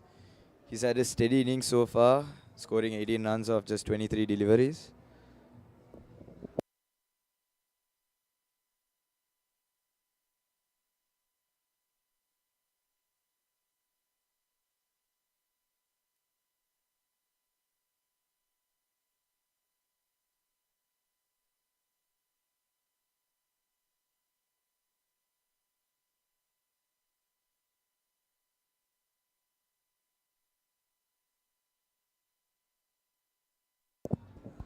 Nicely driven down the ground once again by Rehan. Out to the long on boundary for 4. Beautifully driven once again. Maybe the wicket-to-wicket line will not be effective for Rehan Pires because he's clearly got his eye in, playing some nice drives down the ground, straight past the mid-on fielder this time. I feel that St. Thomas's need to have more of an attacking mindset. They can't go on the defensive even though a few boundaries have been let go. They don't have enough of a total to bowl defensively or conventionally. I think they need to try something new here. And as Ashen Pereira, set to begin his 5th over. Let's hope he'll get a breakthrough. But Royal currently looking very comfortable at the crease. These two are also getting set.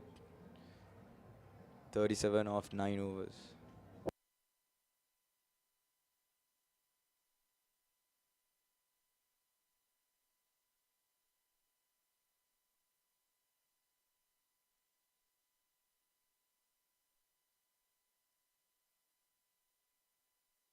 Nicely bowled once again by Shane Pereira, and the batsman sneaking a single there. The ball goes to mid-on.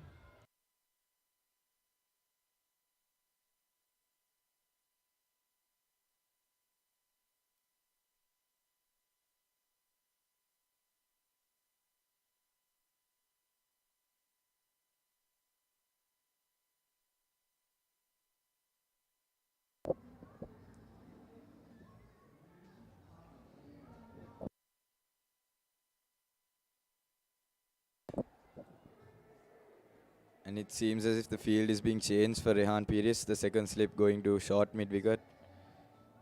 Perhaps because he's looking more comfortable. Fine leg being brought up into the circle. And extra cover being sent down to sweeper. So, I think more a different field, maybe more defensive. Let's see. Solid defense from Rehan Pires. Good bowling by Ashen Pereira.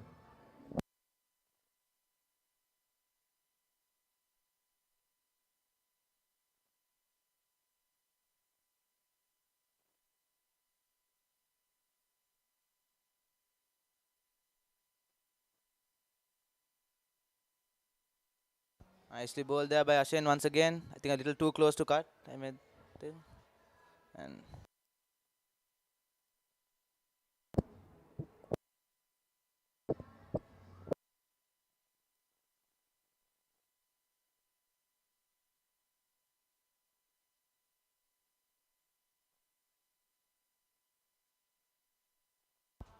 opportunity there. Tough chance in the follow through for Ashen Pereira. The batsman sneaking a single there. These are the half chances that the Thomians need to stick for them, especially defending a small total on this ground. They really hope that those tough chances stick.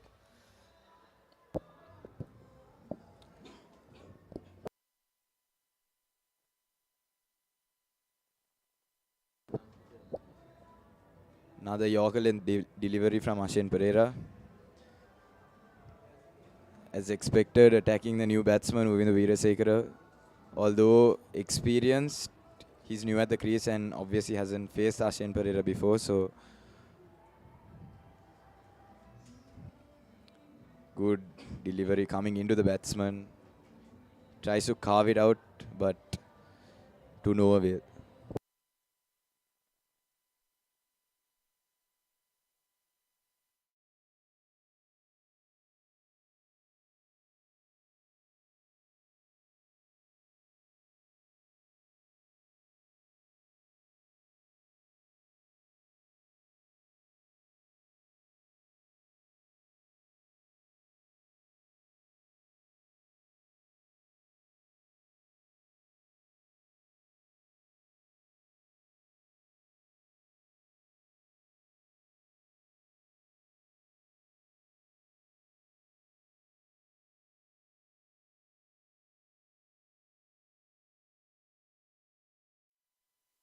So you see a change in the bowling attack.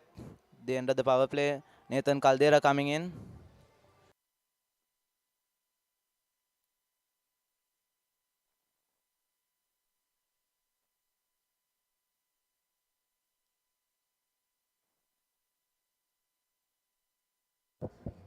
Nathan Caldera set to begin his spell from the Vidyamouth end.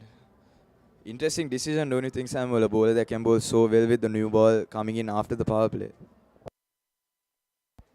Yes, indeed, Akhil. I think Nathan has been good with the new ball, but so has Akash and Ashen too, as we saw in the mini battle, hitting a match bag of 9 wickets. Primarily, most of those coming with the new ball.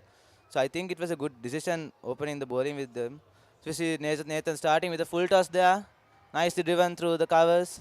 The ball races away and brilliant fielding there by Mahit Pereira to save the boundary. So the batsman come back for 2. Bit of a loose start there by Nathan with the full toss.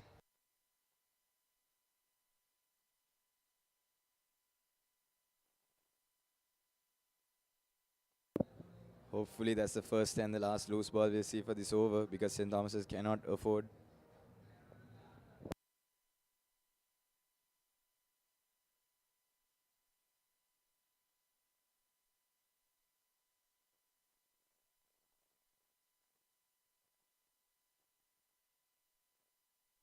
Nice bouncer there by Nathan.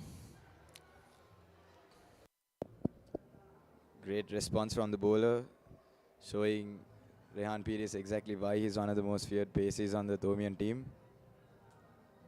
Getting about 60 wickets this season.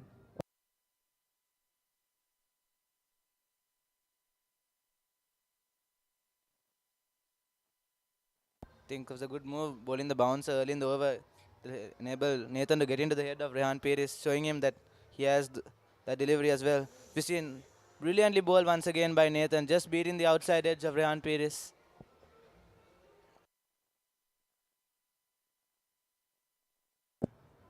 I feel it's a good tactic being used by Nathan Caldera with his extra pace compared to the previous 2 bowlers bowling that short length. Since Rehan Pires has been attacking on the front foot, I think it's a good decision for him to pull the length back a bit and really test him on that back foot and see what comes of it.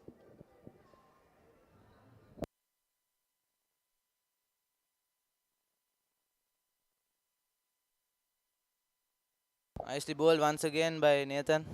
That good line on the off stump. No run there.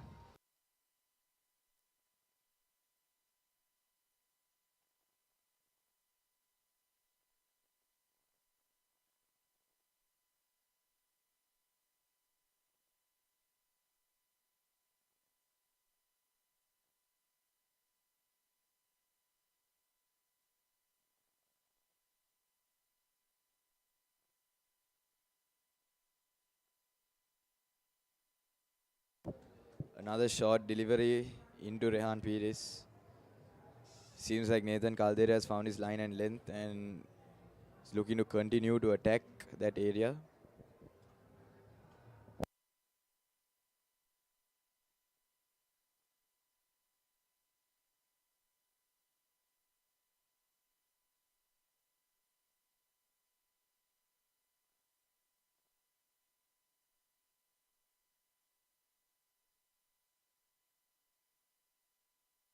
Nicely guided down to third man by Rehan Pires. Easy single there.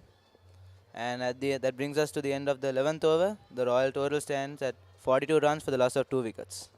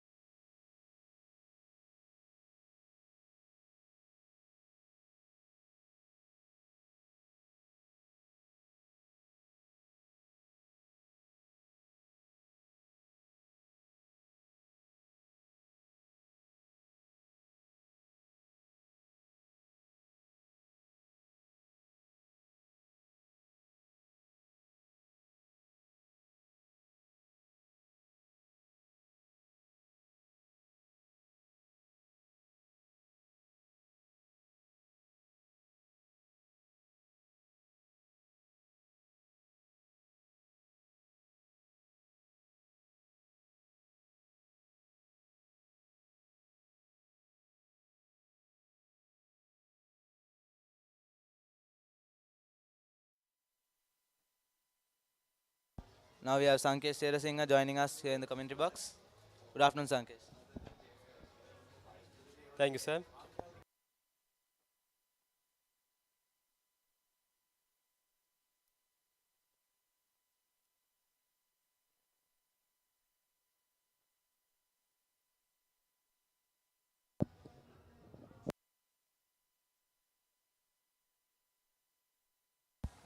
A beautiful cover drive there by Rehan Pires.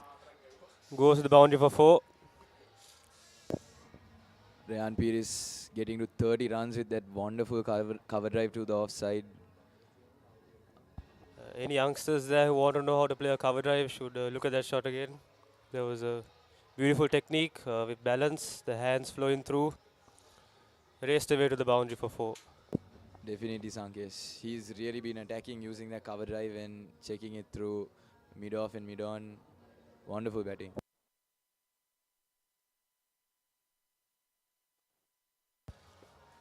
A good comeback there by Ashen. That should be the length and the line he's looking for, and that Romesh expects him to bowl. After watching Rehan bat this afternoon, I feel that they should pull the length back a little bit and really test him on that back foot, because he seems to be very strong on the front foot, especially to the offside. So maybe Ashen has picked that up, and hopefully we can see St. Thomas's using that tactic to maybe get Rehan out.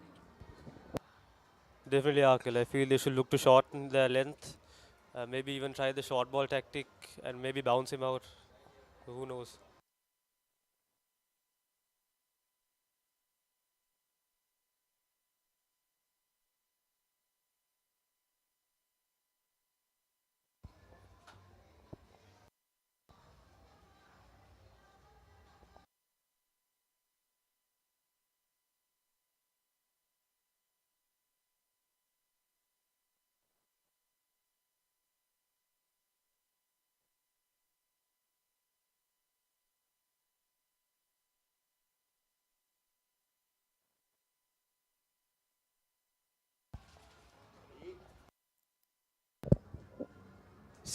Pulled straight down the wicket by Rehan Pires, and a wonderful stop by Kavin Udas.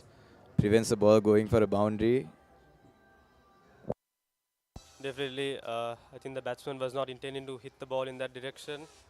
Wonderful stop there by Dias that saved a certain boundary.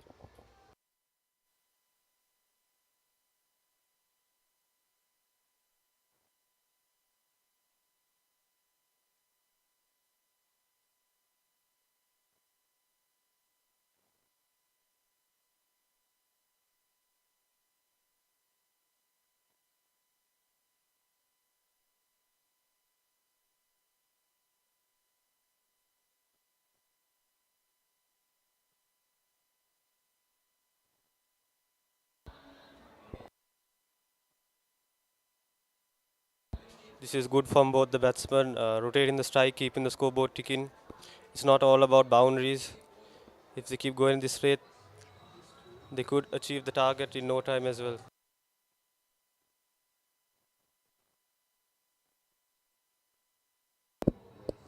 Well bowled from Ashen Pereira. That concludes his over. That concludes the 12th over for St. Thomas's. Royal College stand at 48 for 2 wickets, closing in on that 50-run mark. I feel that Royal have become very comfortable this.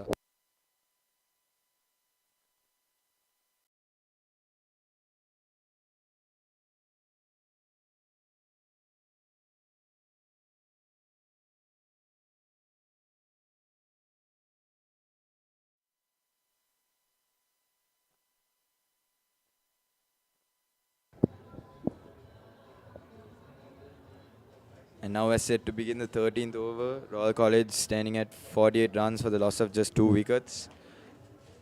Batsmen have become very comfortable at the crease. Uvindu Veerasekara at the moment just rested his bat on the stumps. So I feel that they're getting set, and Nathan Caldera coming in to bowl. Beautifully bowled there by Caldera.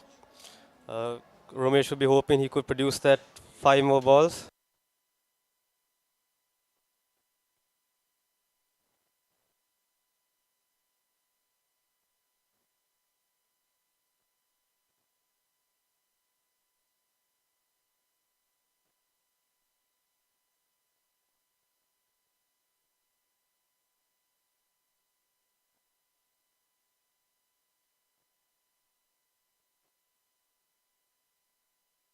Aggressive shot delivery from Nathan Caldera, bouncing it at the batsman's head.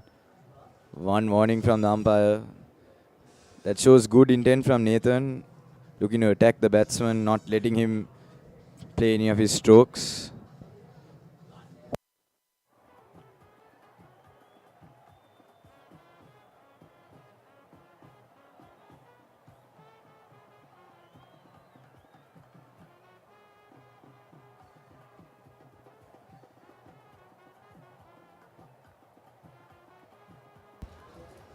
Once again, very well bowled there by Caldera.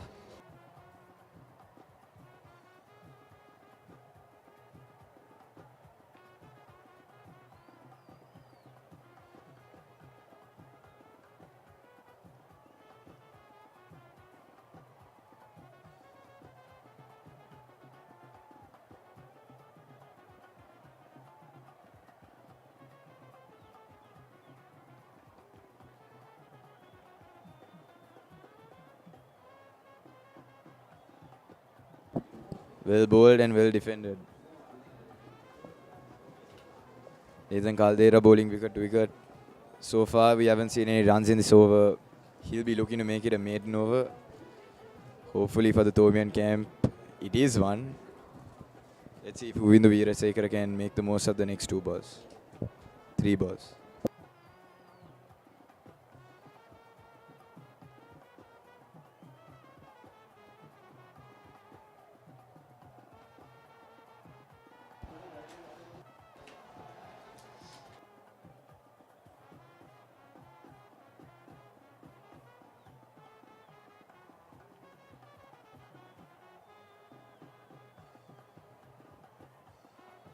He has protection in the deep for that shot, Caldera. He has a sweeper cover which is quite fine and a deep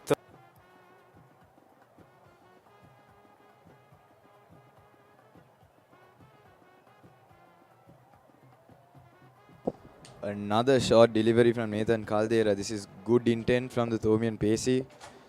Really not letting Uvindu Veerasekara play any of his shots. That's one way to restrict the runs.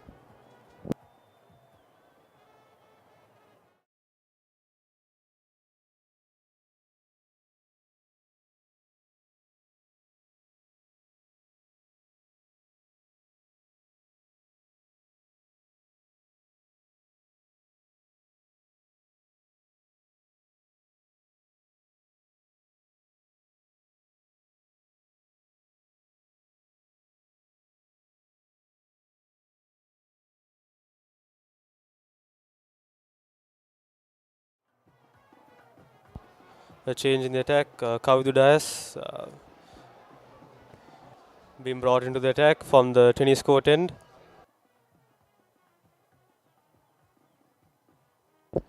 Kavindu Reyes replacing Ashane Pereira.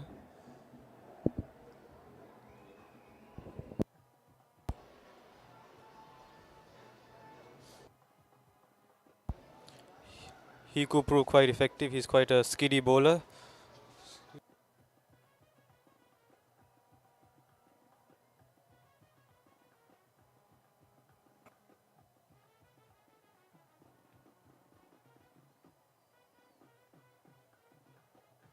Played with the full face of the bat.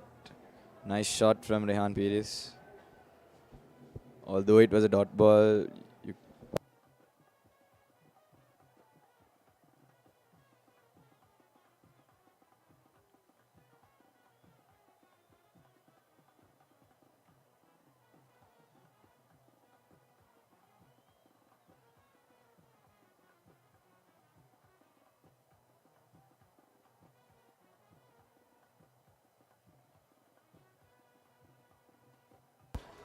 Nicely worked down to third man for a single by Rehan Pires.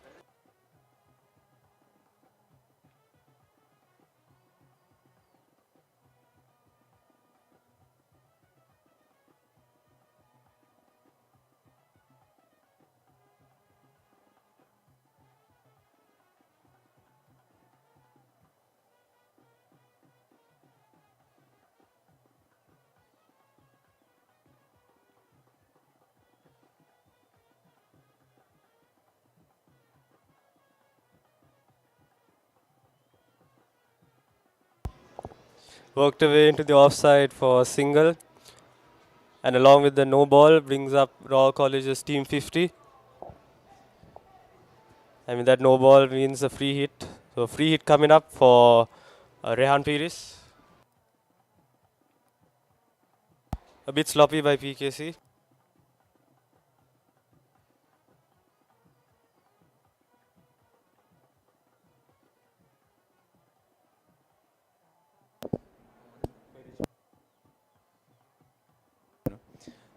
Kavindu Dias' no ball problem during the season coming back to haunt him, looks like.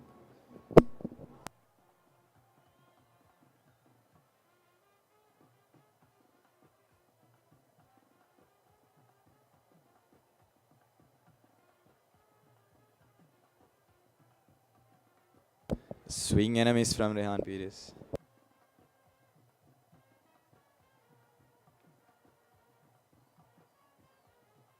Looked to clear that one out of the ground, but unfortunately, ball not even coming in contact with the bat.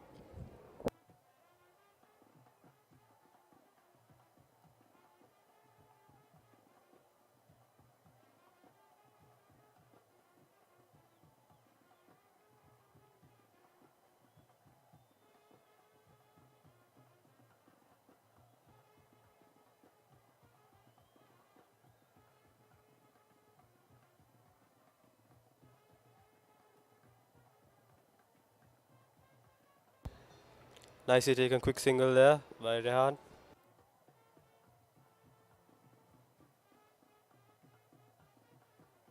This sensible batting from the Royal College batsman, the opener and the number 4.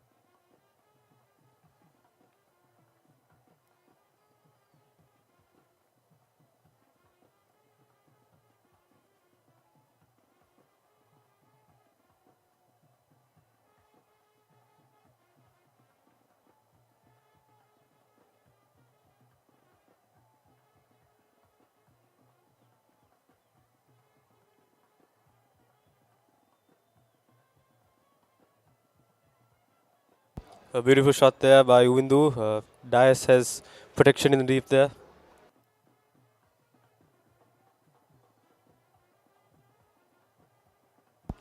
And as the end of the 14th over, Royal are 53 for 2.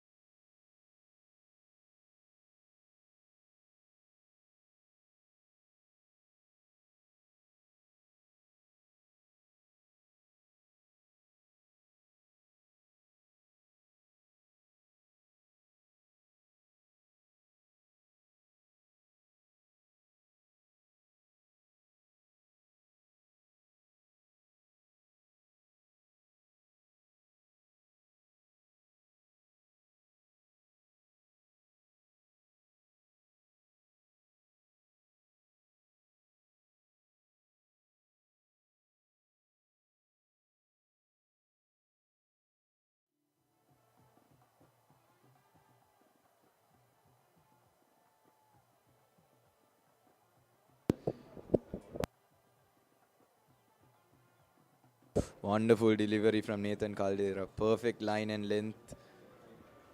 Tempting Uvindu Veerasekara with that delivery. Obviously wishing it tipped.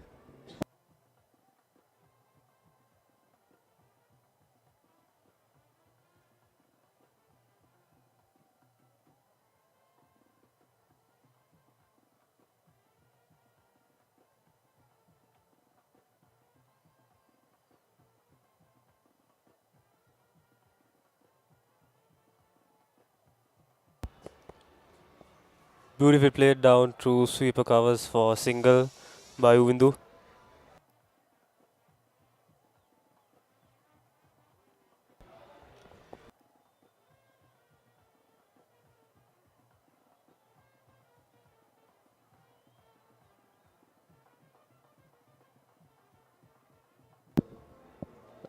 Royals total 54 runs for 2 wickets. Here comes Nathan Caldera. Blistering pace. What a bouncer from Nathan Caldera. Really wants to take Rehan Piris's head off here.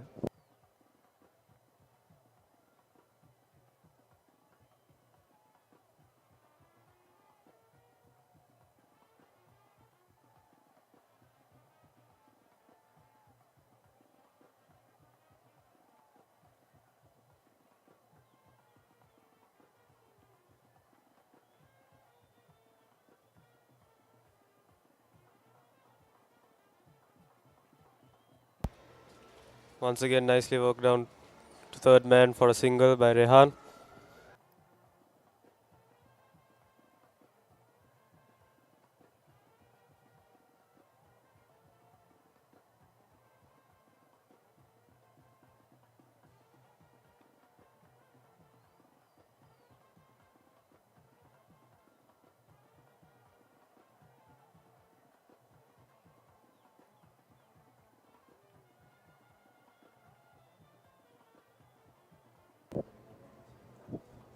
Shorter delivery by Nathan Caldera into the body of Uvindu Veerasekara. But the Royal batsman managed a single.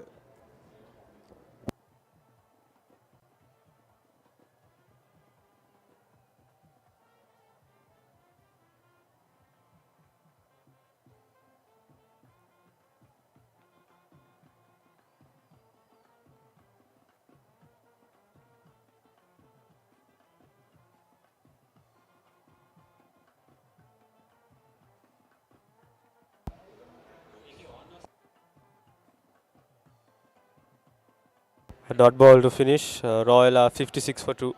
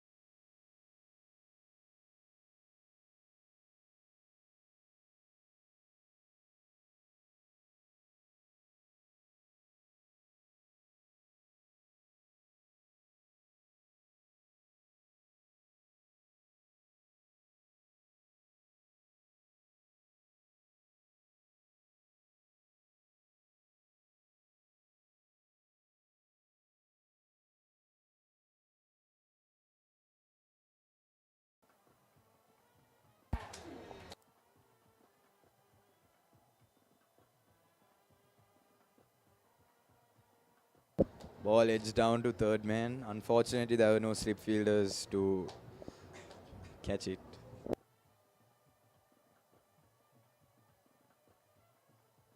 It was only control of that shot to Windu and managed to get on the other end for a single.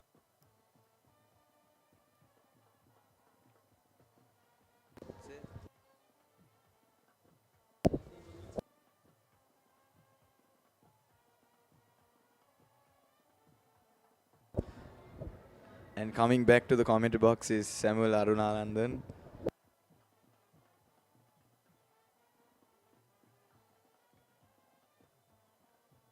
Nicely driven there to the man at extra cover for no run. I think this is the good opportunity for the Thomians to break this partnership soon after drinks break. As we know, very often we see wickets falling. The batsman, it's a short lapse in concentration is all it takes. So I think Kavindu will look to break this partnership.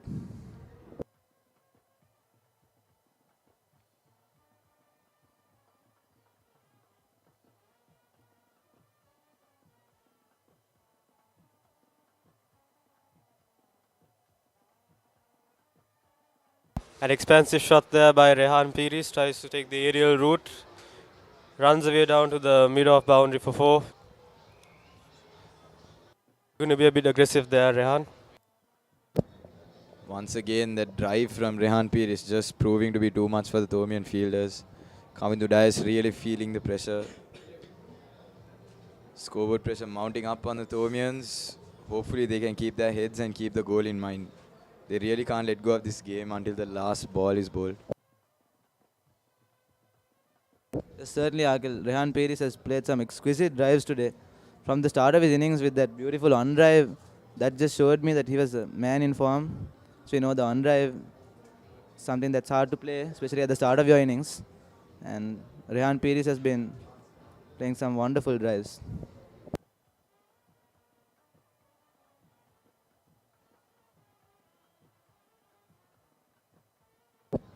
Well fielded and good response from Kavindu Dias. Again pulling that length back and making Rehan Peris go defensive. I feel that the team would have identified that by now, that Rehan Peris is more defensive on the back foot, and I think they should react that because we don't have many runs to experiment with at the moment.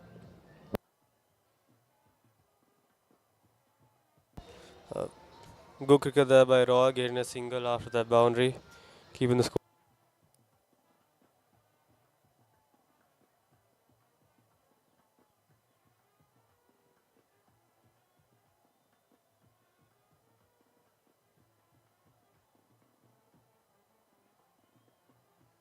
Rash shot there, as we see Kavindu swinging the ball in.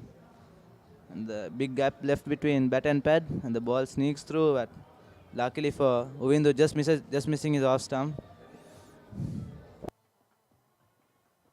Sankesh, as you mentioned earlier, I think what Royal needs to do is just keep the strike rotating, push the singles, and the pressure will be put on the Thomians, especially since they're defending a small total such as this.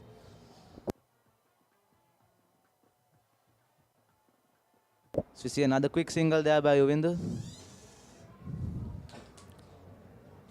I think that's exactly what the Royalists should be looking to do.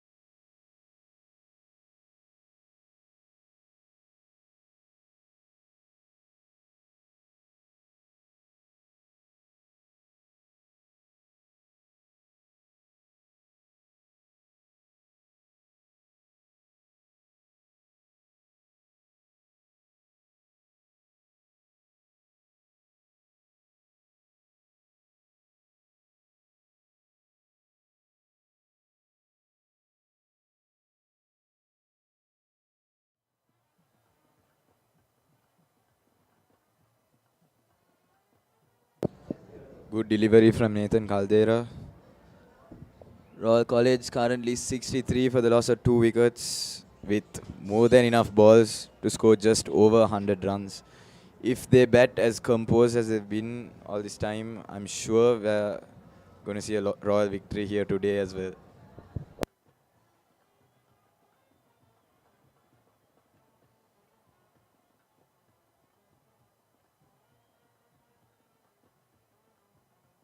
Attacking that off-stump line, Nathan Caldera, hoping to draw the batsman and to nick him off.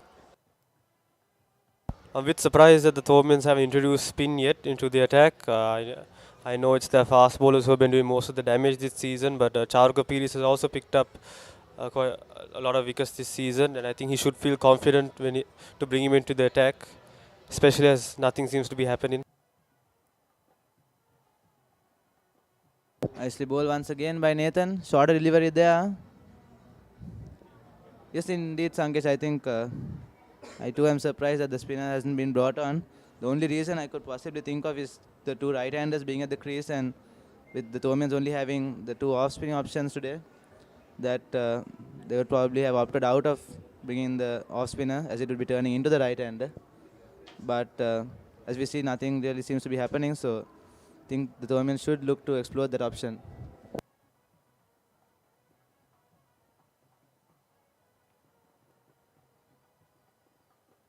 Full and driven, and a slight misfield there mid-off by the captain, and runs away to the boundary for yet another 4 by Uvindu. Just as Nathan Caldera deviates from that line, that wicket-to-wicket line, Uvindu Veerasekara really frees his arms and plays a wonderful drive through the offside for 4. St. Thomas's cannot afford to deviate from that line and let Royal go on the offense. They really need to bowl wicket-to-wicket.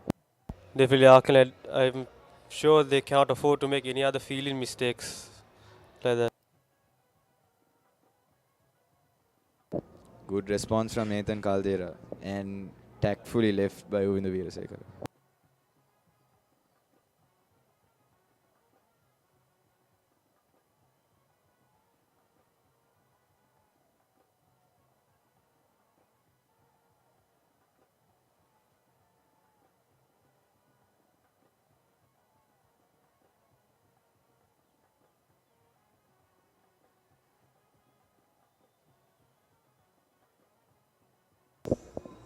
Pulled away there, straight to the man, fine leg for a single.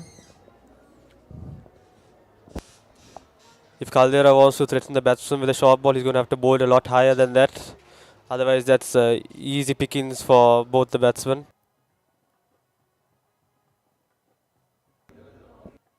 At the end of the 17th over, the Royal total stands at 68 runs for the loss of 2 wickets.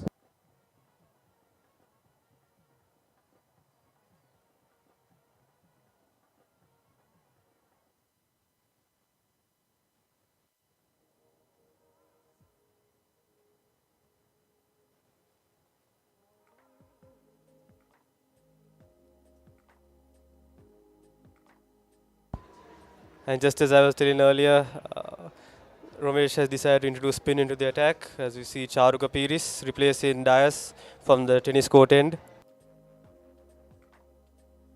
Yes, indeed, Sankesh. Just as you mentioned, Captain Ramesh Mendis brings on the off spinner.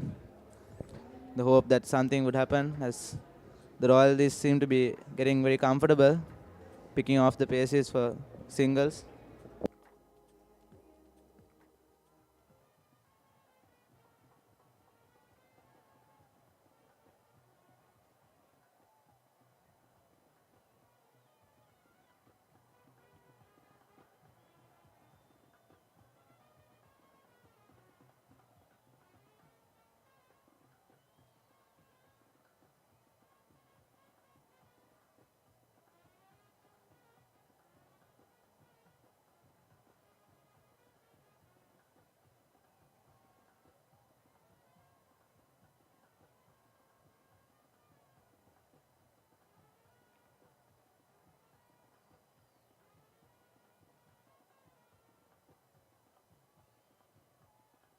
Nicely bowled there by Charuka, defended by Uvindu.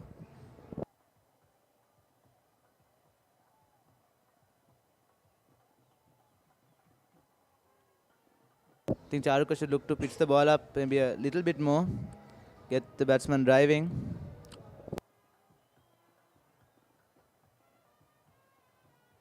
As we speak, Uvindu comes down the track and lofts the ball over the long on boundary for 6. Brilliantly played there by Uvindu. Getting right to the pitch of the ball and hitting it over the long on fielder. There's a very positive attitude shown by Uvindu.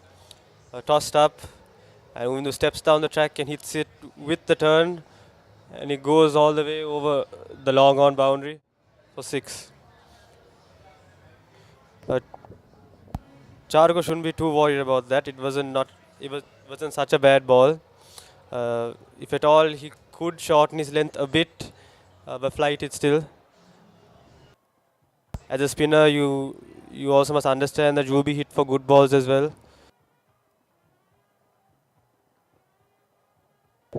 Reverse sweep there by Uvindu. The ball races away to the boundary, and it's another boundary for Uvindu. I think Uvindu really looking to take the attack to Charuka here.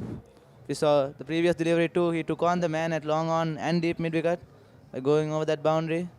And now another slightly risky shot, you would say, with the reverse sweep. It's definitely against the turn there, but getting full reward for it. Charuka now under a bit of pressure. His first 3 balls have produced 10 runs. Let's see how he'll come back.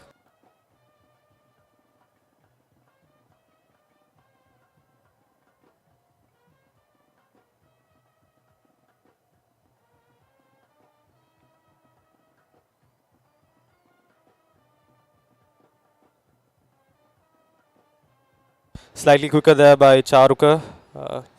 Under edge by Uvindu, runs all the way down to short third man.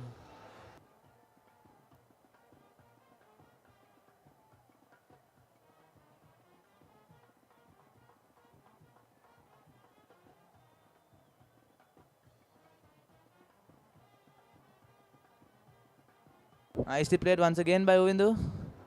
Nicely driven, but straight to the man at mid-off. No run there.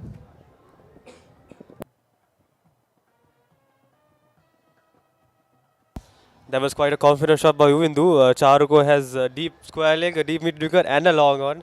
And Uvindu still backed himself to clear all 3. And he did.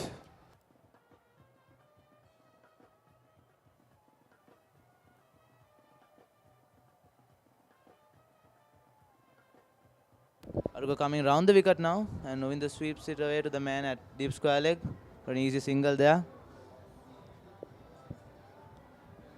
The end of the 18th over, the Royal total stands at 79 runs for the loss of 2 wickets.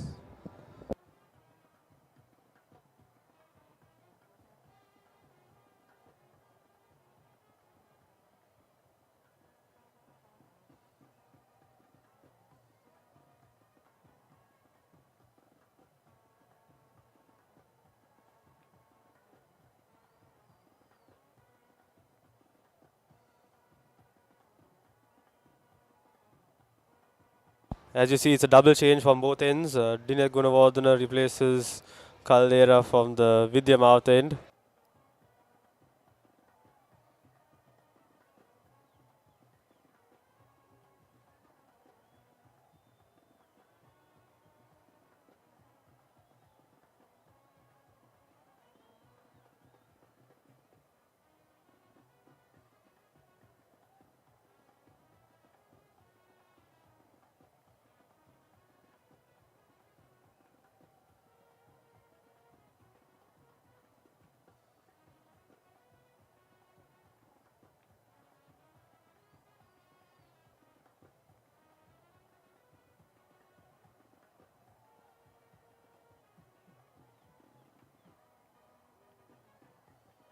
So a delivery there by Dinesh, pulled away to the man at long on for a single.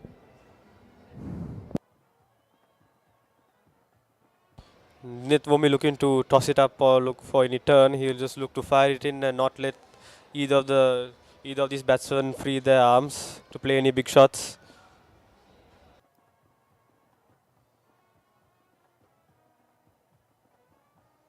Yes, indeed, Sankesh, as we see Dineth's stats there with economy of 2.9.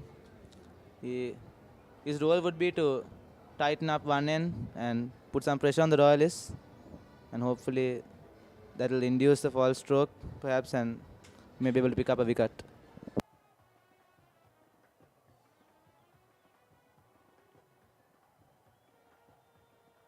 Actually cut away there to the man at point for no run. I think another option the Thomians could look to turn to is Senadi Bulankulama with his leg spin, especially with two right-handers at the crease and with nothing really happening for the Thomians here. Could be a good option, maybe the ball turning away, possibly picking up a wicket with the wrist spin of Bulankulama. So delivery once again, pulled away. The man at mid-on for a single.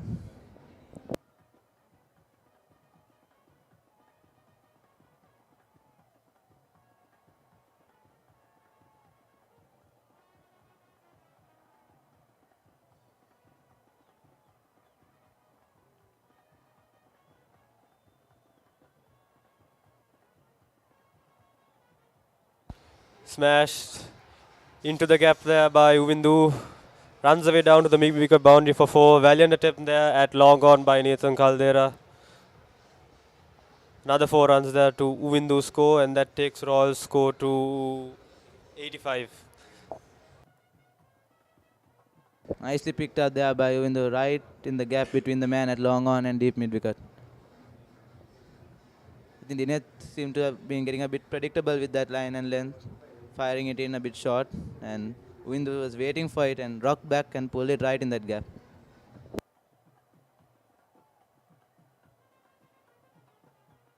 Wide-ish delivery there by Dineth. I'm sure it would have been called a wide if Uvindu didn't play. Cut it straight to the man at point. Yeah, For dot. Dineth lucky to get away with that. It went in the gap, it would have raced away for another boundary, but luckily for him straight to the man at point there. At the end of the 19th over, the Royal total stands at 85 runs for the loss of 2 wickets.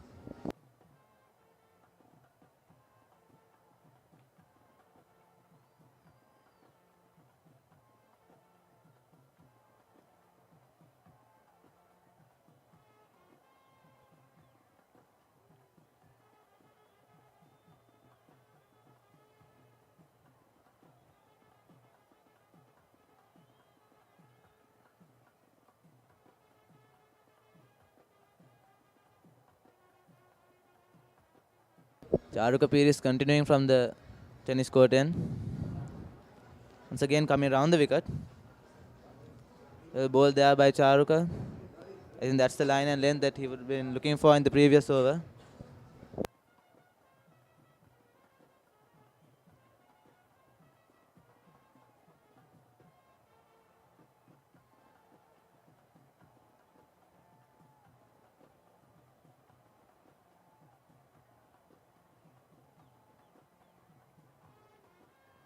Once again nicely bowled by Charuka.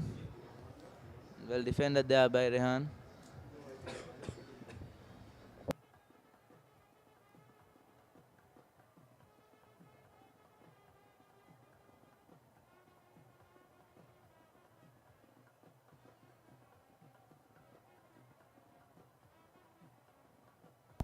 Driven to extra cover there for no run.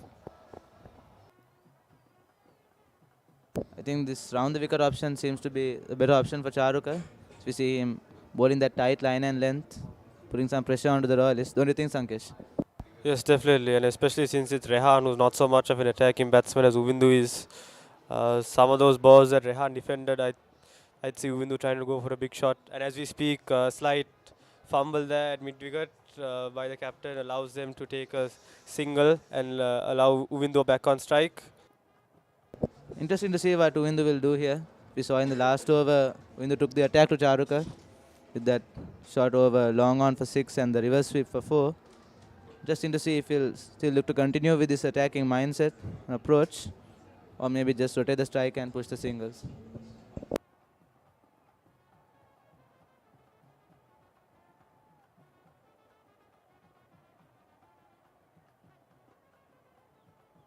Fired into leg stump there by Charuka.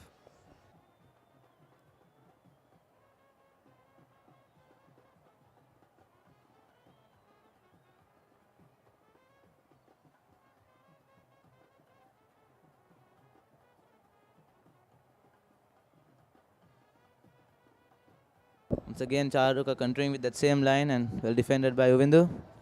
The end of the 20th over, the Royal total stands at 86 runs for the loss of 2 wickets.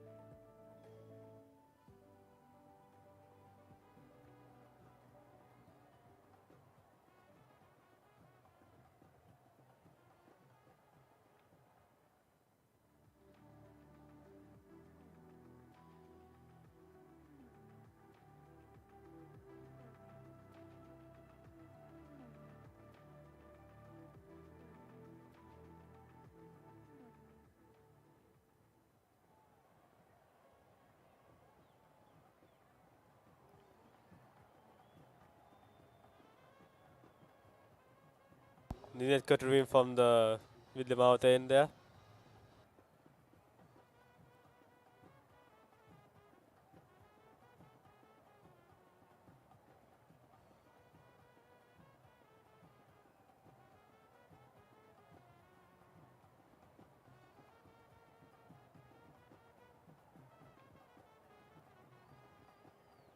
Fired in once again by Dineth.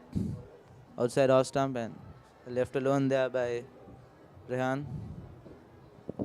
Yes, he has to keep it on the offside here. His captain has set him an offside field with only three men on the leg side.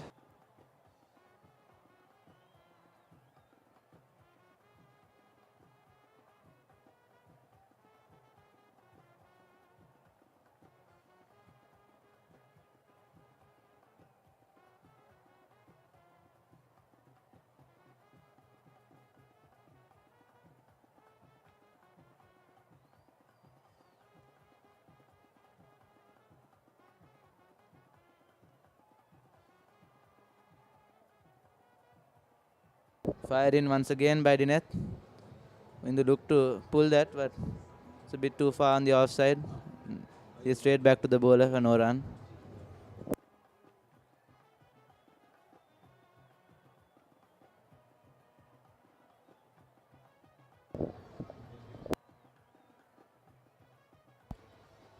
Cut away onto the offside for a single there by Uvindu.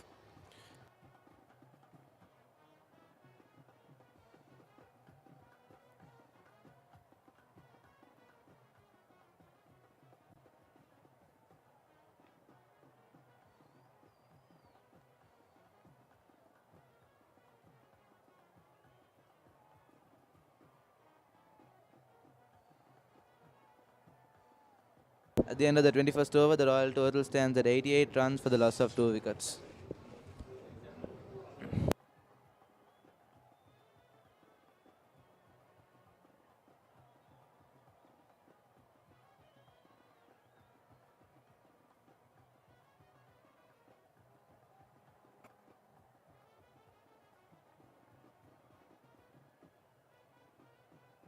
I think from a Royalist perspective, this has been a wonderful partnership for them. That's what they needed when they were down 20 for 2 in the 5th over. Uvindu and Rehan Pires coming together. This partnership worth 68 runs now. That was just what the Royalists needed at that time. They seem to be doing it easy right now, don't you think, Sankesh? Definitely, and there is no pressure around there by the Thomians.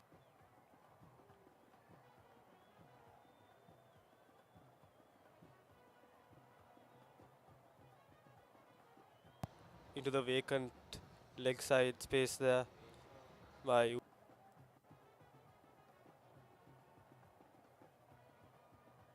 But as you know, the cricket is an unpredictable game, and you know the saying, you get one, you get two. I think the Thomians can break this partnership. They might be able to get another wicket, and so you know anything is possible in cricket. So I think they'll just look to keep persisting and trying to bowl those good lines and lengths, hopefully inducing a false stroke and breaking this partnership. See a flighter delivery once again, driven to the man at mid-off for no run.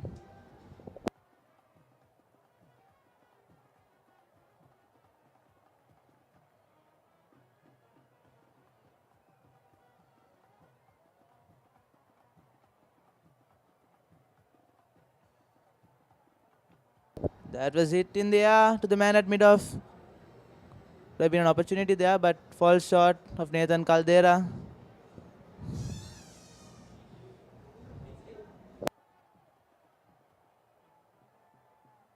I think Charuka persisting with these good lines and lengths coming around the wicket. Induced Rehan Pires into playing that false stroke. And almost, the Thomians almost managing to break this partnership. Flicked away nicely by Rehan Pires for easy single there.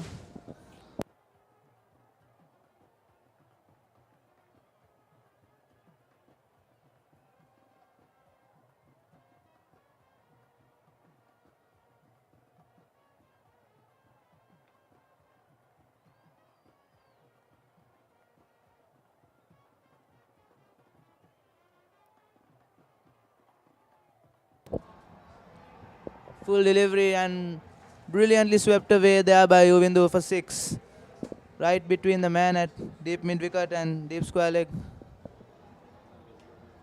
This is great batting there by Uvindu. Full and on the leg stump that allowed Uvindu to free his arms and clear the square leg boundary there for a hefty 6 there. I think Charuka was getting a bit predictable there. Going on firing it in on the leg stump, and Uvindu was waiting for that delivery.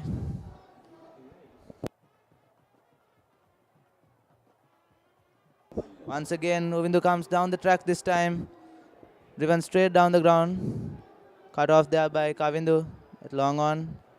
Only for a single.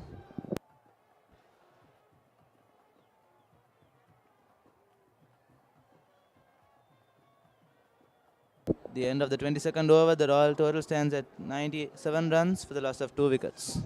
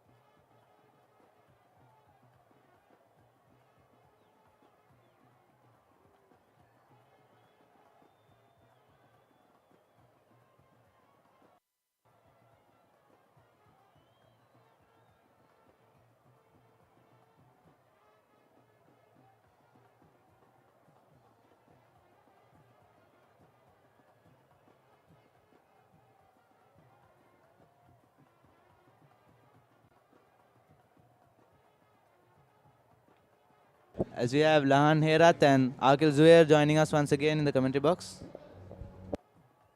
Thank you, Samuel. White called by the umpire, Ravindra Vimlasiri. Thank you, Samuel.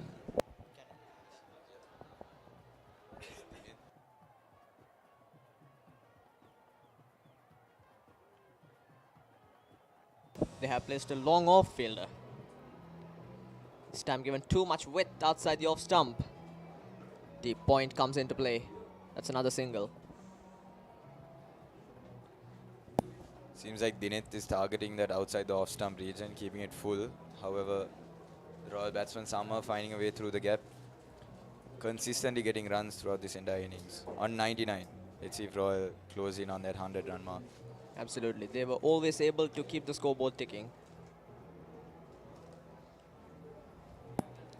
The strike rotation has been impressive.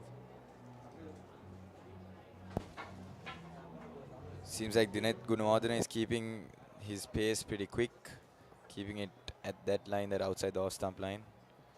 Good delivery, good delivery. He's not trying to turn the ball too much. He's just letting the ball go straight on with the arm. Trying to fire the ball against the right hander. On the line of the leg stump. There it is. 100 up for Royal. And what a partnership it has been. 80 runs. And also they have more than 25 overs.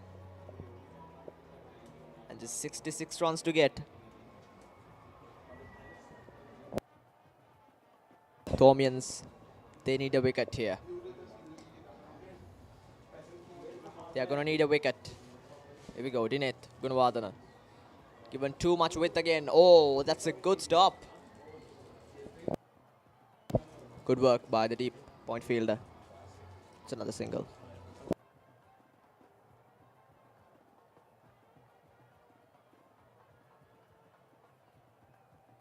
Royalists 101 for 2. Dinet bowling it fast outside the off stump. However, Royal still managing to cut. Use of the wrists. Straight to deep mid wicket. Another single. This is brilliant strike rotation. They were always able to keep the scoreboard ticking. That has been one of the main strategies that they followed after losing their first 2 wickets for 20 runs. This has been a good partnership. Rehan Pires and Ovindu Weerasekara. 82 runs.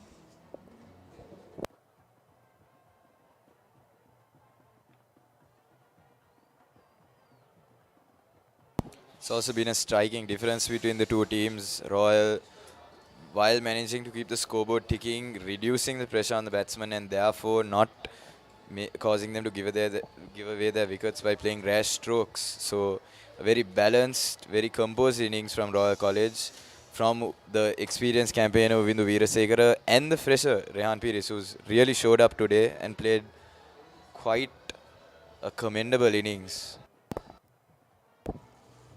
It's Nathan Caldera back into the attack, coming from the tennis court end. Change of the ends for him.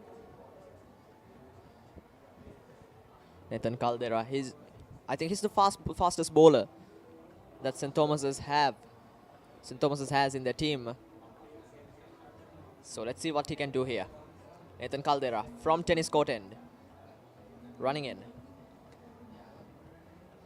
Another wide signal by the umpire. Sliding down the leg side there. Nathan Caldera. Ball going wide down the leg side. Nathan Caldera clearly trying to attack the stumps, which seems like the Thomians' only option at the moment to go for wickets, because there isn't a total remaining on the board to defend at the moment. The scoreboard pressure is on them. Royalists. There we go. Another wide. They Wide have to and be more disciplined with the lines and lengths, I think. Wide and a misfield from Senesh Etiarachi. Another factor to consider are the 2 wicketkeepers' performances. The Royal wicketkeeper absolutely exceptional in the earlier innings, taking 2 stunning catches behind the stumps. And overall, Royal's fielding was also on point, really putting pressure on the Thomian batsmen and restricting them to such a total. I feel that the Thomians haven't been as aggressive in the field, and at least now they really need to step up their game. Nathan Caldera. Short ball. Leaves it. The batsman. Thomians, they are gonna need a wicket here. Nathan Caldera.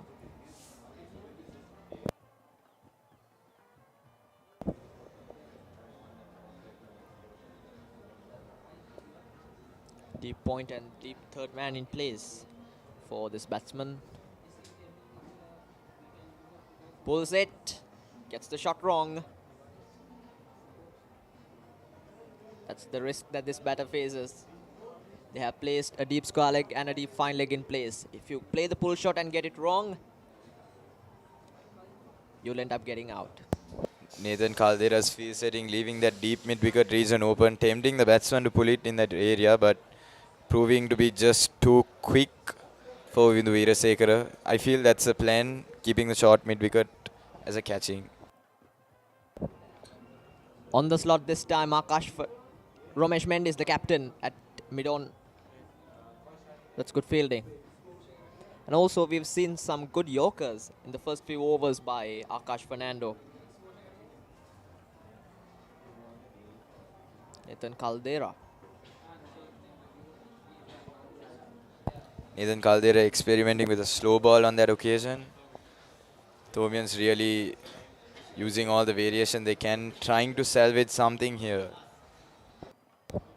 Now the surface does not support the pacers anymore. And also the ball has gotten older. So no swing anymore for the bowlers. They have to be accurate with the lines and lengths. And you can see the frustration on the faces of the bowlers and the team in general. Very long partnership between these two batsmen. St. Thomas is really desperate for something to happen here. Here's the very next ball. Short ball, tries the uppercut. Third man in the game, drops it. Big shocker for St. Thomas's. These are the chances that St. Thomas's just cannot afford to drop. This is the difference between the two schools. Royal College, I remember in the early innings, Ramiro Pereira taking a wonderful catch at fine leg for Mahit Pereira's pull shot. But on this occasion, Uvindu Veerasekara lives to fight another day. That was a huge miss. You have to take those half chances. You could see the disappointment in his face, Nathan Caldera. They needed that wicket. Almost got the batsman there. Because it was an easy catch. I think it was Kavindu Dias at short third man. At deep third man.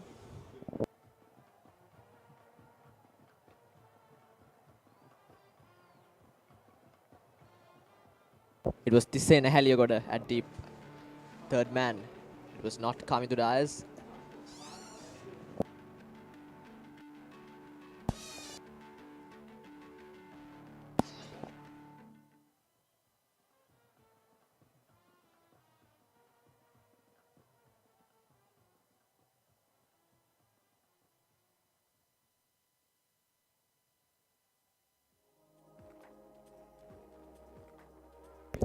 Now at this stage, St. Thomas's was 77 for 4.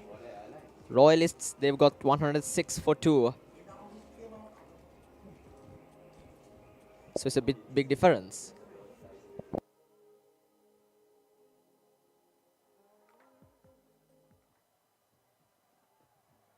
But Romesh Mendis will continue with the spin bowler. Now that's good fielding from Romesh. 106 for 2. The run rate is 4.2, which is really good. At this stage, St. Thomas's was 77 for 4. That was a low full toss, straight to long on. That's another single.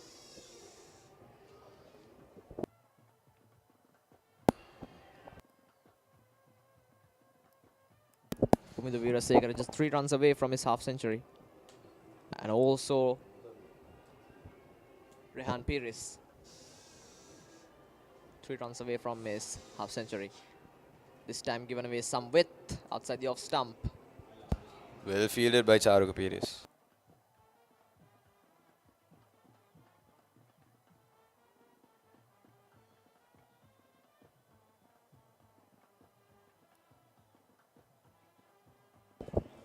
Ooh, a wicket is much needed here. Can he get it?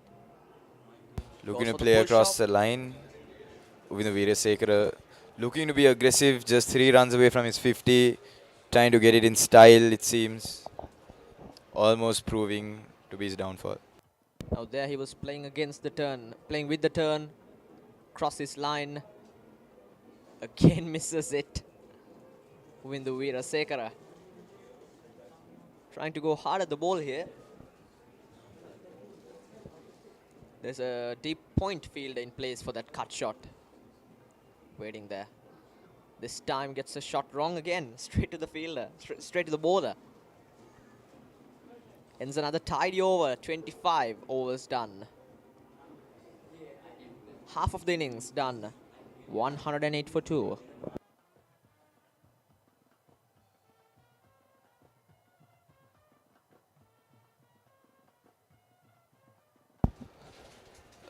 Royal College requiring 58 runs from 150 balls at this stage.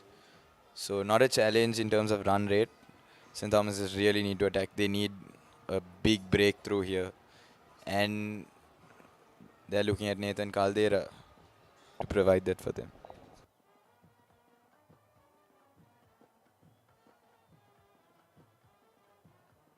Nathan Caldera back into the attack. On the slot, well defended by the batsman.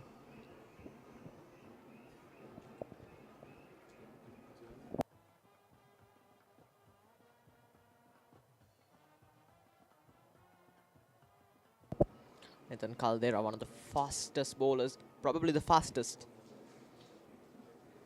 in the team. And the ball has gotten old, so he cannot swing the ball. You can't expect him to swing the ball now. You have to be accurate.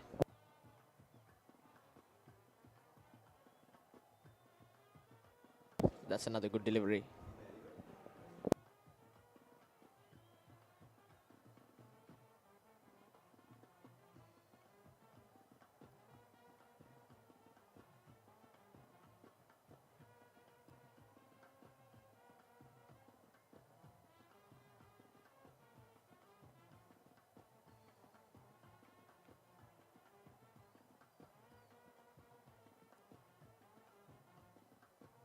Is the very next ball.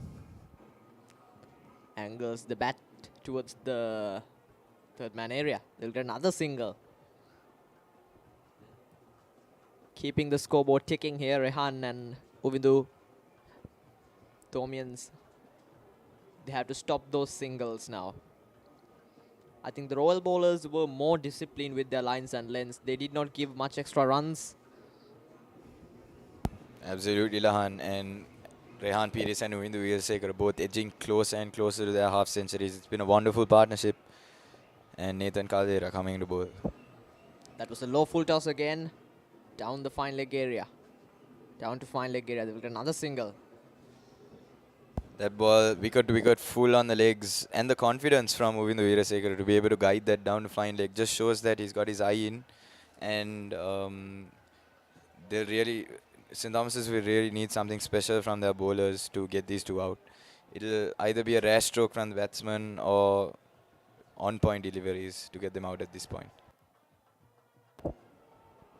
Definitely. I think Romesh Mendis needs to bring another pacer from the other end. I think that's another good... Oh, mix up. That was not an easy chance there for the short point fielder.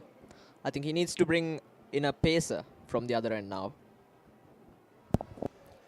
Yes, absolutely, Lahan, because Royal College just seems to be attacking the spin bowlers. And they're looking for runs at every possible opportunity. Look at the replay. He had only one stump to aim at.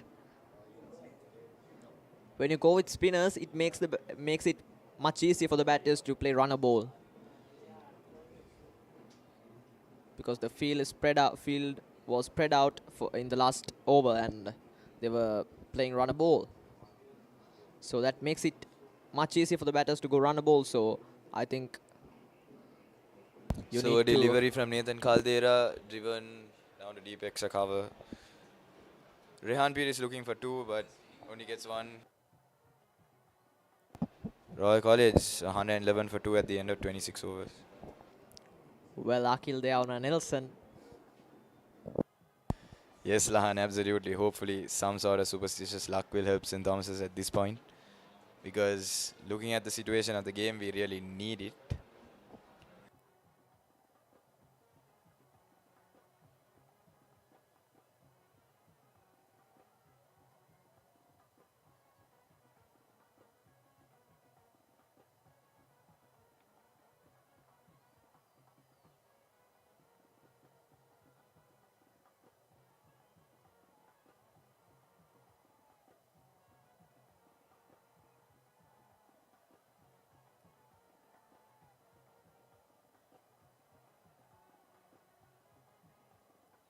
And the highest scorer for the Thomian, Sena, the Bulankulum, are coming into the attack. Right arm leg spinner.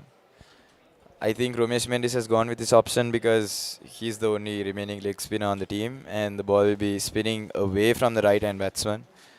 So hopefully this experiment will work, and like you mentioned before, Lahan, Royal are on Nelson, so let's hope that St. Thomas are able to get a breakthrough. And contradictory to that, Rehan Piri is on 49, Uvindu Veerasekar on 48.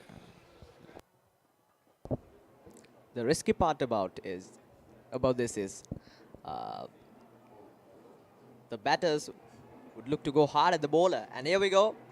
It missed everything.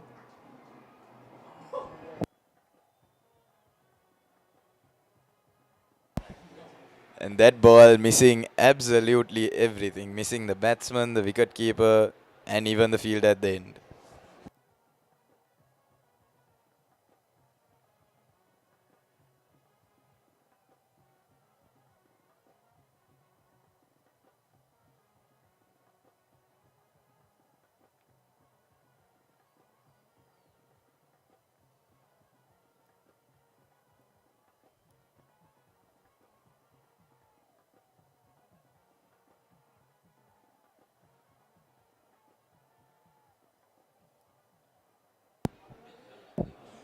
Bulankulama. Bulankulama with almost Then an sliding down. identical delivery.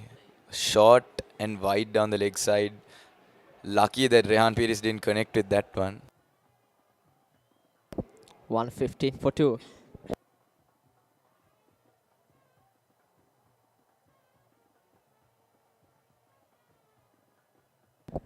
Let's hope Bulankulama can make this delivery a legal one.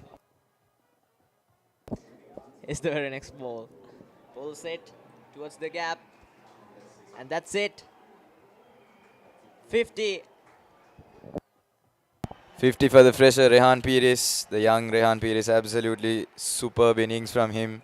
Very composed, attacking through his cover drives and drives, and getting his 50 through a pull shot of a relatively poor delivery from Senadi Bulankulama. Nevertheless, good innings from Rehan Piris. Solid innings. 50 of 75 balls. Opened the batting for Royal. They lost 2 wickets for 20 runs. And what a promising innings. Responsible batting this from Rehan. Off the back foot, quick single. This is really good running.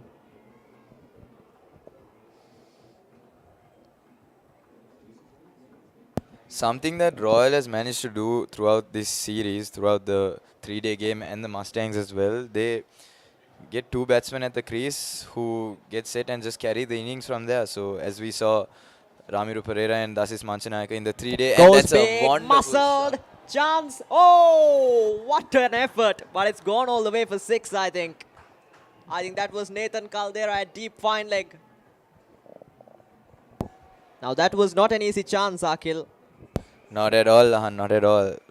I think Rehan Piris had to use every ounce of his strength to try and get that over the line, and that almost ended up Have a in look the at hands. the replay. Nathan Caldera, what an effort. He actually caught the ball, but unfortunately he ended up outside the boundary line. Bad luck for St. Thomas's today. He was running backward and he had to keep his eye on the ball. As I was saying earlier, Royal have always managed to get 2 batsmen to solidify the innings and really score big. And that's what these 2 have done today. Similar to Dasis and Ramiru at the 3-day encounter. Dot ball.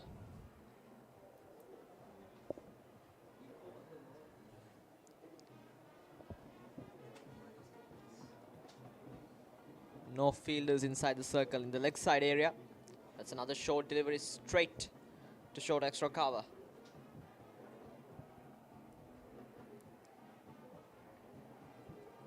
And that ends another tidy over. Expensive one for St. Thomas's. 125 for 2.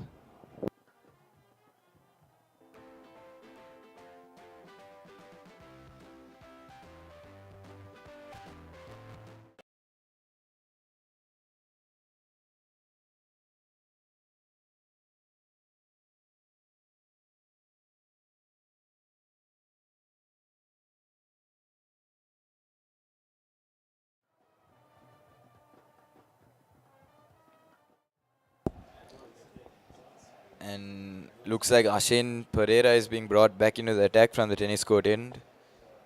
So Captain Rumesh Mendis bringing in his unconventional bowler, hoping he can pull something out of his hat. It's an interesting move from Ramesh Mendis to bring in Ashin Pereira back into the attack. Now they have placed a deep mid-wicket, a deep square leg, a long off, and a deep extra cover. Long off, moves to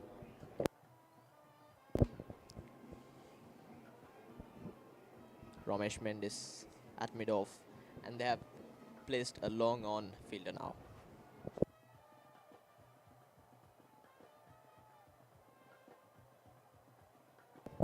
The first few overs he was able to get some movement in the air, Ashin Pereira, when the ball was new.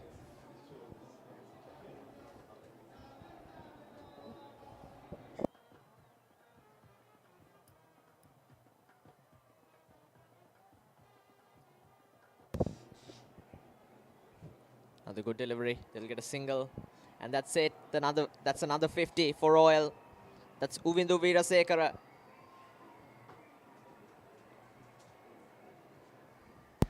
Great knock from here as well.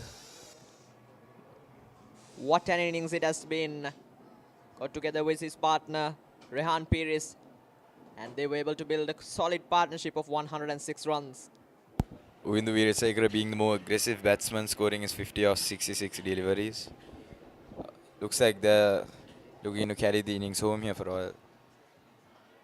Down the ground, on the front foot. Powerfully struck Nathan Caldera at long on. Good work from him. They'll get another single.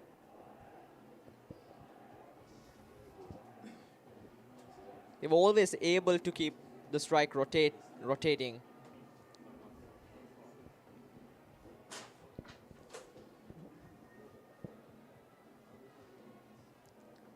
As we mentioned before, that has been one of the key strategies for Royal. Absolutely, Lahan. Keeping the strike rotating, keeping the scoreboard ticking. Absolutely no pressure on the batsman at this moment. So I think that's the build-up. That's the way you need to look at a 50-over inning. And Royal has done that exceptionally well today. Here's the very next ball. Goes down the ground. Nathan Caldera getting underneath it, takes it. There it is. That's what they were looking for. And that's the big wicket, Akhil. Finally, what a breakthrough for St. Thomas's. As I said before, it'll be either a rash stroke or a good delivery, and it is a rash stroke from Uvindu Veerasekara. However, it seems like he's already done the job, getting a fist bump from Rehan Pires as he exits the field. Nathan Caldera got underneath it, took a brilliant catch, and look at him. And the captain, Dasis Mansanayaka, coming into bat. He's in absolutely blistering form, this man. Man, or I'd rather say boy, based on his very youthful looks. With the Veerasekara, 50 of 68. There we go. Dasis Manchanayaka is the new batsman, the captain of the Royal side. Scored 137 in the previous match. Let's see what he can do here for Royal.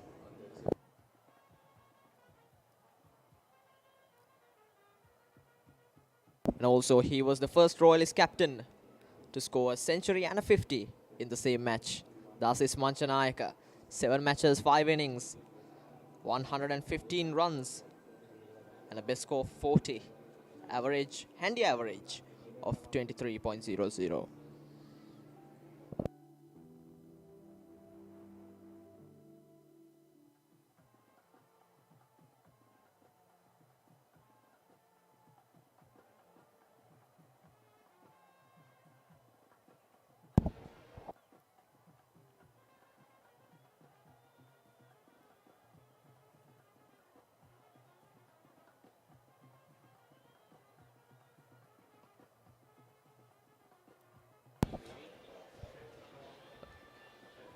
Thomian's having a left-hand batsman to bowl to after quite a significant period of time. Let's see how Ashen Pereira handles Dasis Manchanayaka.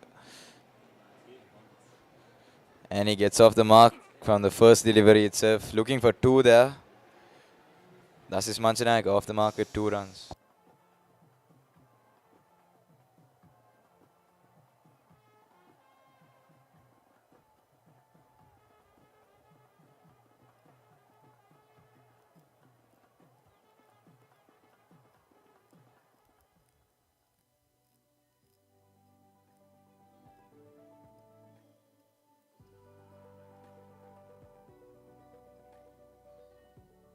This is Rehan Pires. We've seen some wonderful shots from him. Straight drives. He's a pretty impressive striker on the front foot. And that pull shot, what a shot that was. But that was a good effort. Got into his 50. Rehan Pires, promising innings.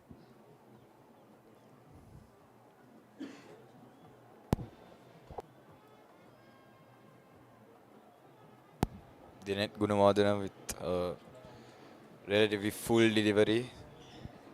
Really keeping it full and outside the off stump, trying to restrict Rehan Pires from really freeing his arms.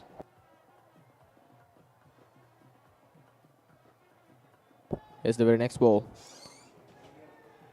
That was a quicker delivery from the bowler.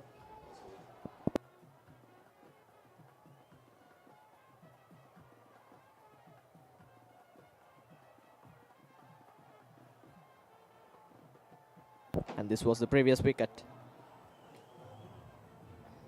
They wanted that wicket raw St. Thomas's.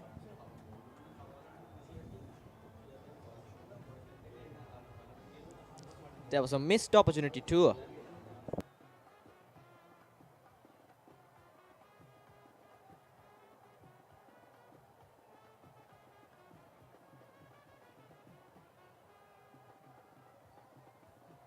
Current run rate is 4.4 now.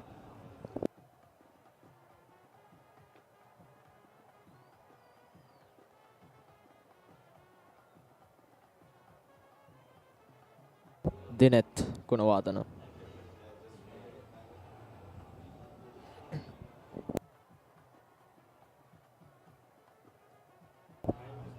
Again, some changes to the field here. They have placed a short fine leg in place. Oh, well done. Cleverly done. But only a single.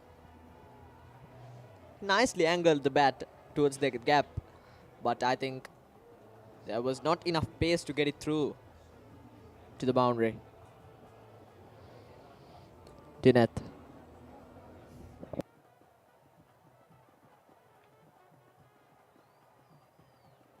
Here's the very next ball. Given too much width again. Good stop from Shahrukh Pires.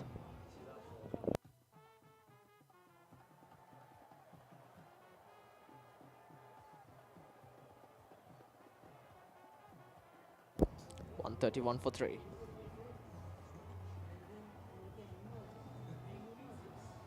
Cuts it. Can't get it through. Another dot ball. 2 dot balls in a row here. This is Rehan Pires.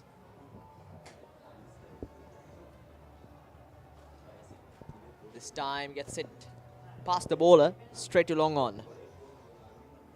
On the single, Akash Fernando at long on.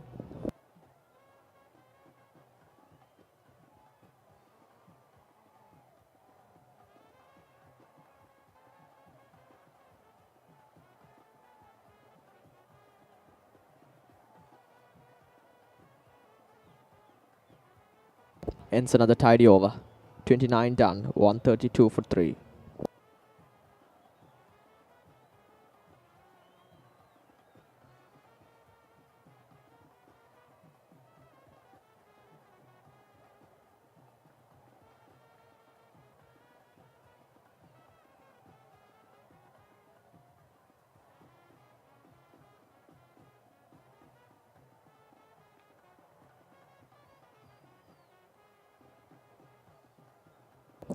Ashen Pereira back into the attack from tennis court end. Nicely driven straight to fielder. Straight to the fielder. And they are running a single. That's good running again. They were always able to keep the scoreboard ticking, which was good. And we couldn't see that from the St. Thomas's batters. And thus is Manchanayaka, the captain, is on strike. Captain on strike. Let's see what he can do here. Dineth. That's what we talk. That's what we mentioned about him in the big match and also in the first innings of the match. Thus is Manchanayaka. Always rotating the strike. Every time. And that is one of the main strategies he follow. Rotating the strike. Has been a important thing.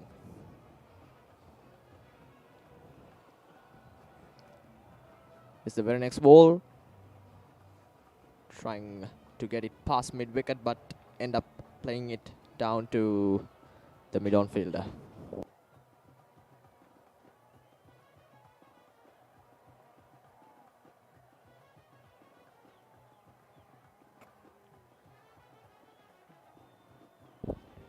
.135 on the board for the loss of 3 wickets. Ashen on the Yorker length this time. Thus is Manchanayaka. Will get a single. This is what I like about him.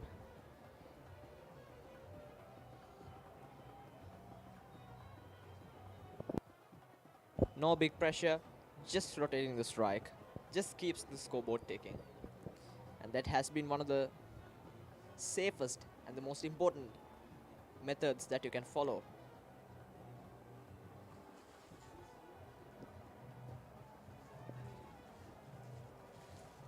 Ashen Pereira.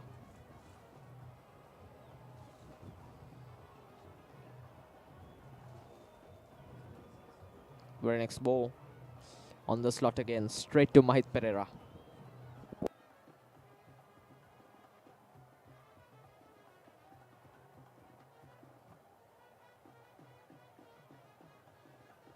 .4 is the current run rate. Ashen Pereira still doesn't have a wicket for his name. Trying to go big there, appealing. Ashen Pereira trying to fire it back to the right-hander. And it's another tidy over. 30 overs done. 136 for 3, Royal. And these are some highlights from his inning. Rehan Pires started off with an inside edge, and that was a massive 6. Wonderful use of the feet. And then the reverse sweep, the very next ball. He struck the ball very well. 50 of 68 balls. It's been a promising innings. Wonderful inning of 50. With the Virasekara. Coming off just 68 balls. So that's an impressive strike rate.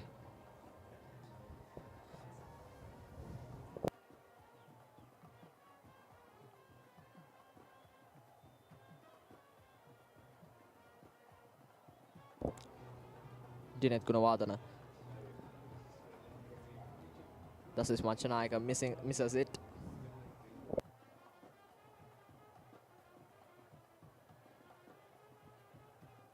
.136 on the board for the loss of 3 wickets.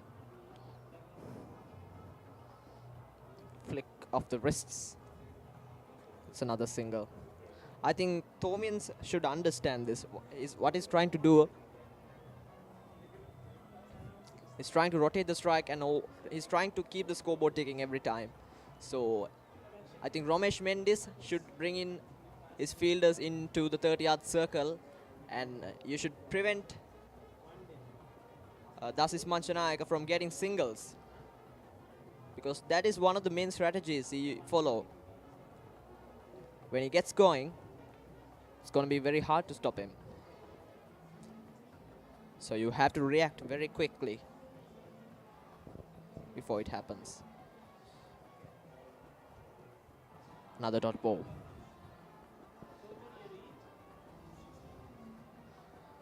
Rehani's got 61 runs of 91 balls. Cuts it, given away too much width there. Straight to Ramesh Mendis.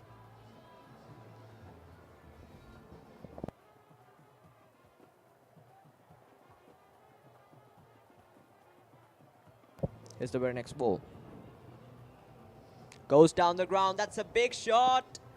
Clears. Oh, he drops it. He drops it. He has dropped it. Another half chance goes down for St. Thomas's. Can you believe it? Is it Tisena Haliagoda? It's not Tisena Haliagoda. It was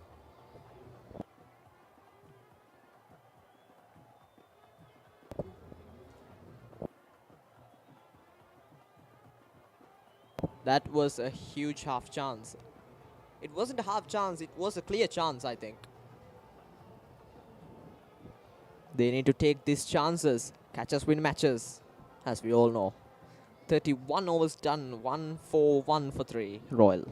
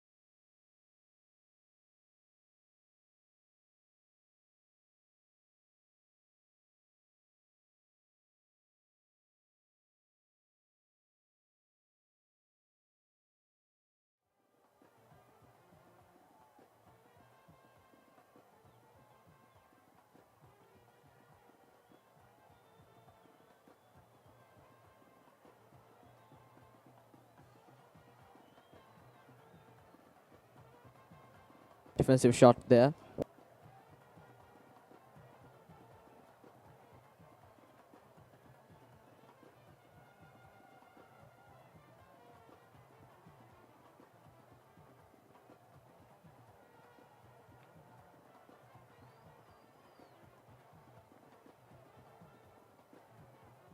Straight to short extra cover. That's another dot delivery.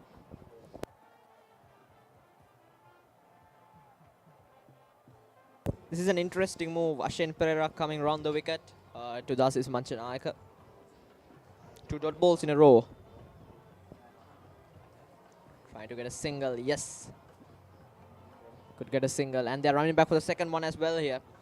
This is really good running. Dasis Manchanayaka always keeps the scoreboard ticking. That's a good sign.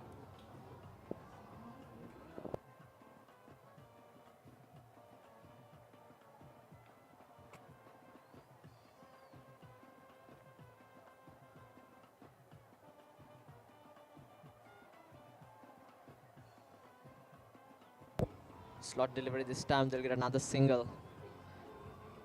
Dasis Manchanayaka. No pressure.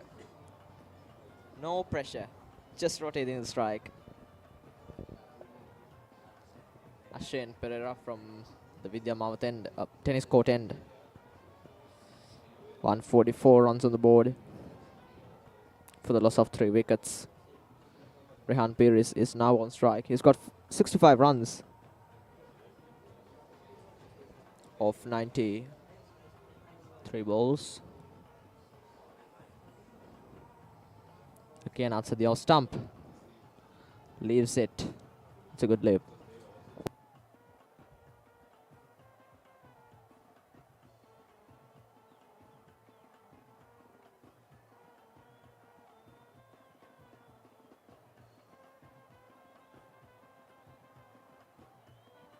Here's the very next ball. On the front foot again.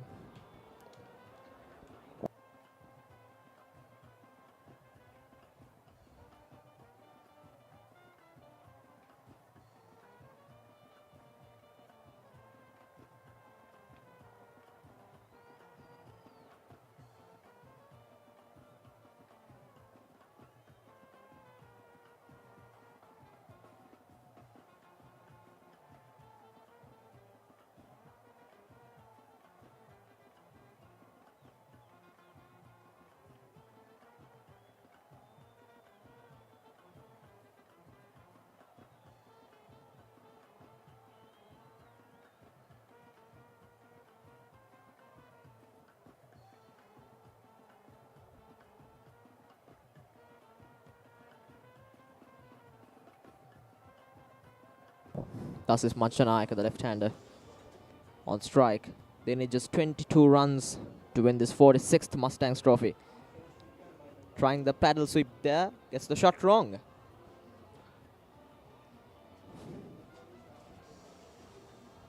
Ramesh Mendis has set a field for boundary preventing, I think. This is not an attacking field, this is a boundary preventing field, I think. But for Dasis Manchanayaka, they need to stop singles. I think that's the plan they should follow. Paddle sweep this time. Gets another single. No pressure, playing calm. Just keep rotating the strike. Dasis Manchanayaka.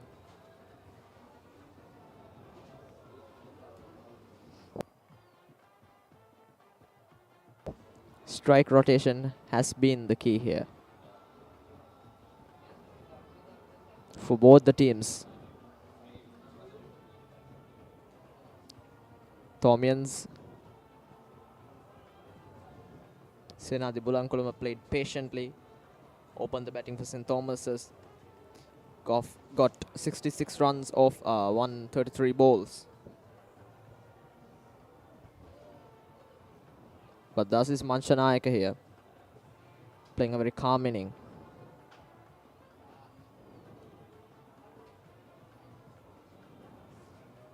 Another single. Or a 2 if they run well. Well, Rehan wants 2.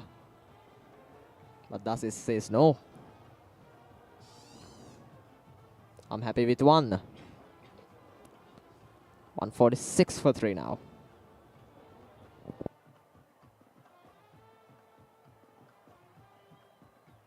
Can Thomians get a wicket here?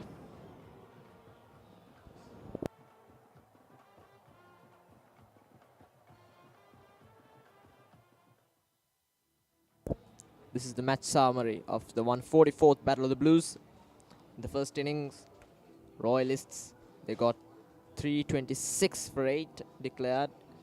Thus is Manchanayake the top scorer, 138 of 150 balls. It was a quick inning. Maintained a good strike rate. And in the second innings also, he was able to get 57 runs of 49 deliveries. In both the innings, Akash Fernando was the top performing bowler for St. Thomas's. In the first innings, St. Thomas's first innings, Senadi Bulankulama was the top performing batter for them. And also in the second innings, it was Sinead Javadana and his fighting 46. When he was playing it patiently, had no one at the other end to support him. Here's the very next ball. Short, straight to the fielder.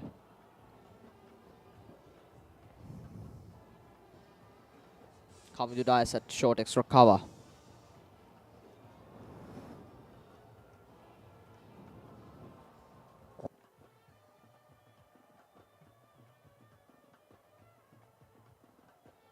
Here's the very next ball. That's a quick single. Good running.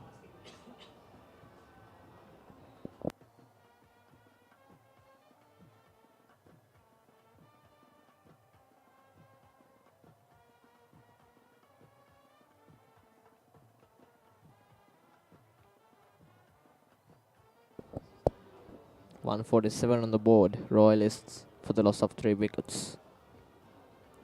Thus is Manchanayake on strike. Here's Ashen Pereira on the front foot. Safe shot there by the batsman.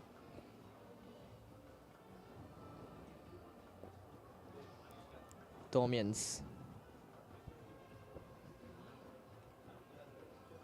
19 more to get. 19 to defend. Gets an outside edge. Thus is Manchanayake gets lucky this time. Straight to the third man. That's another single. 4.3 is the current run rate.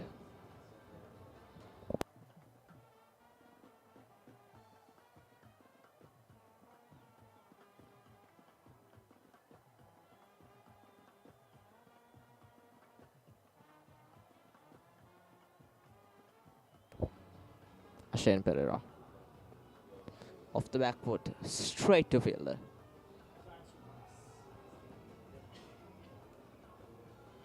And that ends another good over for Royal.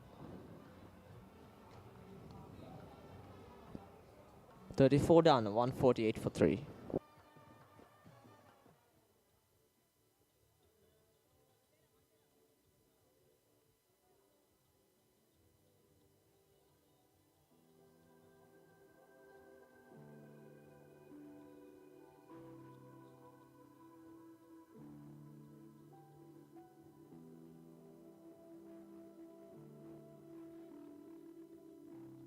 Last 10 encounters results. In 2011, 13, 19 and 22 was won by Royalists. And in 2014, 2015, 2016 and 2017 and 2018, those 5 matches was won by St. Thomas's. So far, it has been 45 matches. There's an appeal for LBW. So far, it has been 45 matches, white ball matches between these two teams. Royalists have won 22. St. Thomas's 21. Trying the paddle sweep again. There's an open gap in fine leg. I think that is why Manchanayake wanted to play that shot. All he wants is the single.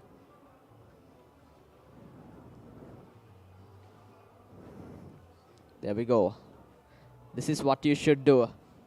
You should put dot balls as much as you can against when you're bowling against this batsman, because he always look to rotate the strike.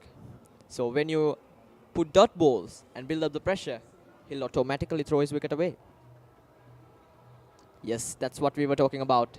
That open gap at fine leg. That's why he tried that paddle sweep previously. Lasis Manchanayake got away with another single. Rehan Piri is on strike. 67 runs for him of 102 balls. 150 up for Royal.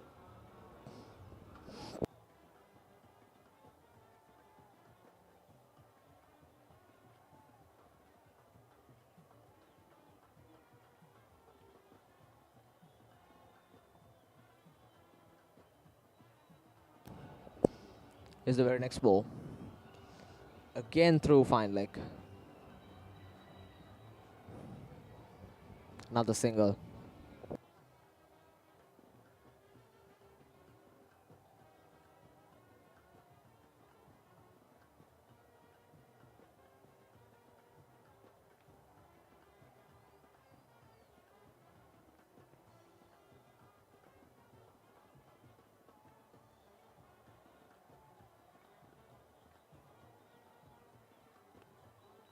Too much width again outside your stump. Ramesh Mendis.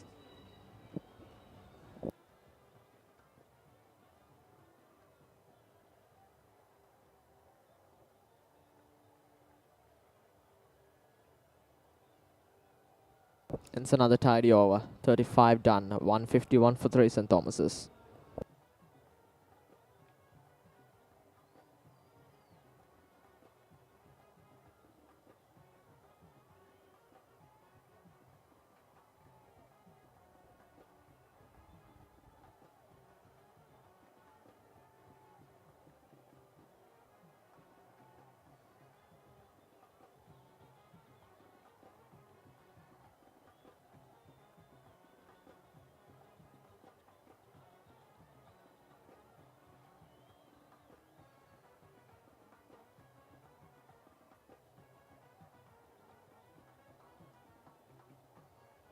They brought Nathan Caldera back into the attack.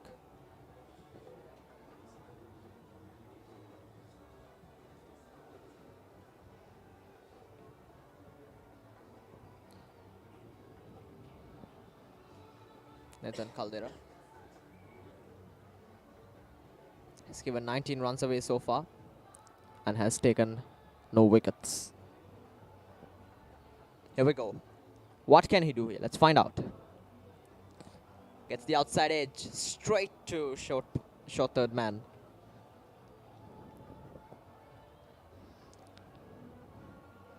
And also throughout the innings, Royalists were able to maintain a good run rate throughout the innings. St. Thomas's batters were unable to do that. The strike rotation was not good between them. Another good delivery wide outside the off stump. And it's been signaled wide by the umpire. Chamaradiya Soisa.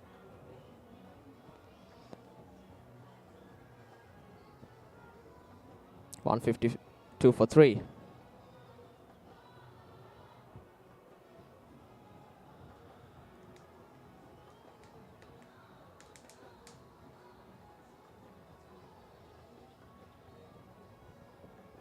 And then Caldera back into the attack. Continues from the tennis court end. Pulsate Dasis Manchanayake cleared the gap and this will run away to the boundary. That's another good boundary for Royal. Dasis Manchanayake did not try to overhit that one, just uses the pace of Nathan Caldera. And the placement was absolutely brilliant. 156 on the board, 10 more to go, Royalists. And the Royal Prefects at boundary rope. They are ready to celebrate the victory, but it's not over yet.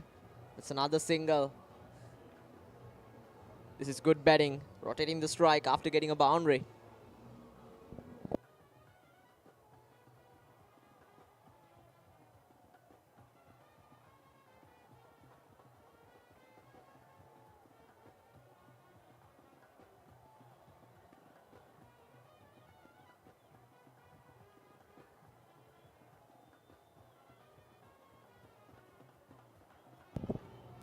Rehan on strike. Nathan to continue.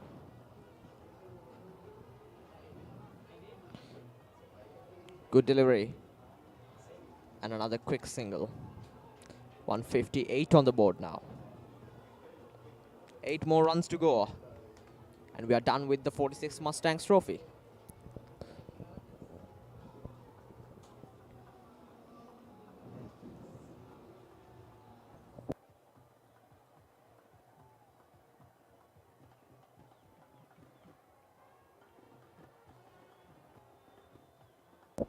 Here's the very next ball. Nathan from tennis court in.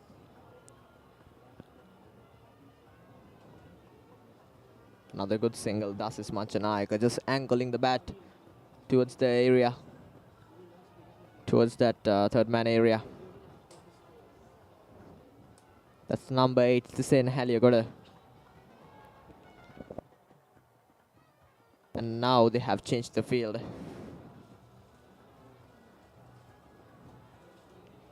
Short point in place. And a deep extra cover at the boundary rope.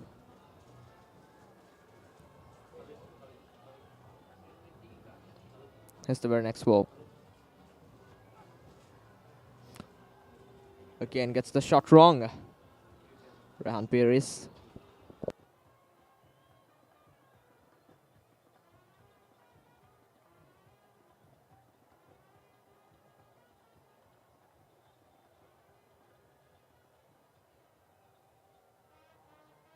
End of the 36th over. Royalists 159 for 3.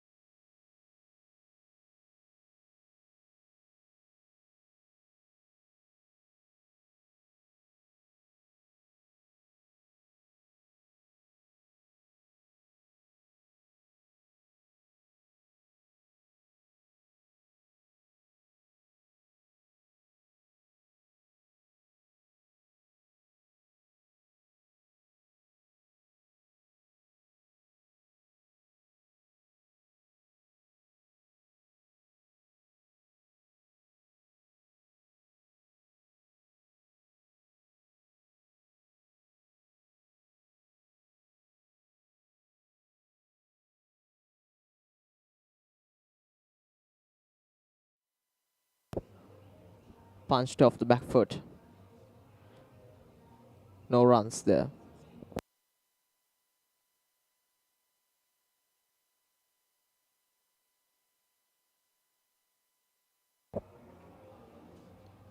Played through long on this time. Akash Fernando at long on. I think Romesh Mendis should go for a pacer now.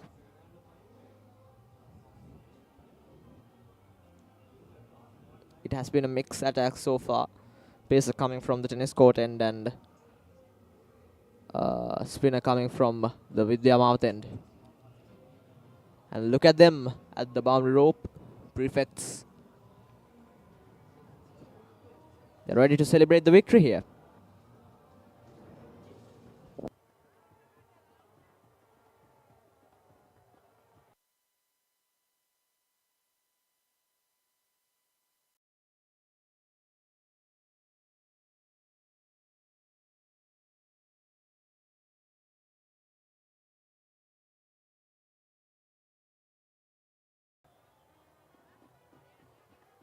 Nicely struck by Dasis Manchanayaka. What a shot that is. Have a look at the replay. There's a wide delivery from Dinet Gunawardhan. That wasn't the best delivery you've seen from Dinet. so far in this match. Dasis Manchanaya getting the maximum advantage of the loose ball. 161 on the board for the loss of 3 wickets. 165 on the board. 1 run to get. Dasis Manchanaya on strike. Can he finish it off in style? Let's see. It's a defensive shot. Straight to the fielder.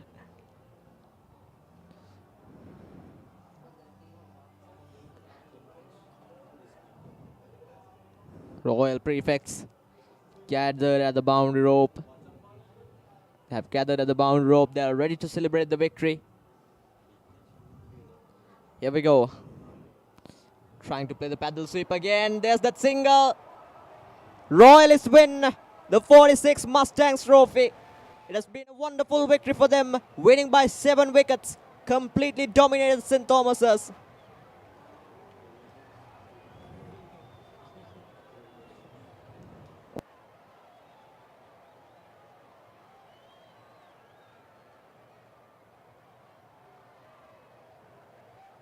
What a victory it has been. Royal College winning by 7 wickets. And they've sealed the victory. Dasis Manchanaya, the man to score the winning runs. 166 for 3.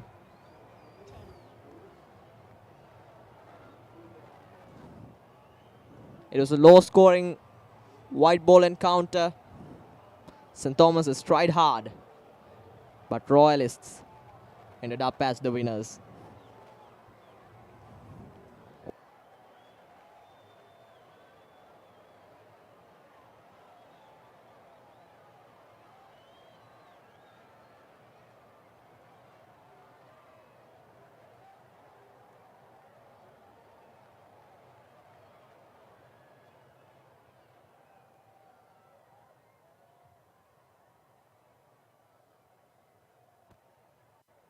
What a victory it has been for Royal.